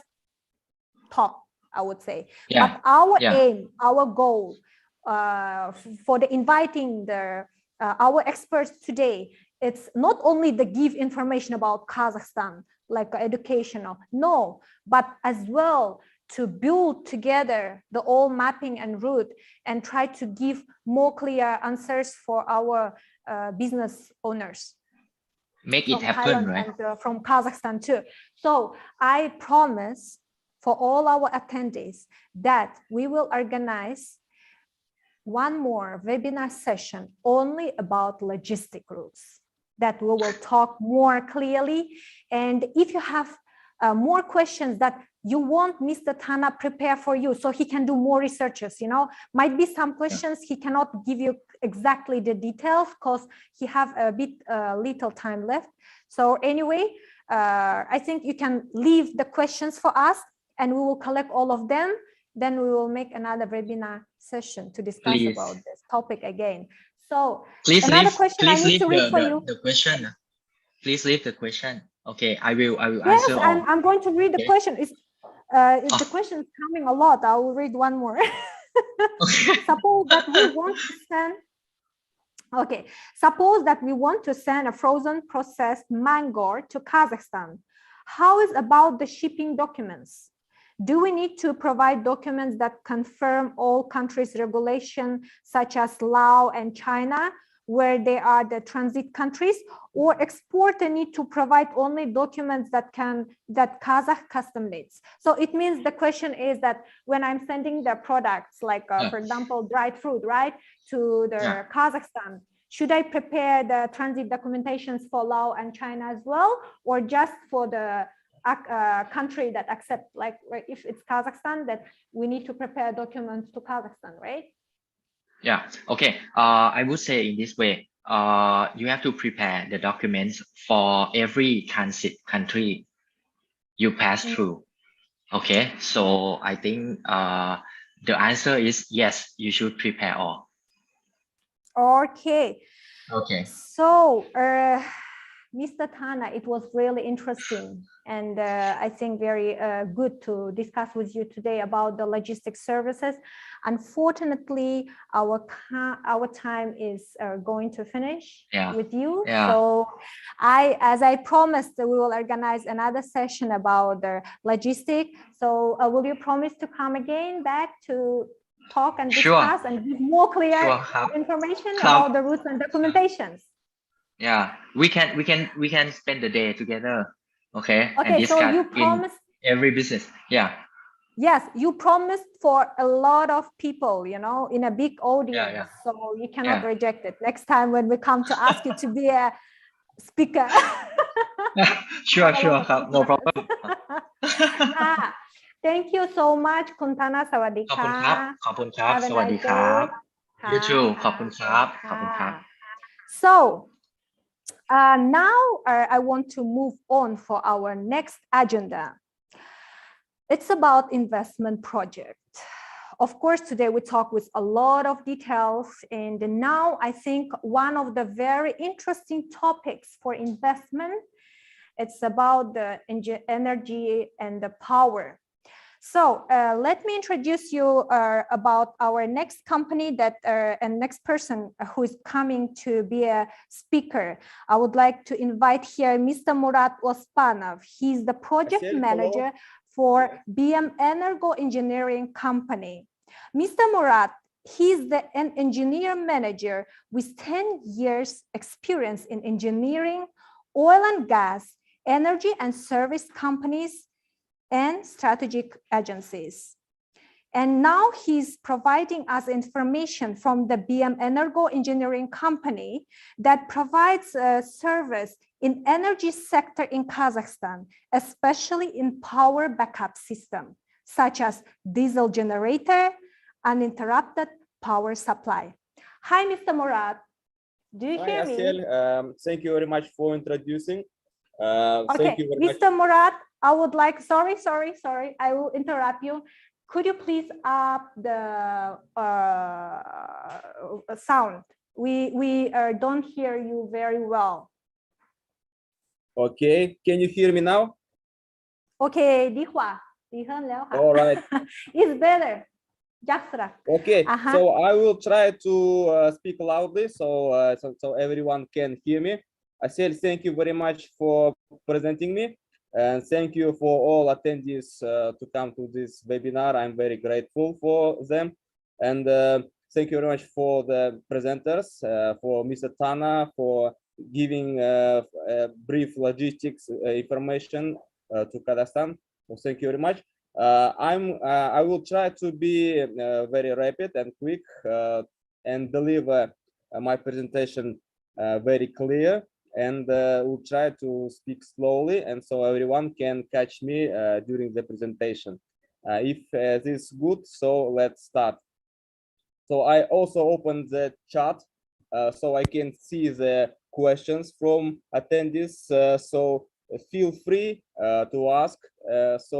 let's make this presentation very simple, very open, so we can have benefits from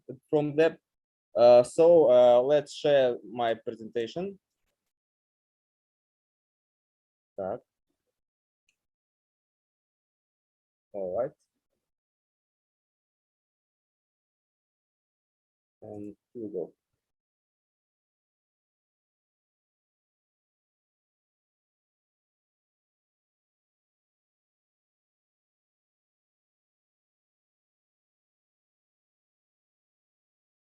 Can everyone see the presentation? Let me see that.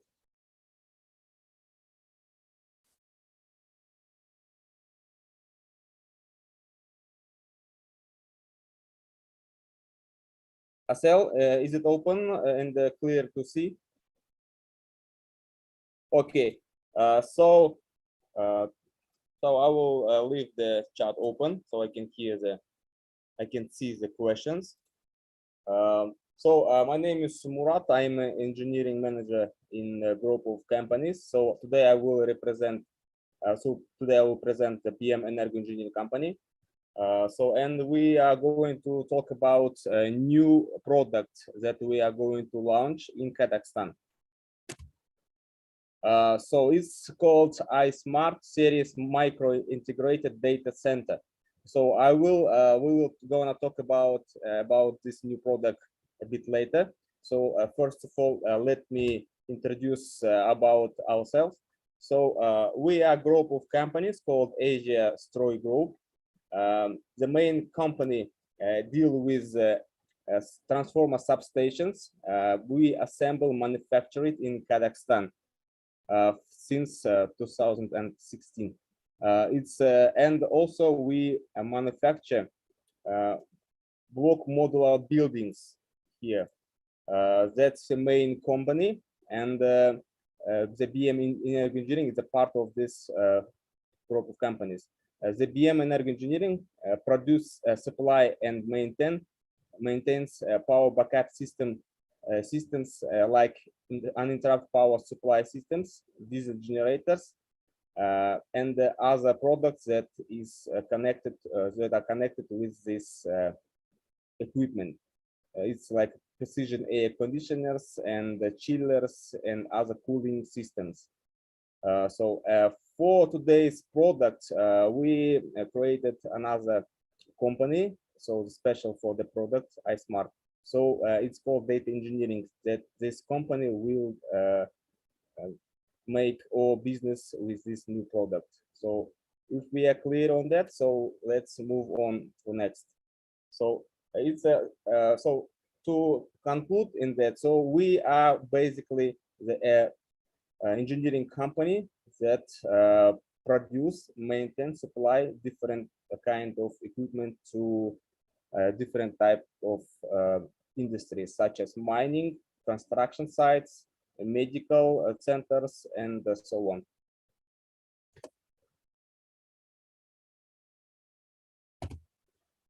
So let's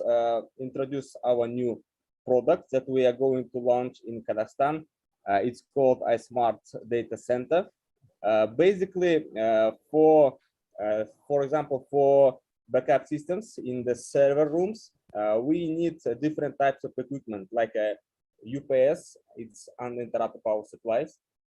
air conditioning different to cool this equipment, power distribution model, and other different type of equipment like camera, like temperature humidity detections. So we are going to combine all of this equipment in one product.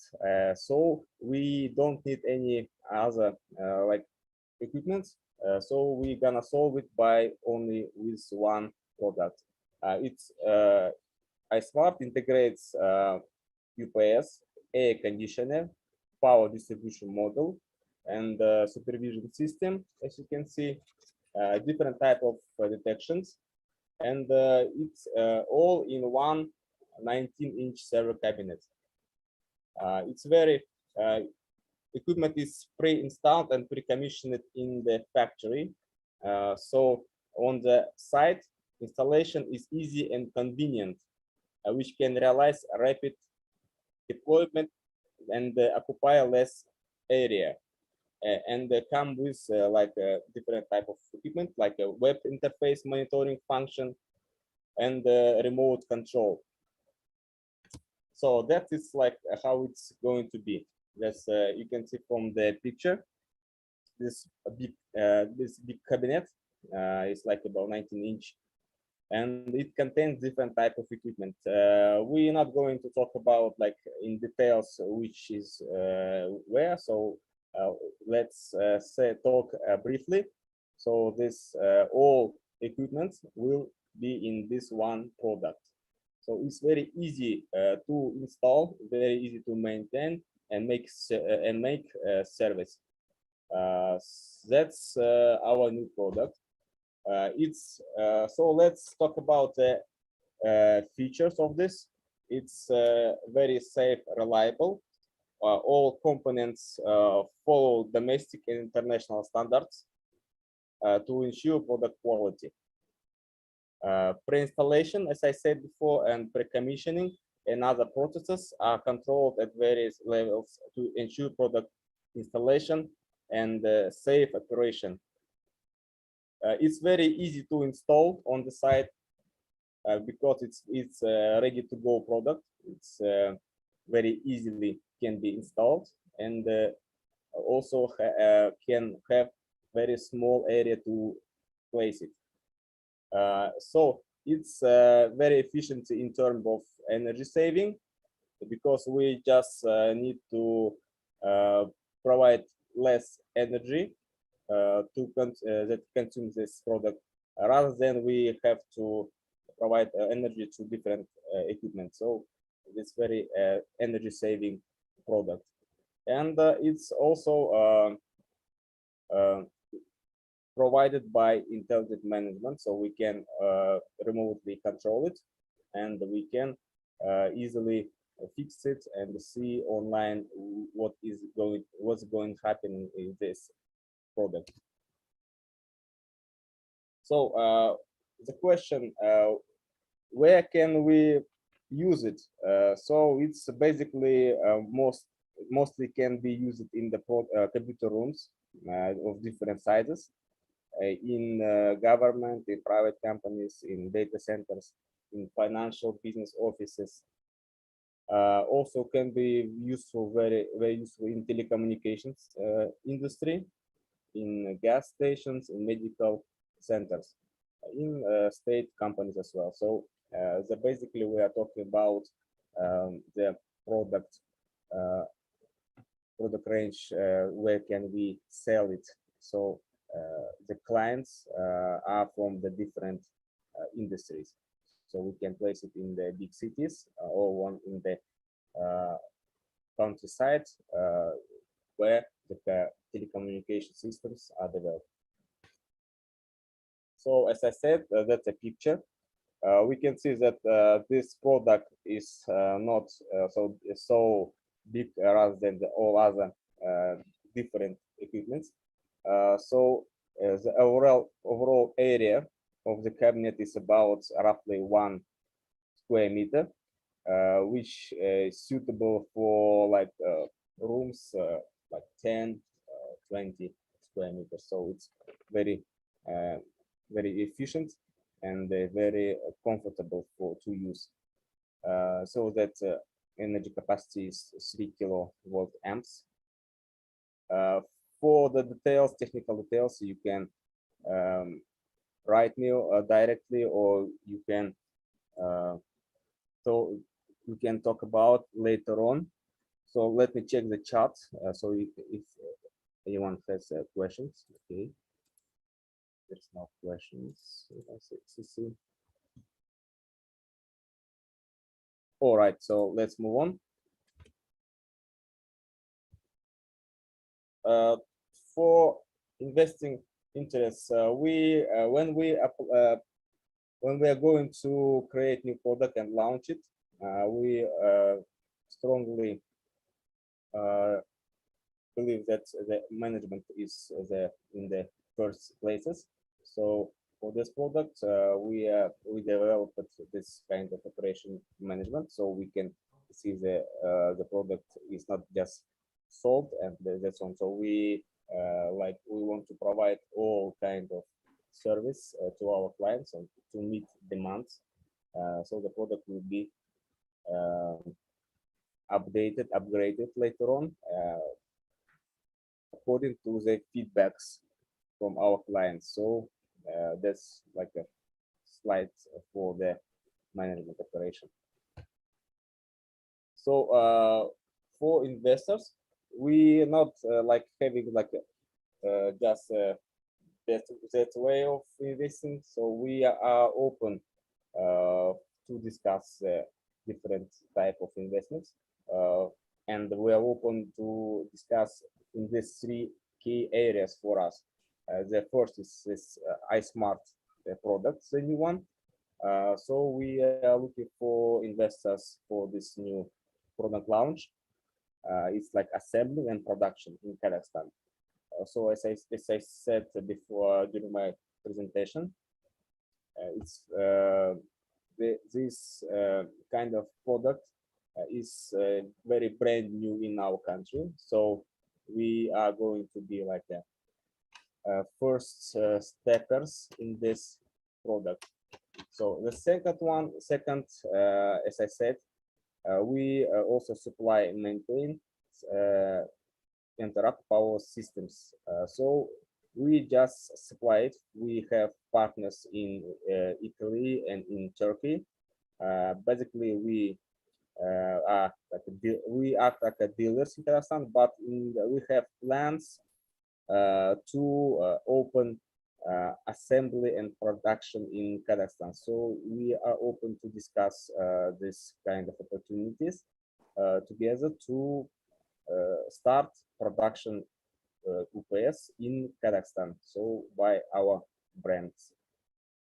And also, as well as our company has a small factory in the capital city where we produce and manufacture transformer substations. So it's like current factory. We are open also to discuss the ways of investment to increase the production capacity. So that's these are main things that we can offer to you, our friends. So if you are interested in this, we can talk later on a bit in details. So these three things. So iSmart, new product, UPS, launching assembly in Kazakhstan, and transformer substations is increasing production capacity. So I think that's going to be like the end of my presentation. So if you have questions, please feel free to ask. I will try to answer, and if I don't have like a correct information, I will contact you after the presentation. We can discuss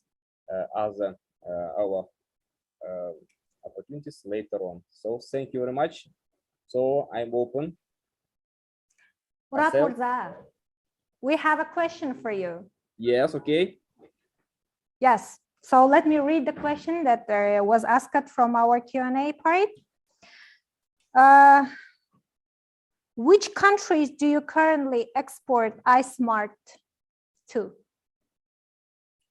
So we have partner in China. It's our like old partner. We basically work with them in different directions, type of in the direction of business.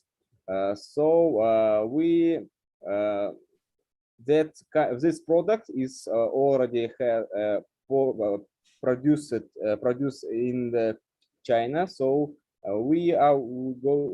planning to open like a we are open to some kind of factory or like assembly center in Kazakhstan, but we are going to use different type of details. So we basically taking the kind of technology from our partners, and we would like to adopt it in our country.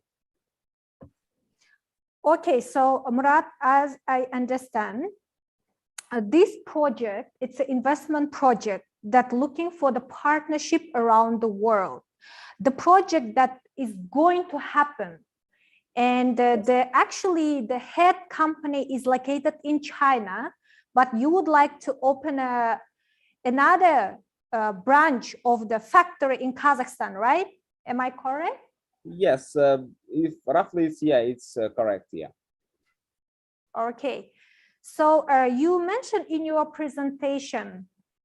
okay, I think our attendees got the answer for his question. This product is not produced yet, so it's not export anywhere else. But I think in the future, if they can get some investors, they have some business plan, right? That you don't opening for us. Actually, I requested from them to show me a numbers. They said it's a confidential, discuss only with the investors. No problem. We are very happy to link you guys with the potential investors and partners in the future, right? So let me clear more for our attendees to not have a misunderstanding about your investment project. So this project is going to happen and they are looking for the partners. And of course, the first point from this presentation, what I understand is to develop the project and build a factory in Kazakhstan and assembly these products in Kazakhstan. Is the spare parts come from China factories, or it's also assembly or made in Kazakhstan factories? So it's not only from the China. So we also have our own engineers in our company. So we are basically taking mostly spare parts from the China and also from different companies around the world. So from the Turkey, from the Italy, as I said, we have partners, and we will build this product with different like very high quality spares. Okay, very clear. So after they open the factory, as per your plan, you are planning to penetrate it for the local market first, right? Yes.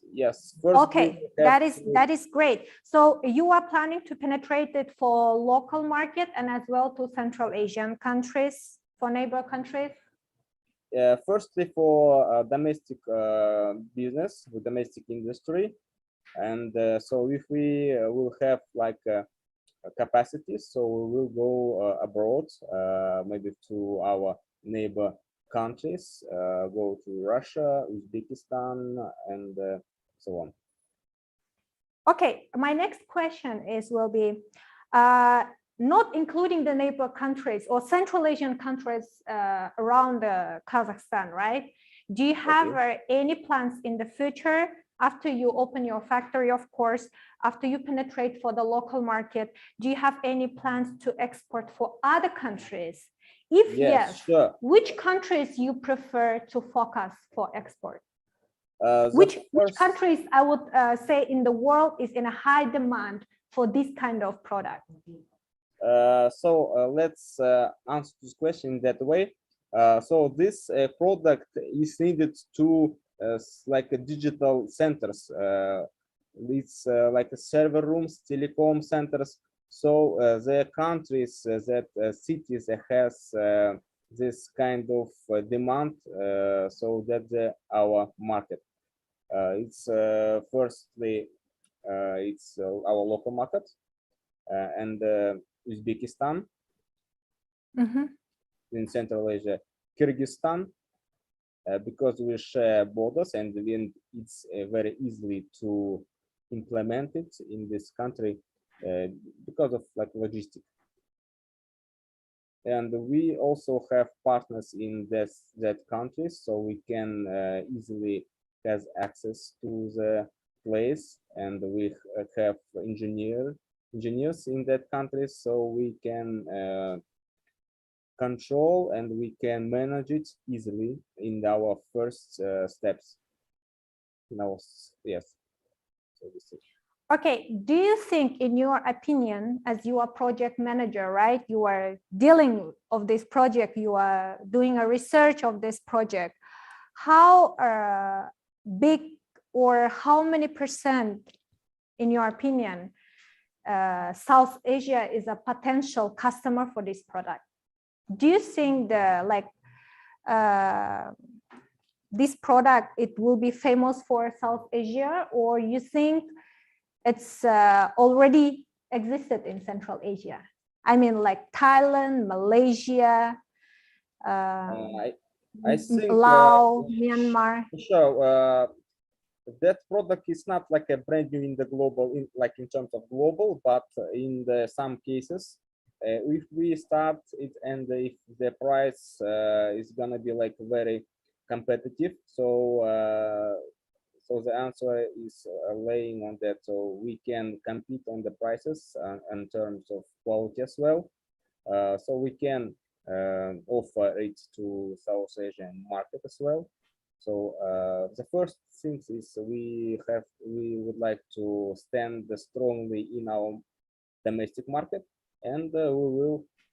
develop the export to other countries,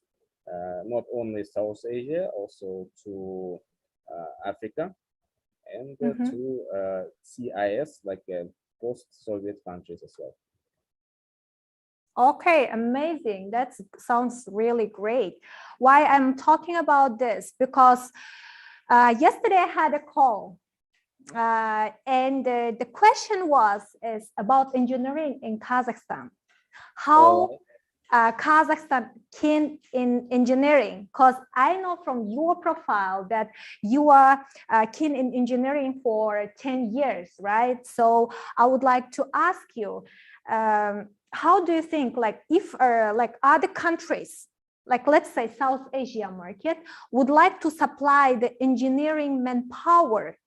from Kazakhstan to Thailand or to South Asia countries? Is there enough specialists in engineering in Kazakhstan? Yes, why not? We do have engineering team in our company. They are well educated in the different factories. As I say before, our engineers studied in Turkey and Italy in factories on site. So we have a very strong team of engineers. Just talking about our company, we have also like very strong competitors in our market. So they also got a lot of engineers, and we have strong companies in the south of our country, in Almaty. So if we talk about engineering experience, we are very strong in that. As I said before, we have the working factory in Astana, in our capital. So we manufacture some kind of equipment. It's domestic. It's like we don't export it, but we share the market in our country. So it's very like one of the first steppers in that market. So for that factory, we're also looking for investors to increase the capacity. So we would like to export and this kind of equipment to our neighbor countries. So in that point. Right. Oh, okay, great. I'm very happy to hear it. So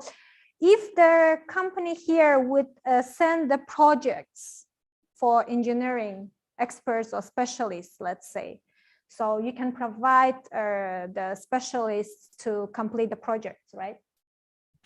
So we have to see what kind of engineering project, because the engineering is like very wide term to consider. So we definitely can direct the person to the right company or to right direction. So we can advise and recommend some other if it's not our like main thing. So we can direct it to right person. So that's not a problem. We can also discuss other opportunities if some investors have some ideas, we are open. We can make another like meetings with them and to speak in like white team. So with our directors, with our CEO, with our engineers, and meet in the web meetings. So we are open. Okay. Okay, that is a great news because I think I will ask my assistant to contact our customers that make a call for us yesterday and requested this point to link with your company and continue the partnership. I think it will be a successful, and you can have a very nice partners from Thailand and can process this engineering projects together. Yeah. Wish you good luck, and thank you so much again, Murat Mirza. Thank you. Thank you very much for your for time, and thank you for attendees for the time. So I wish we can have like productive projects. Today I was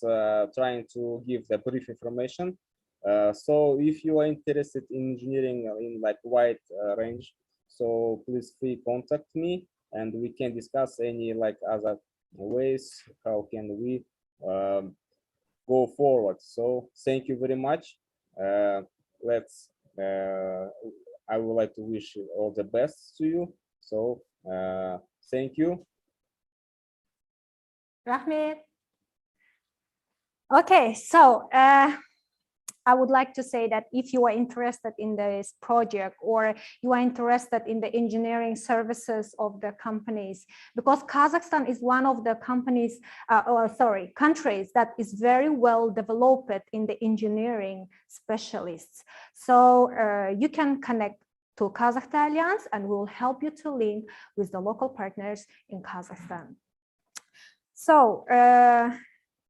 I would like to introduce our next speaker, last speaker for today. I think it will be also very interesting to listen her. I would like as well inform that will be a research project about the possibilities of the infrastructure of the transportation in Kazakhstan. And this is the research project will be announced by Mrs. Aysulu Moldabekova. She's the PhD and the head of Faculty of Economics Department of Farabi Business School. Let me give you some information about the Farabi Business School. It's a division of Al-Farabi Kazakh National University that is already 87 years of experience in education market. And this university is in the top of 200 universities in the world, according to the QS World University Ranking. So as we would like also promote about our services of Kazakhstan Alliance, because Kazakhstan Alliance promoting not only the cultural, traditional, and as well the business network, as we are very keen as well on the educational exchange too. So if you have any students you would like to change to Kazakhstan to make some more research jobs, please contact to Kazakhstan Alliance. We will be very happy to serve you. And hi, Miss Aysulu, Salem. Hi, Salem, Asil. Thank you very much for introducing me. And first of all, let me talk about our business school, some brief information. Our Farabi Business School is located at Al-Farabi Kazakh National University in Almaty, and Kaznu has 87 years of experiences in the market in the field of education. It's included in the top universities of Central Asia, and in Kazakhstan we are a top university. And then our business school. In our business school, we provide some marketing and social, some surveys, and we provide some business marketing and scientific research regarding business situation, logistics and transport. I think in the future, if you're interested to get some educational level in Kazakhstan, you can write us, and you can contact with us to get some educational and research experiences from Kazakhstan, about Kazakhstan, how to provide your business in Kazakhstan, and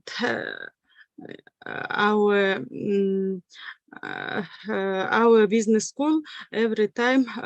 open to cooperation in educational sphere, in some research, in some marketing research projects, and of course our contacts is here. Then and next part, I would like to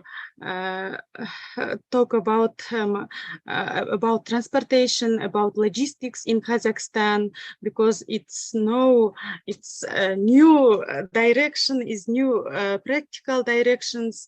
for logistics and transportation. I think it's interesting for everyone. Okay.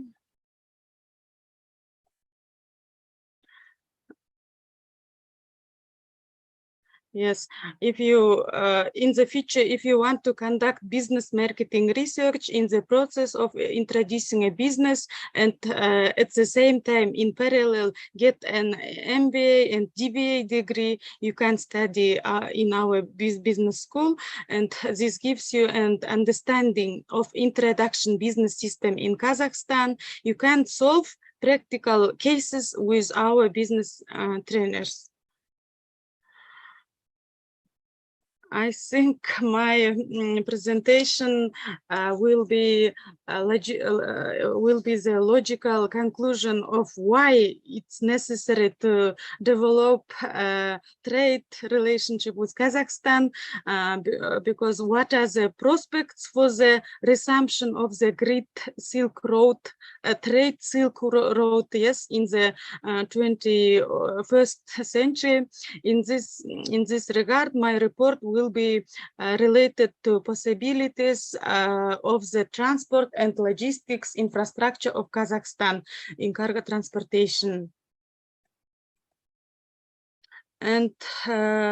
my presentation will cover these following topics. First of all, drivers of transport and logistic performance of countries. Second, Kazakhstan as transport and logistics hub of Central Asia between China and Europe. Today, a lot of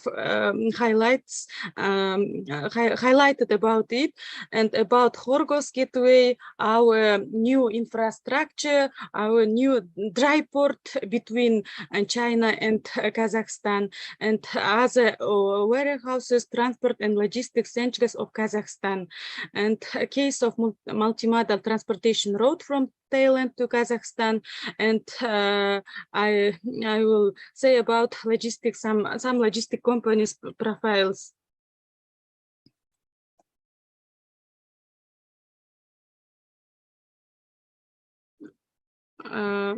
Logistic performance, logistic performance is crucial in trade, in develop trade cooperation between countries. Yes, then logistic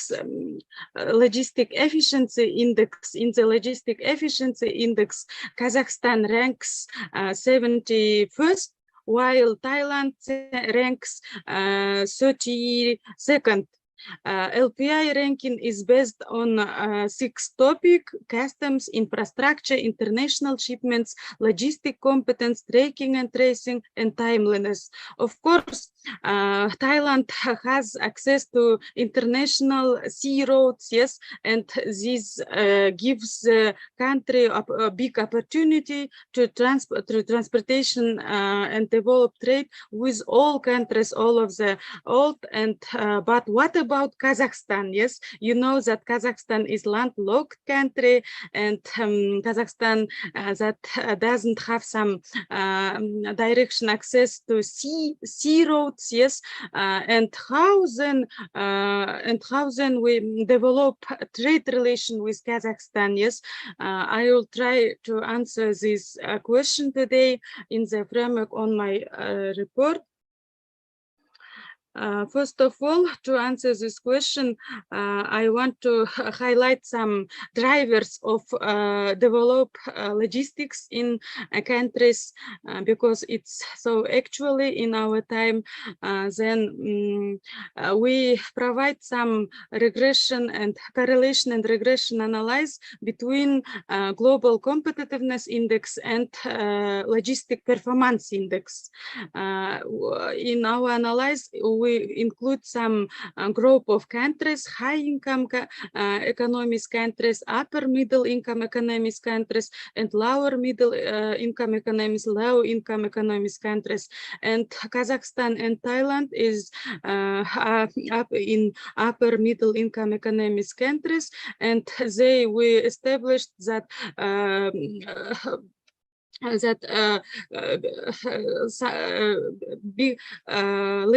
big level of correlations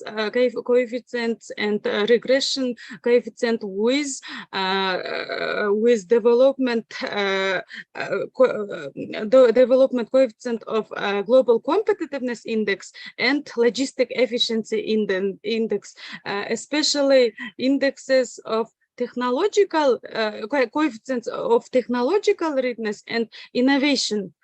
in comparison to logistic performance, and how technological readiness and innovational development of country influence to logistics of countries. Then, of course, Kazakhstan has some good conditions in this sphere, in digitalization, in some technological solutions, in some government and business processes, and I think it gives in the future, it gives to Kazakhstan opportunity and prospects for develop our logistics and transport. And of course, our research and research of other researchers conducted that continuous growth of all trade is interconnected with the efficient function of global supply chains, and transport logistic quality and transport quality is of course its impact to develop export and imports of country. Why? Of course, it's very crucial, and for our country, in our government, provide some programs in digitalization in transport logistics sphere, and it's our government, it's basic directions of develop our transport and logistics processes in our country. And because Kazakhstan as transport and logistics and trade hub of Central Asia between China and Europe, because and we can highlight that 6 Central Asia regional economic cooperation corridors provide through our territory some railway, auto services, and I think it's a very crucial fact for develop trade in Kazakhstan, between Kazakhstan, in Kazakhstan, because we are central regional hub trade hub and logistic transport hub. Then, of course, we can highlight that Chinese initiative, One Belt and One Road. It's a very, very important and very crucial project of China. And in this case, inland road, One Belt, Kazakhstan situated in between Europe and China, and our territory provides some rail services and auto services in this project. Because Kazakhstan is a strategic node in the framework of land-based Eurasian transport corridors from China to Europe through Eurasia, Central Asia, and Turkey and the Persian Gulf countries. In this map, you can see that the main Eurasian transport corridors and it starts from China and through Kazakhstan to Europe to Russia to other countries of Central Asia. I think it's especially we provide some logistic transport services in Dostok, in Khargos. These terminals, these dry ports are located on the border between China and Kazakhstan. Of course, sustainable growth of the oil trade in recent decades, global pandemic, COVID-19, and geopolitical crisis with Russian and other factors have significantly influenced the development of transportation and intensified competition between land and sea corridors. The sea lines currently, we know that in statistics, some facts, the sea lines currently carry out about 98% of mutual deliveries between the European Union and China. However, on the other hand, according to experts, in the future, land roads through the Eurasian corridor can switch to themselves no more than 5 or 6% of the volume of freight traffic between China and Europe. Acceleration of delivery times and condition with pandemic situation, of course, increases the attractiveness of Eurasian continental land-based transport corridors. In this regard, of course, within the framework of Trans-Eurasian land transport corridors between Europe and China, special attention is paid to transportation corridors through Kazakhstan.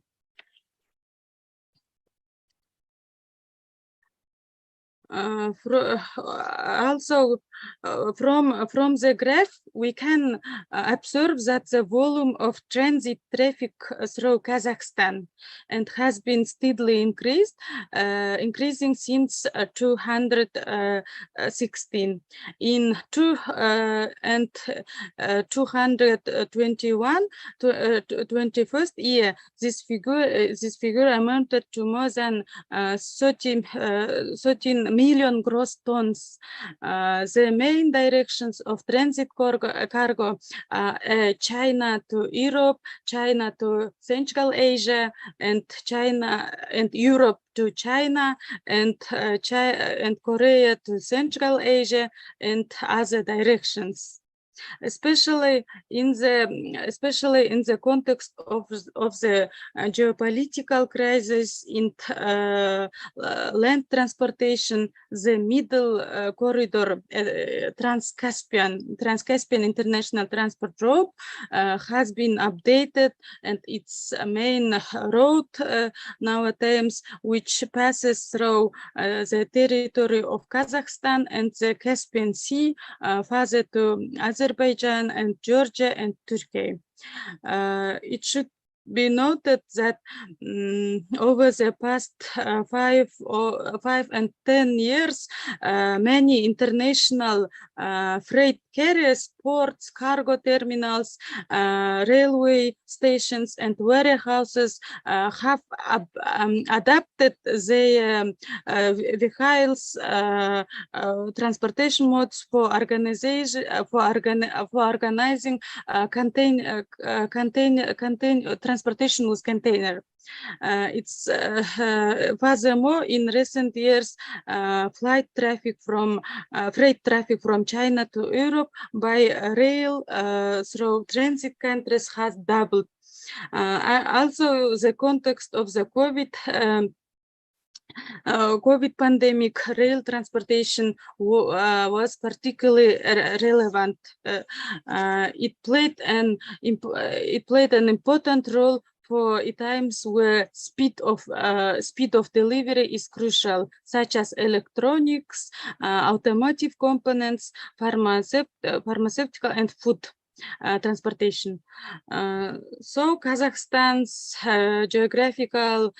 features and its central position in the Eurasian region allow to our country to be a transcontinental bridge, the transcontinental transport bridge for cargo flows between the main macroeconomic policies, the European Union and the Asia-Pacific region.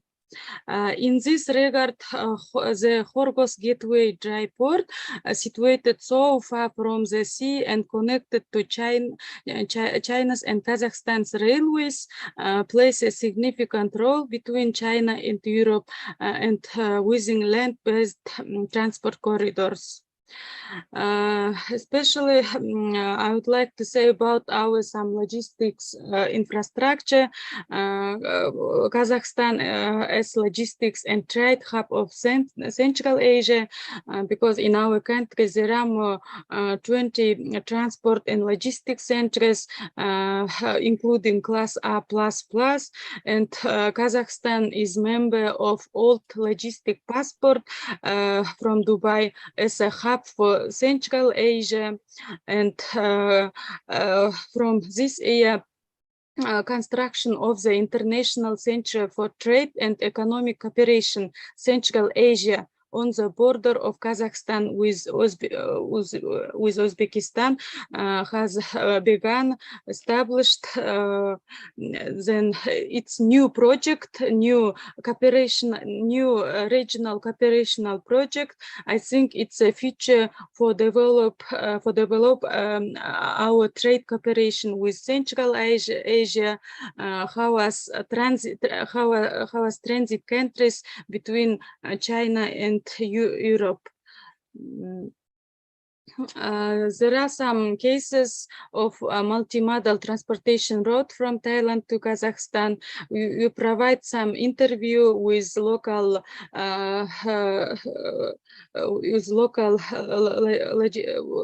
presenters of local logistic companies, and they said us for some actually routes from Thailand to Kazakhstan. I think, of course, it's a new direction, and regarding this, a lot of questions. How to say it, Hassel, in the future, we can organize a new webinar session with including other representatives of local logistic companies from Kazakhstan and of course from Thailand, and then we will discuss some details how to transportation freight from Thailand through China to Kazakhstan, maybe to other countries of Central Asia, from Thailand to other countries Central Asia. And there are some cases of multimodal transportation route from Thailand to Kazakhstan, transportation mode, of course, sea and rail, and maybe we include an auto transportation from Almaty station to other cities to Kazakhstan, or of course from other cities Central Asia, and transportation countries Thailand, China, and Kazakhstan. Transportation days, of course, it's so hard to say how many days we can transportation from Thailand to Kazakhstan,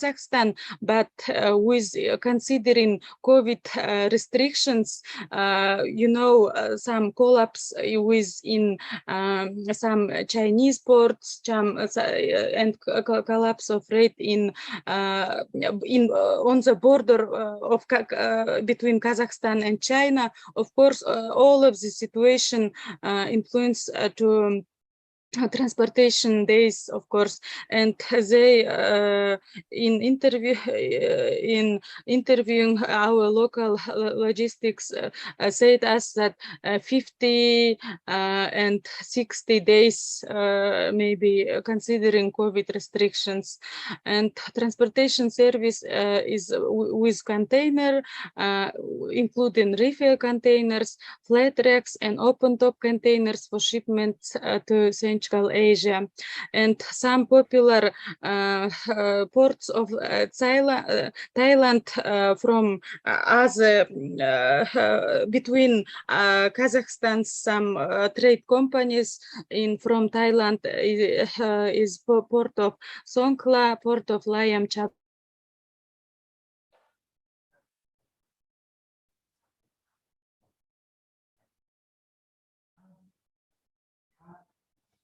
Hello, Miss Aisalu?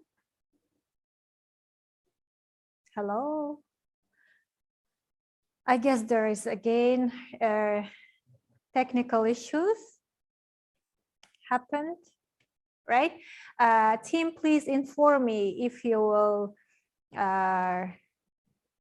could connect with Miss Aisalu again. Inform me, because I would love to ask some questions from her. And as we discussed it before, I think logistic topic, it's one of the very famous topics for nowadays. So I would like to say that our main goal is not only speak on the live webinar and talk and then leave the webinar and forget about this. No, our main goal is talk, discuss to make it happen. So I think we can make it happen with the both side entrepreneurs, and as well with the support of the Embassy of Republic of Kazakhstan to the Kingdom of Thailand. And I think we can make it happen together, everyone, by talking and by acting. Because if we only talk here in the live webinar and then we don't do any action, I don't think the relation between two countries can go on. So our main goal is make it happen. That's why we will discuss, and that's why we are also talk with III Logistic Public Company and Mr. Tana to organize again a webinar, live webinar about the logistic, where he can maybe give us more information and the details. And as well, I would love to invite Ms. Aisalu again, and we might invite also a lot of companies and logistic companies from Kazakhstan, right, to invite them to join our webinar and discuss about how to make logistic route happen between Kazakhstan and Thailand. So Ms. Aisalu, you come back to us, as I see, right? Please go on. I'm sorry for some problems with connection. That's fine.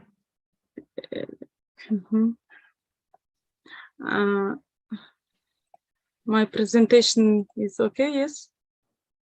You Sure, we can see your presentation. Okay. You can just Yeah. go on from the page, right? Yeah, and in last part of my presentation, I would like to say about some local companies. It's Global Link Logistics, Renus Logistics, Infinity Logistics companies. They provide some services in international directions, especially from Thailand to Kazakhstan. And I think they will participate in your next sessions in the future about some logistic cases. And I think in the future, we hope we provide maybe some surveys from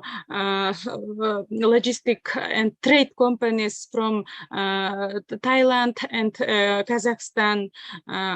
We can provide some surveys and some marketing research if it's actually for other development of trade cooperation with Kazakhstan and Thailand. And that's all. Thank you very much, Asel. Okay, thank you so much, Ms. Aysel. There are our address. Okay, thank you so much, Ms. Aysel. It was very interesting to listen about your project. As I understand, this is your research project, right? That you made it by your own. Yes, and I really love and this year. Oh, yeah. So, yeah, please. Sorry. In this year, we provide only theoretical some research basis, but in the next steps, we would like to provide some empirical research. Maybe some trade companies from Thailand want to participate in our surveys, interview, maybe for establish some routes from Thailand and to Kazakhstan, some logistics, transport and trade routes. Thank you. I would like to tell you that from yesterday, I having several questions about this, how to start trading to Kazakhstan. The one question. Yeah. So I think we will discuss about this more because logistics is one of the very important topic to start the trading and the investment to each country, right? Between two countries as well. So as I informed before in our previous with our previous speaker, with Mr. Tana, I would love to organize some webinar again about only logistic routes. And as well, I would like to say that I'm very impressed about your research in Hargos, because Hargos, I think, is one of the very interesting place that Thailand logistic companies can develop in the future to like make it as well one of the centers to deliver the goods, because there are many warehouses, as I know, right, that can be built or can be opened or already exist nowadays. And it's very easy transport from Hargos to Kazakhstan. Maybe in the future we can make a route from Thailand to Hargos, right? Yeah. So thank you so much, Ms. Aysel. It was really nice to listen and hear you today, and I'm very appreciated. And I would like to inform that I hope in the future we can develop more relation between the universities and the business schools of Thailand, and as well your university and the business school on the name of Farabi. Thank you so much and have a good evening. Thank you. So let's move on. This was our last speaker, but before I will say goodbye to everyone, I would like to inform one more time again about the polling questions that pop up on your screen after my presentations and after my speech. The polling questions, you can fill in an answer. Of course, if you are interested, it's not necessary if you are just okay, right? we'll be very glad if you can fill in the information in the polling questions, because we have already 3 top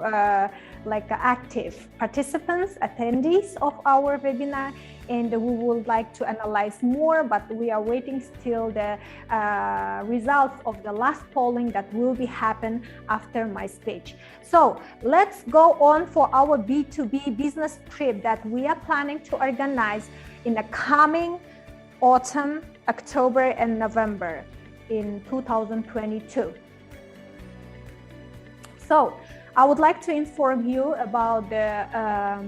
details of the B2B trip that will be organized. As you know, as I informed in the morning session, that Air Astana Airlines, they will launch their direct flights to Kazakhstan, exactly to Almaty, from 30 October 2022. And the flight will be duration just only 6.5 hours from Bangkok to Almaty. So you can fly direct to Kazakhstan. But nowadays, if you still would like to travel to Kazakhstan to looking for the more business opportunities, you can fly through Phuket. So as well, same the duration, 6.5 hours. So let's go to the project information that's coming. It's about the business matching that I already mentioned previously. It's a B2B business matching for 1 day and the market survey in October and November. The aim of this B2B matching is access and explore to trade and investment opportunity in Kazakhstan via meeting a local governors, meet Embassy of the Republic of Kazakhstan to the Kingdom of Thailand, meet Kazakh Invest Company, B2B business matching to meet potential buyers and local investors to expand Thai product in a new destination. Who should attend the event? It's a factory owners, producers, international trading companies, hospitality, I will add from my own, right? Hospitality owners, and as well healthcare producers. Let's come. So who can attend? What kind of the products will be in a high demand to the Central Asia, Kazakhstan? Let's talk. It will be, I think, about the food and beverage, because since nowadays even we have some requests for the Thai products that is really in a demand to Kazakhstan. Beauty and health care products. It's very also, I think, now becoming a trendy, like a clothes, beauty products, cosmetics, shampoo, cloth, silk, jewelry, and etc. Hospitality and tourism, as I would like to inform now, Kazakhstan focusing on the tourism development a lot. There are many regions now developing a hospitality investments. So I would like to tell you that we are very open for investors who would like to invest in the hotel or restaurant or HoReCa. So as well on the operation of the HoReCa supply chain, it's a very one of the services that Kazakhstan might require for investment and as well for the trading of the operation service. So let's come to the itinerary of the B2B meeting. Minimum, we can travel from 10 to 25 companies. The fee will be including a matching fee 1 day for B2B. And for the matching fee, it will be included and guarantee minimum 5 potential buyers for each company, accommodation, transportation, license, it means like a translator for 1 company, 1 person, meals as per program. So on the program, we will arrive the first day and have a free day. And next day, we will meet with the government departments. It will be the Royal Thai Embassy, Kazakh Invest Company, local governors, and etc. Right? This is always optional. Actually, we can change as per your request to another meetings as well if you would like to see the industrial zone and etc. Right? So day 3, it's a survey trip. This will be by the business type. For example, if you are doing a food and beverage, we might take you to supermarket or local market. If you are doing a beauty and cosmetic or pharmaceutical products, then we take you maybe to pharmacy and etc. or hospitals. So every company will have a 1 translator to provide them details and support them during their survey trip. As well, on the day 4, we have a matching day for full day in a hotel. So we will have a private translator for each company, and as well we have a meal dinner on that day, and we guarantee minimum 5 potential buyers to invite to meet each company. By the way, I would like to inform as well that if your product is in the high demand, then it will be maybe more than 100 companies will come to meet your company and to know about your services. I would like to inform again, now Kazakhstan is open to make a business with the South Asia countries, especially with Thailand. So let's start it, because it was like a very long time to develop it step by step, but I think now we can do it faster together. So if you are interested in our B2B trip, please call or text in a line or WhatsApp as per number below, and you can tag or you send the request by the email that's shown in your screen. So now we have reached the end of our webinar, and I would like to say thank you for our speakers today. That was very great and could give us the exact information that people had in their mind before they was talking about Central Asia, Kazakhstan destination, right? So they could give us the very useful and important informations, and I think it was like really nice day. So I would like to say thank you for Mr. Yerlan Tlenchiev. He's the Chancellor of the Embassy of Republic of Kazakhstan to the Kingdom of Thailand. As well, Ms. Aygul Nuralina, Head of Representative Office in South Korea, Kazakh Invest National Company. Mr. Meta Jaratanahoran, he is the CEO of the CIP Value Company. Mrs. Ainur Akhmetova, Managing Partner and CEO of Akhmetova Law Firm Limited Company. Mr. Murat Ospanov, Project Manager, BM Energo Engineering Company. Mr. Tana Vongwatanarot, Sales Manager, Triple I Public Company.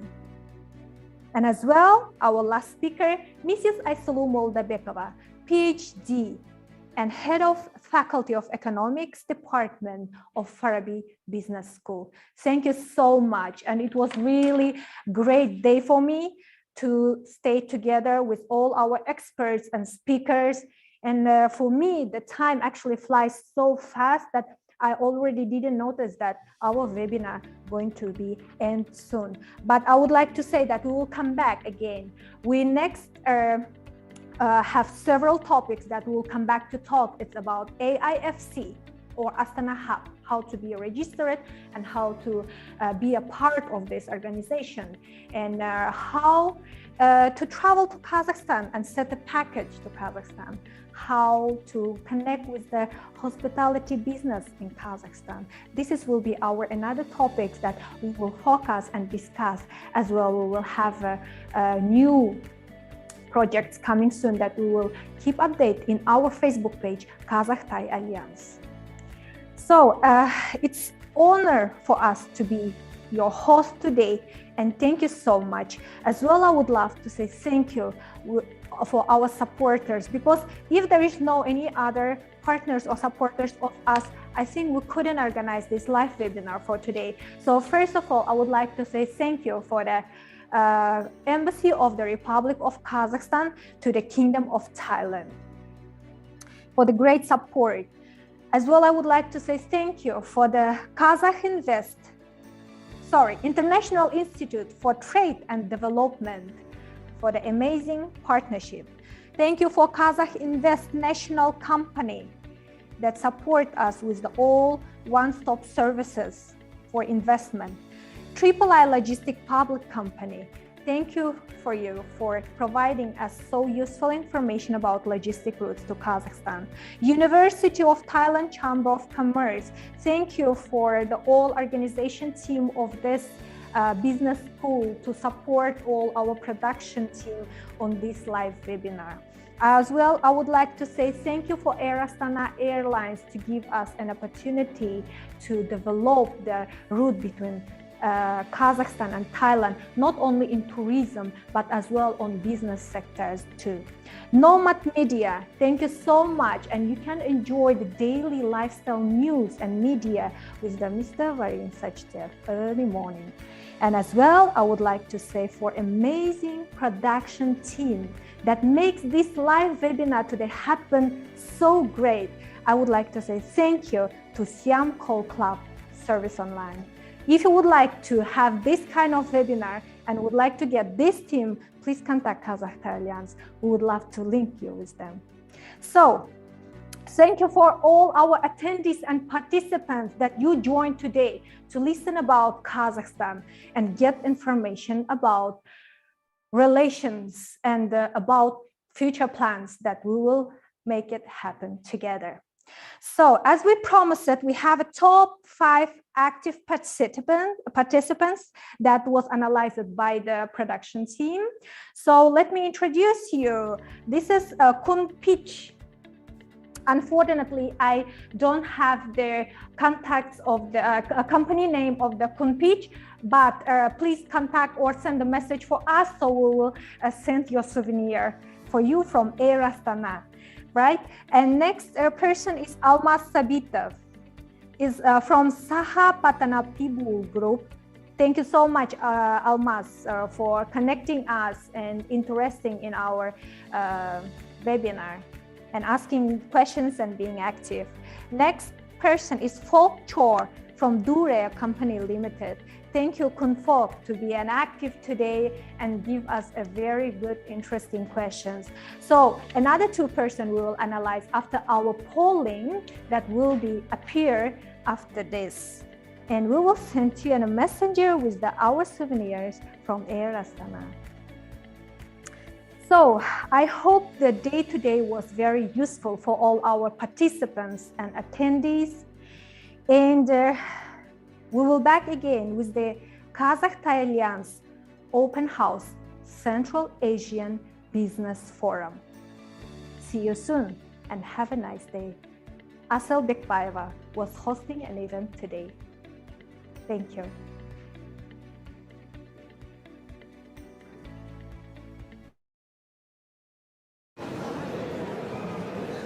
I can't wait anymore. Tell me where we are going. It's a surprise.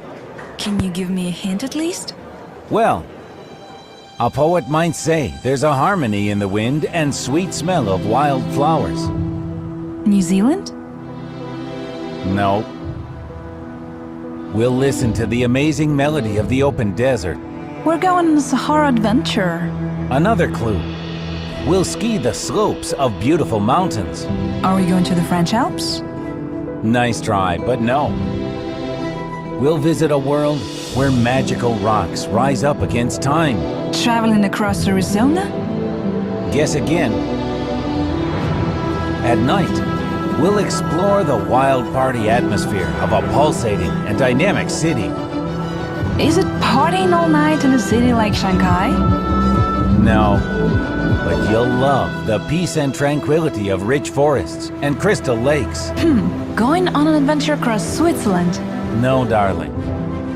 You'll watch the sun's rays light up stunning red caves. So where are we going? USA? Canada? Africa? Enjoy your trip to Kazakhstan.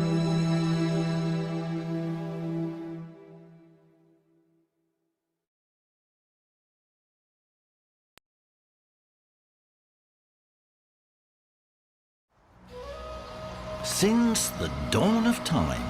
we have been fascinated by the land beyond the horizon. We have roamed in search of something new, and every traveler has imagined their ideal travel stamp. It was a land where an awe-inspiring view greeted you on every corner. And talk about the roads. It's a land of enchantment, where messages from the past await.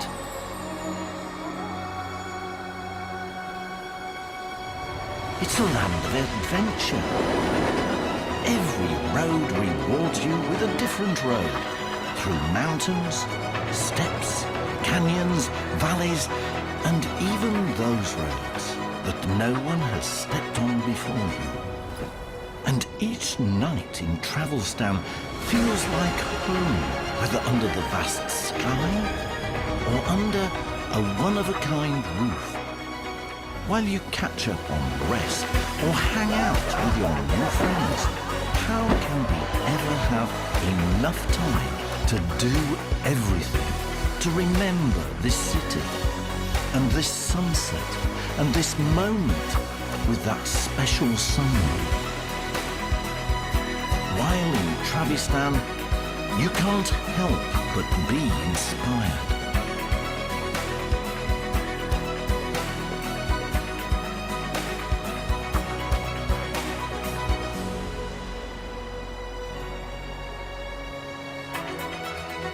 Wow, that heavenly smell. In Travelstan, experience a land of culinary discoveries,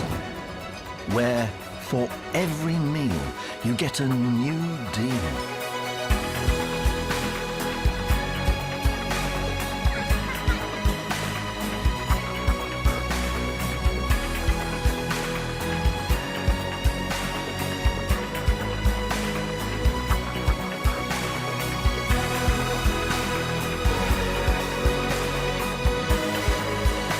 Imagine your Travelstan.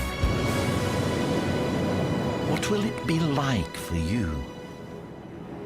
Welcome to Kazakhstan. Welcome to Kazakhstan.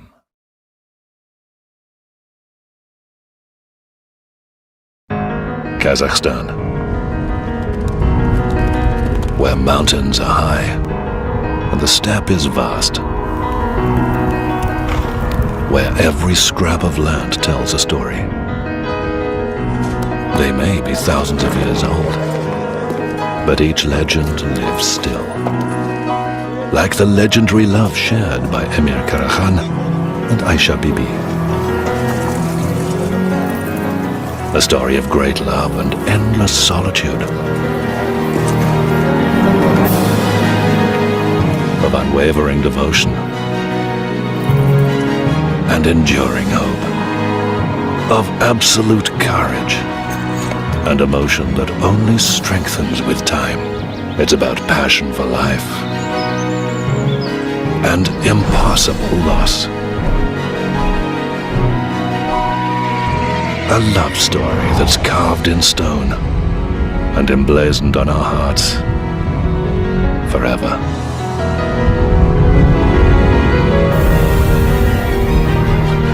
Our legends are of those who brought great wisdom to our lives, like the fabled Khoja Ahmed Yassawi. His story is of decency and compassion, of true commitment, and the ray of light that shines only for those most deserving. Of the sunrise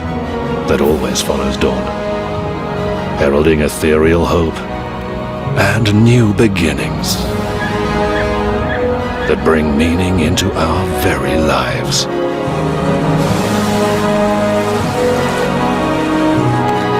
Kazakhstan, living legends of the Great Steppe.